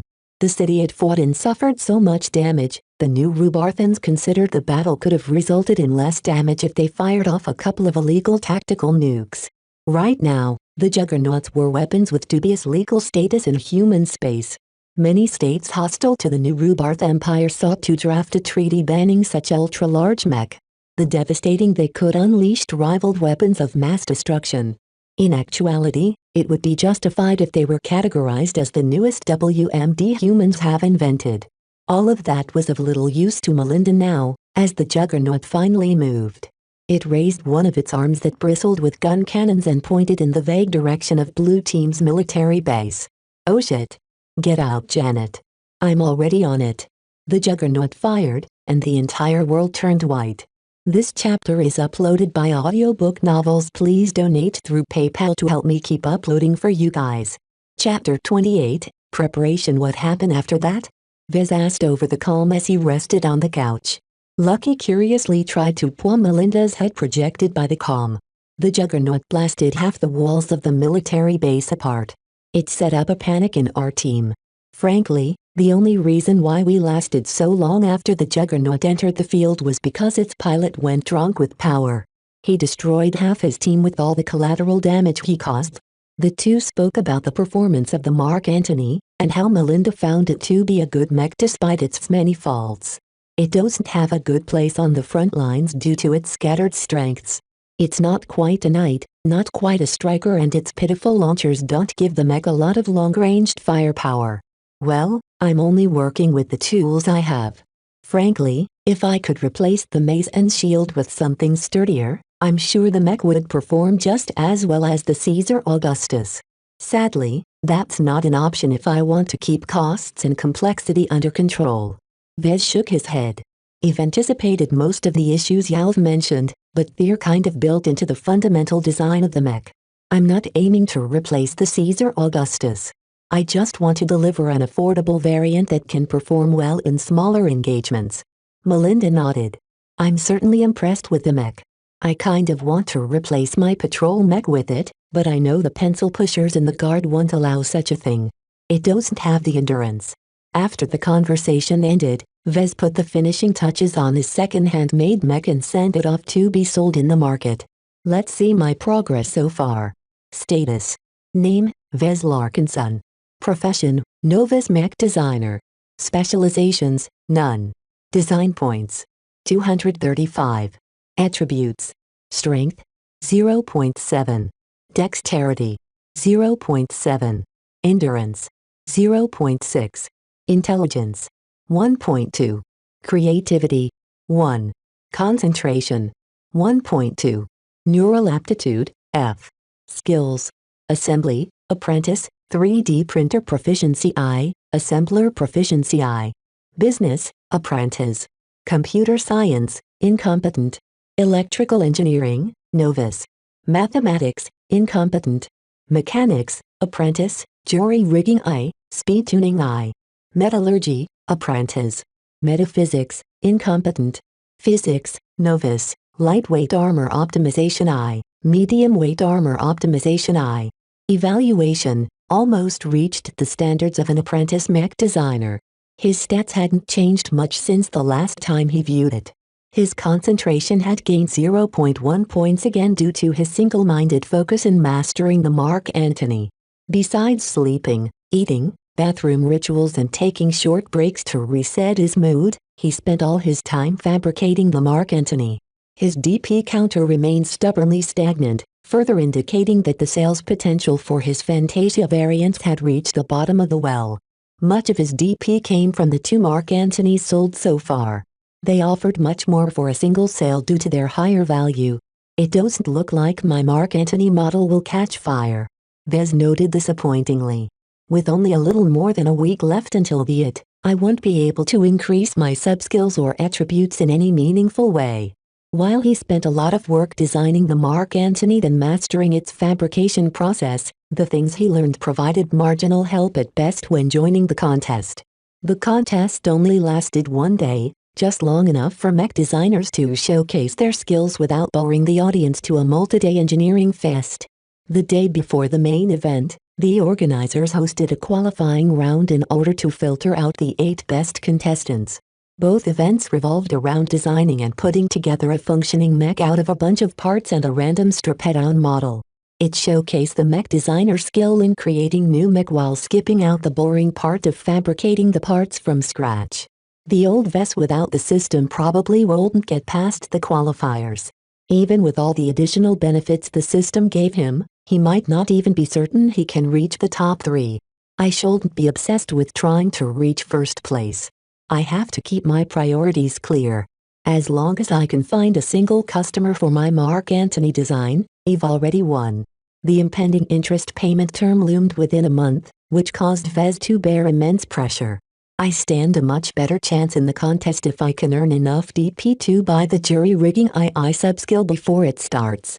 He already experienced the power of jury rigging the skill energized with his creativity, allowing him to form unorthodox solutions to complicated technical problems. It did not add any new knowledge, but instead improved his ability to combine the knowledge he already learned into something new. An example would be to strip a laser rifle and turn it onto a shoulder mount.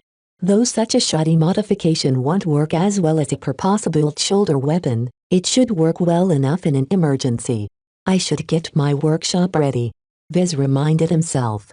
If all went well, he should be able to find the customer for his new design. He'd have to get his workshop ready and running by the time he got back from the event. First he took a look at his 3D printer. As a fairly old, second-hand model, it lacked the most current technology in fabrication. Vez meticulously went through the settings of the printer, and with the help of his improved knowledge in assembly, added presets that helped fabricate certain parts easier and with less errors. Then, he looked at his inventory. Besides the raw materials required to produce the HRF armor plating, he lacked pretty much everything else required to build up a Mark Antony. Vez took note of the list of raw materials and visited the local site of the Mech Trade Association. The MTA offered many services to anyone looking to build, buy or sell a mech. It conveniently partnered with resource wholesalers that allowed them to sell various raw materials through a convenient market interface. To fabricate the HRF requires about 11 million bright credits in raw materials. To purchase the rest of the materials requires just 7 million credits. The total cost comes at 18 million credits. If I charge 24 million credits for the Mark Antony, I'll recoup my cost and earn just enough profit to meet my next interest payment. Selling a mech that priced at 24 million credits was much easier than one that demanded more than double the amount. It cost 45 million credits in total to cover the raw materials for the Caesar Augustus. The materials for the Augustus proprietary armor plating cost 38 million credits alone, and Vez lacked the facilities required to process exotic materials into advanced armor plating. These prices look reliable, but it's not entirely reflective of the entire market. Vez noted carefully, remembering what he learned in college about running a business. I'm sure there's plenty of private agreements between a small group of partners that offers substantially lower prices. Vez curiously inspected the market prices for the Caesar Augustus and its close variants. The official base model produced by National Aeromotive sold for a whopping 65 million credits. Naturally, as the original manufacturer and with the now mature Jason Kozlowski at the helm, The CA1 produced by NA was top quality. The few Mech designers that have licensed the Caesar Augustus sold the base model or its close variants for around 55 to 60 million credits. Perhaps they also offered lower prices, though they used private sales channels in order to conduct such business. The MTA's internal market site only listed public offerings, which in the Mech business is considered the tip of the iceberg. As a tiny Mech designer with a own business with no reputation, I don't possess the qualifications to seek out deals that are more favorable to me. I can only purchase the materials I require at market prices. This presented a big problem to Vez. The materials needed to build up the frame, power reactor, engines and everything else amounted to 7 million, which is 2 million more than the owed in his upcoming interest payment. As Vez had no ability to draw another loan, he had no way of purchasing the required materials without receiving an advance payment from a customer. That's also going to be a little tricky. The private Mech business used to be pretty chaotic. Customers sometimes refused to pay up, leaving the manufacturer in the hole. Sometimes the customer paid on time, but used the new Mech they acquired to extort the manufacturer into returning the money. Sometimes, manufacturers also screwed their customers in return. They used substandard materials and inferior components to fool their customers into believing they paid for quality when instead they got nothing but a fake. The establishment of the transgalactic MTA curtailed most instances of fraud and robbery. Customers looking to buy a reliable Mech used the MTA as a middleman. The MTA certified each Mech that passed through their hands, and made sure the Mech conformed to the submitted and agreed upon design between the seller and buyer. Mech designers and manufacturers also benefited from the MTA. For the cost of 1% of a Mech sales price, they could take advantage of its many services, such as certification, access to the internal market, to letting them take care of collecting payment from the buyer. It provided a safe platform to do business for many small and medium-sized businesses. The MTA, though officially a charity, also acted as enforcers. They rigidly enforced the prohibitions on installing weapons of mass destruction onto Mech. Any violators caught with dabbling in forbidden dangers like nukes or viruses would be squashed by the MTA's dreaded compliance department.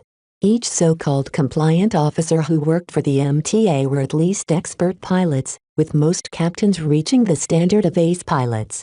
In comparison, Merlinda only reached the standard of advanced pilot, which was the minimum skill requirement to receive a piloting position in the Mech Corps. If I do my business through the MTA, I won't need to worry about the authenticity of the advance payment. My customers will also receive some assurance from the organization.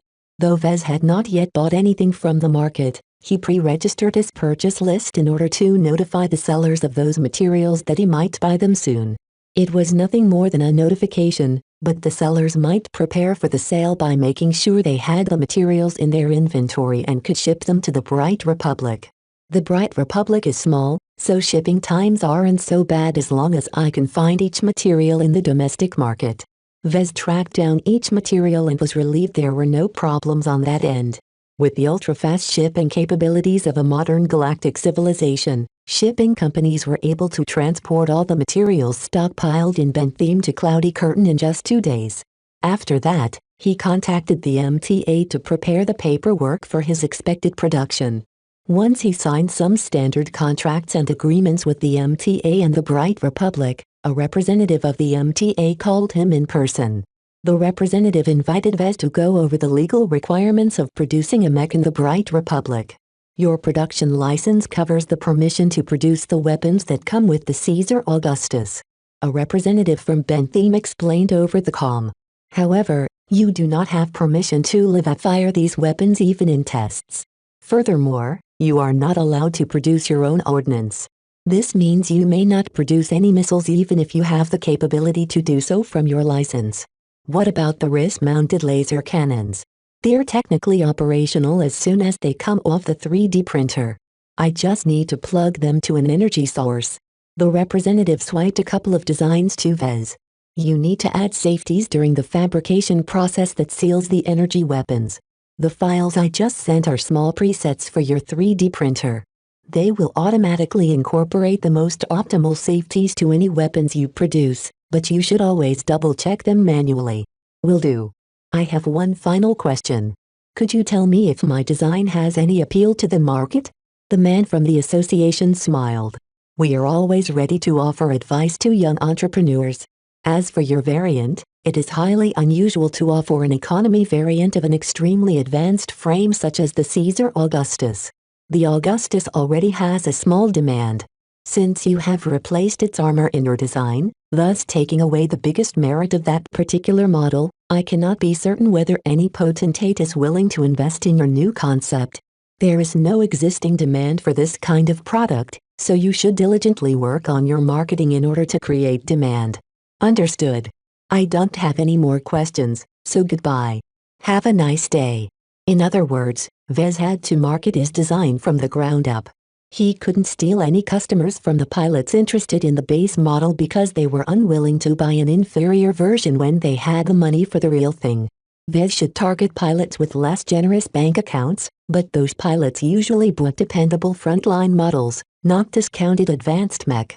These two categories differed significantly in terms of endurance, maintenance cost and overall longevity. Regular frontline mech were built to last. I'll cross that bridge when I get there. For the remainder of the time, Vez kept diligently producing the Mark Antony in his virtual workshop. He accumulated a decent amount of experience in fabricating the most troublesome parts, and with his deep knowledge of the frame and its base model he felt confident he could fabricate a functioning mech with his own equipment. The days passed quickly. The day of departure arrived. The Bright Republic offered free transportation to Bentham for all contestants. As one of many participants to the annual Young Tigers exhibition, Vez joined the crowd of hopeful pilots at the spaceport while holding Lucky to his chest and leading a floating luggage carrier carrying his clothes and other stuff. Man, I don't know why I'm even coming. Only Grant has a shot of reaching the top 10. A young graduate complained. What do you know? A tall and heavy-set pilot said with a sneer. If you manage to reach the top 200, you'll easily be able to land a job at a reputable mercenary corps. I'm not talking about the 5 or 10-man shows, I'm talking about the real deal, like Pritchard's Bannerman or the Red Bishops. Seriously? No wonder my uncle wanted me to participate. It not only showcases our generation's talent to the Republic, it also acts as a job fair. Plenty of employers are watching the show. If they like a pilot, they don't hesitate to offer a contract. My brother landed a spot with the Crossman that way. The idle chatter of the potentates unintentionally revealed many useful things to Vez. Besides the government and the Mech Corps, he could also expect a lot of mercenaries to attend. Their main purpose was to look for fresh blood to replenish their ranks. It was questionable whether they'd be open to buy a new mech. Vez had his work cut out for him in the next couple of days.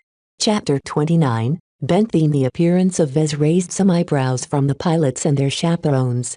I haven't seen you around in class. One of the men stated as he looked at Vez's collar. Are you sure y'all boarded the right shuttle? Every potentate wore a small pin on their collar, chest or arm that denoted their status. It was an exclusive privilege to the 3.5% that marked them special. With it, they enjoyed priority services, had access to VIP sections, and had their safety taken care of first before the rest could take their turn. The entire scheme originated from the New Rubarth Empire, but pretty much every human state other than the Terrans copied the treatment. They also took over the rule that stated that any fraudulent use of such pins invited severe punishment. Security already screened me before letting me in. I'm a participant of the Mech Design competition. Mech Design? A young fresh-faced woman dubiously said. So you're not a pilot? No. That pretty much killed the conversation. The pilots all turned around and went back to their own discussions. The blatant disregard hurt Vez a little, but he had grown used to such behavior ever since he turned 10. Before his genetic aptitude was tested, he behaved just as arrogantly as the other potentates.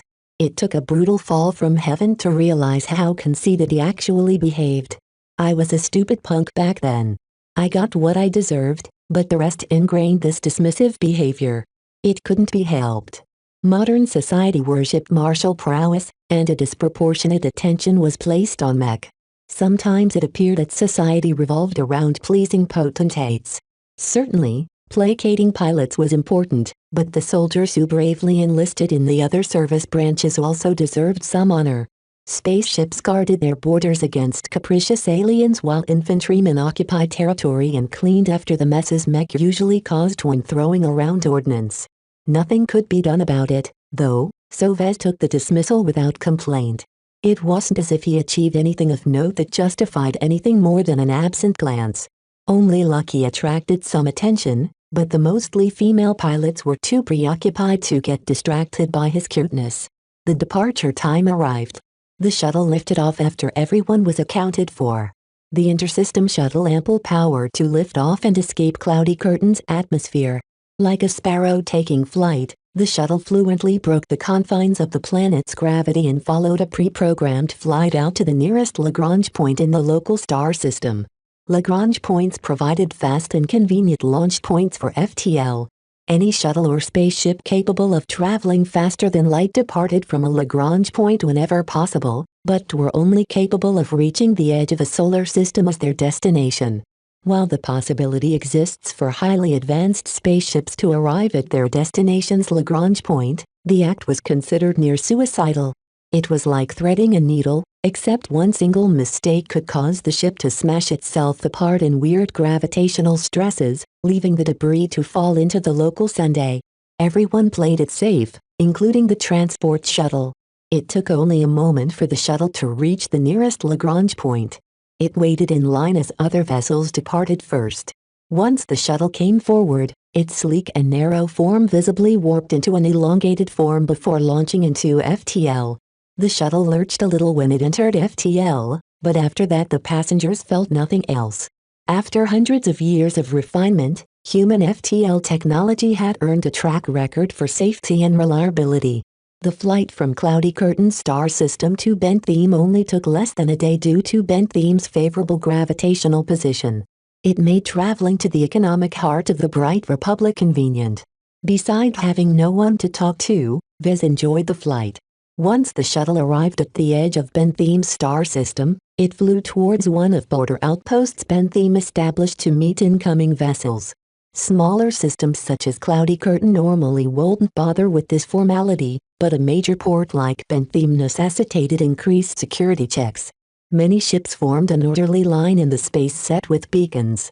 Small patrol ships flew alongside them, scanning their interior for any contraband while determining their origins and destinations.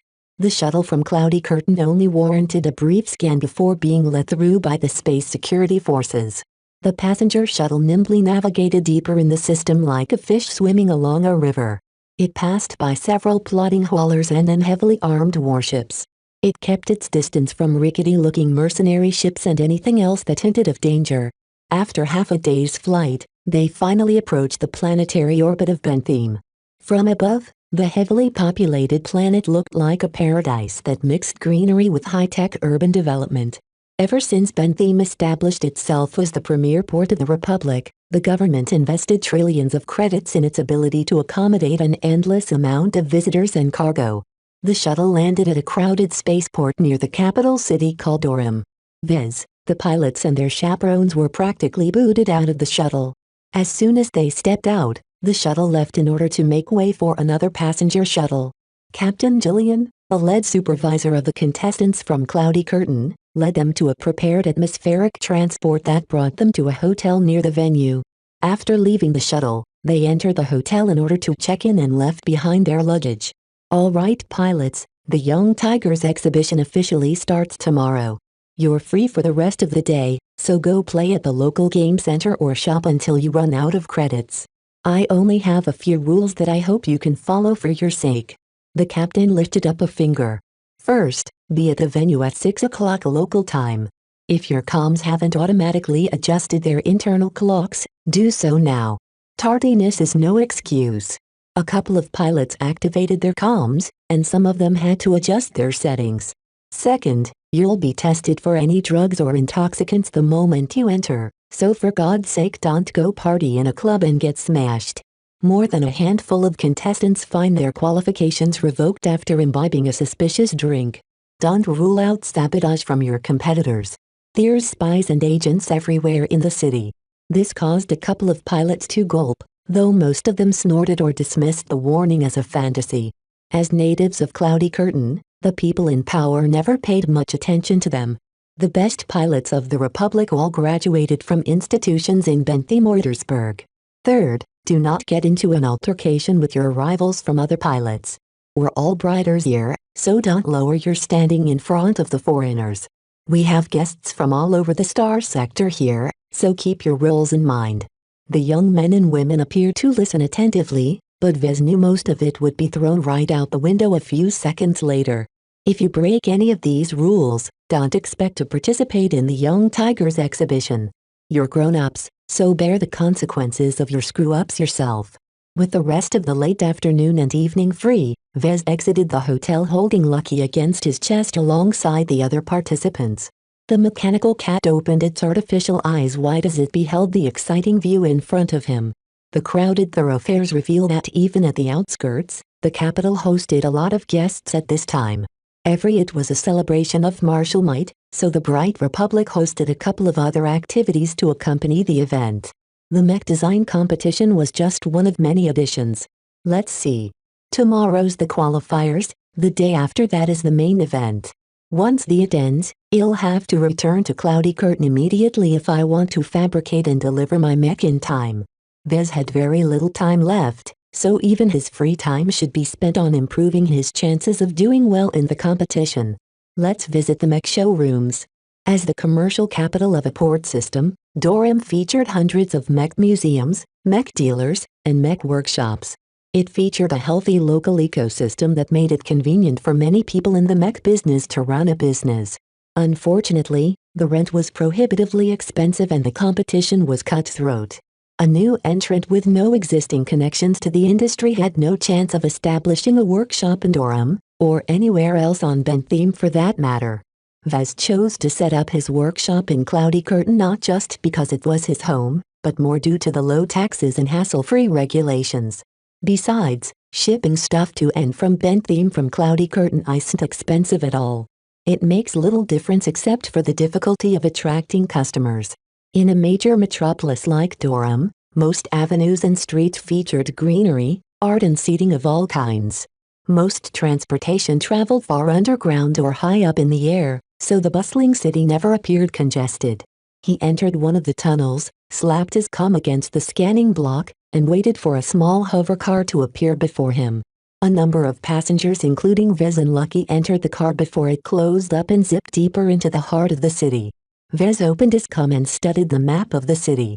He entered a few search parameters and found a listing of mech showrooms open to the public. Narrowing the list down further, he was finally left with 3 venues that featured the Caesar Augustus. 2 places showed off the base model, while the remaining showroom hosted a variant. After arriving downtown, Vez took a smaller underground vehicle in order to bring him to the first venue called Bosworth's, a giant branch of one of the biggest commercial dealers of civilian mech in the Star Sector. With the name of the company emblazoned at the front of the stadium-sized showroom, it attracted countless of pilots and enthusiasts every day. After paying a small fee at the entrance, Vez entered the interior of the showroom and found his way to the section where their Caesar Augustus was hosted. After several minutes of appreciating the other mech on display, he finally reached one of Bosworth's prized possession. Vez squeezed through a crowd of hundreds as they admired and took pictures of the tall, majestic mech. Seeing it in person made the trip worth it to Vez. He built the mech in several of his personally developed variants many times by hand, but eventually he had to admit his only real experience was in a virtual workshop. How could working with digital code compare to working with real metals and real components? Even from a healthy distance, Vez felt the Caesar Augustus emanate an air of majesty. It was as if the model was an emperor of mech, and that it was natural for all other mech to bow before his presence. This craftsmanship is good. It's not a standard model by National Aeromotives, that's for sure. With his deep knowledge of the Caesar Augustus, he noticed a few minute traces that spoke of a different fabrication philosophy than what N.A. or Jason Kozlowski adhered to. These personal touches brought the base model along a different path to its peak. I wonder if the craftsman who worked on this particular model is aware of how he meshed his own thoughts into the model. With his extensive research on the X factor, Vez started to get a rudimentary sixth sense for the phenomenon. He spent plenty of time watching replays of the seventh Snake and Melinda in action, so he knew vaguely how the X factor was expressed. He tried to identify the vague sensations of emotions the model emanated, however faintly. It feels, the fabricator is old. Experienced. He treated the Augustus as his magnum opus, his best work. He must not have licensed the model himself, but got the opportunity to fabricate it once somehow, perhaps because he got hired for a single job. He relished the chance of being involved with building up an advanced mech, so he treated the work reverently.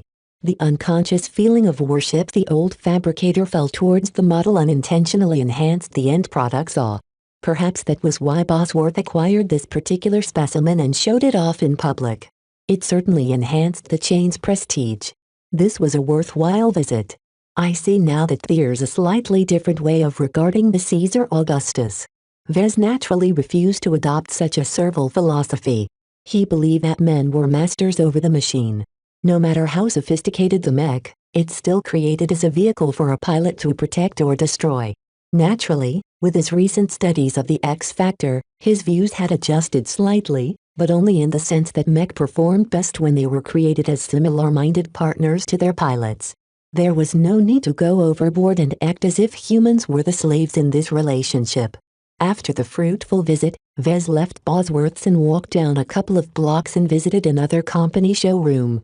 Though smaller, the seller mainly sold premium mech, so it received even more attention from the public. A long line of visitors waited in front of the store and Vez had to cough up a much higher fee to finally enter the premises. Seeing the magnificent mech all around him made him feel he was in mech heaven. But since he was short on time, he only threw a glance before reaching his destination. The Caesar Augustus Vez saw was virtually identical to the first one. Nevertheless, compared to the previous mech which managed to look imperial, this example seemed diminished. Perhaps it was due to the different lighting, or the fact that other expensive mechs surrounded it, but the mech that Vez seemed diminished. Many people were involved in its construction. The contours and components rigidly adhere to the standards demanded by its design, but that's the only advantage this model has. It's like this model is built by an assembly line. It was a manner of fabricating that spoke of scale, precision and efficiency. Instead of letting one fabricator make all the components by hand, a factory employed many people who all specialize in fabricating one single component. There would be one guy who makes only sensors, another person who's in charge of armor plating, and so on. This specialization ensured they maintained quality while keeping up a decent production pace. One of the worst things that could happen to a large-scale manufacturer is the occurrence of faults, so employing specialists or AIs that could take over such a role was key in maintaining consistency. It works if all you care about is the technical performance of the mech. Vez commented, feeling regretful that the manufacturer had not brought this mech to its full potential. I can't say I blame them. You can't measure X factor. Even though I learned so much, even the most renowned experts must still not have any means of quantifying the X factor. You couldn't put any value in an attribute that couldn't be seen or heard. Plenty of mech with a high potential of X factor were treated like disposable trash. That was because industry standards favored mass production over individual craftsmanship. Even the mech designers that start a business by themselves let their employees take over the tedious work of fabricating his models when the designer achieved success.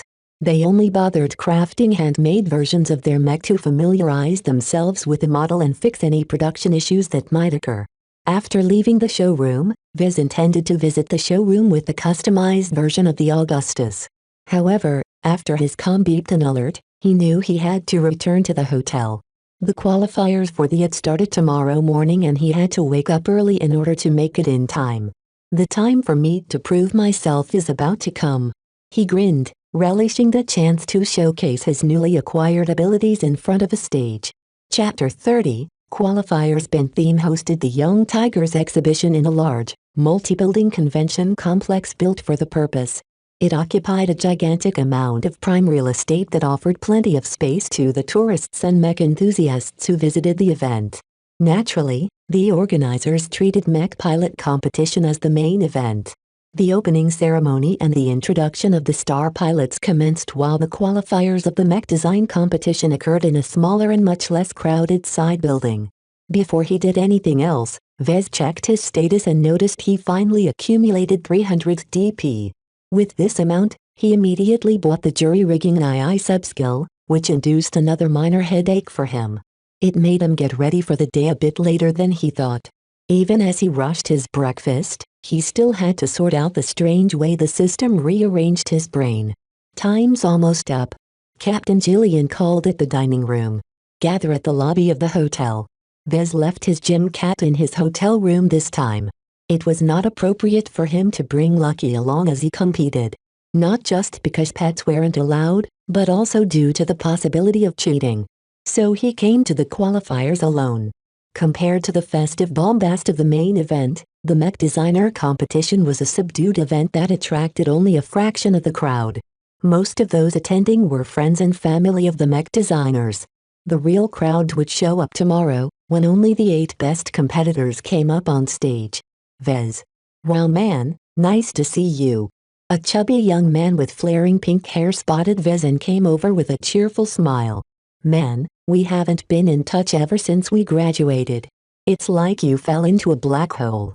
Vez smiled and bumped his former classmate with his fist. Hey Carlos. You've been having some trouble at home.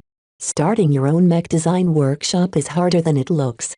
You actually went through with it? Never mind the hardware, how are you even capable of paying for the licenses? I had a little luck there. Vez proceeded to fill in most of what he did the last 2 months to his friend. Carlos Shaw looked at Vez with a mixed expression. I can't decide whether you're a lucky bastard or not. Only the dumbest grand institutes would give you a production license for the Caesar Augustus.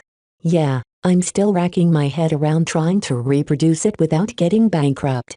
That's also why I'm here. I have to find a customer for my first mech or else I'm in deep shit. I envy your independence. You should see what I do for a living nowadays. My dad got me a connection to the quality control department of a wholesaler here in Bentham. Carlos followed the path of many other mech designers who graduated from Rittersburg. They started at the bottom in large corporations. Like many other young graduates, Carlos' current job had nothing to do with mech design in any shape or way. The only thing the job required of him was to test the mech that the company imported and note which parts were faulty.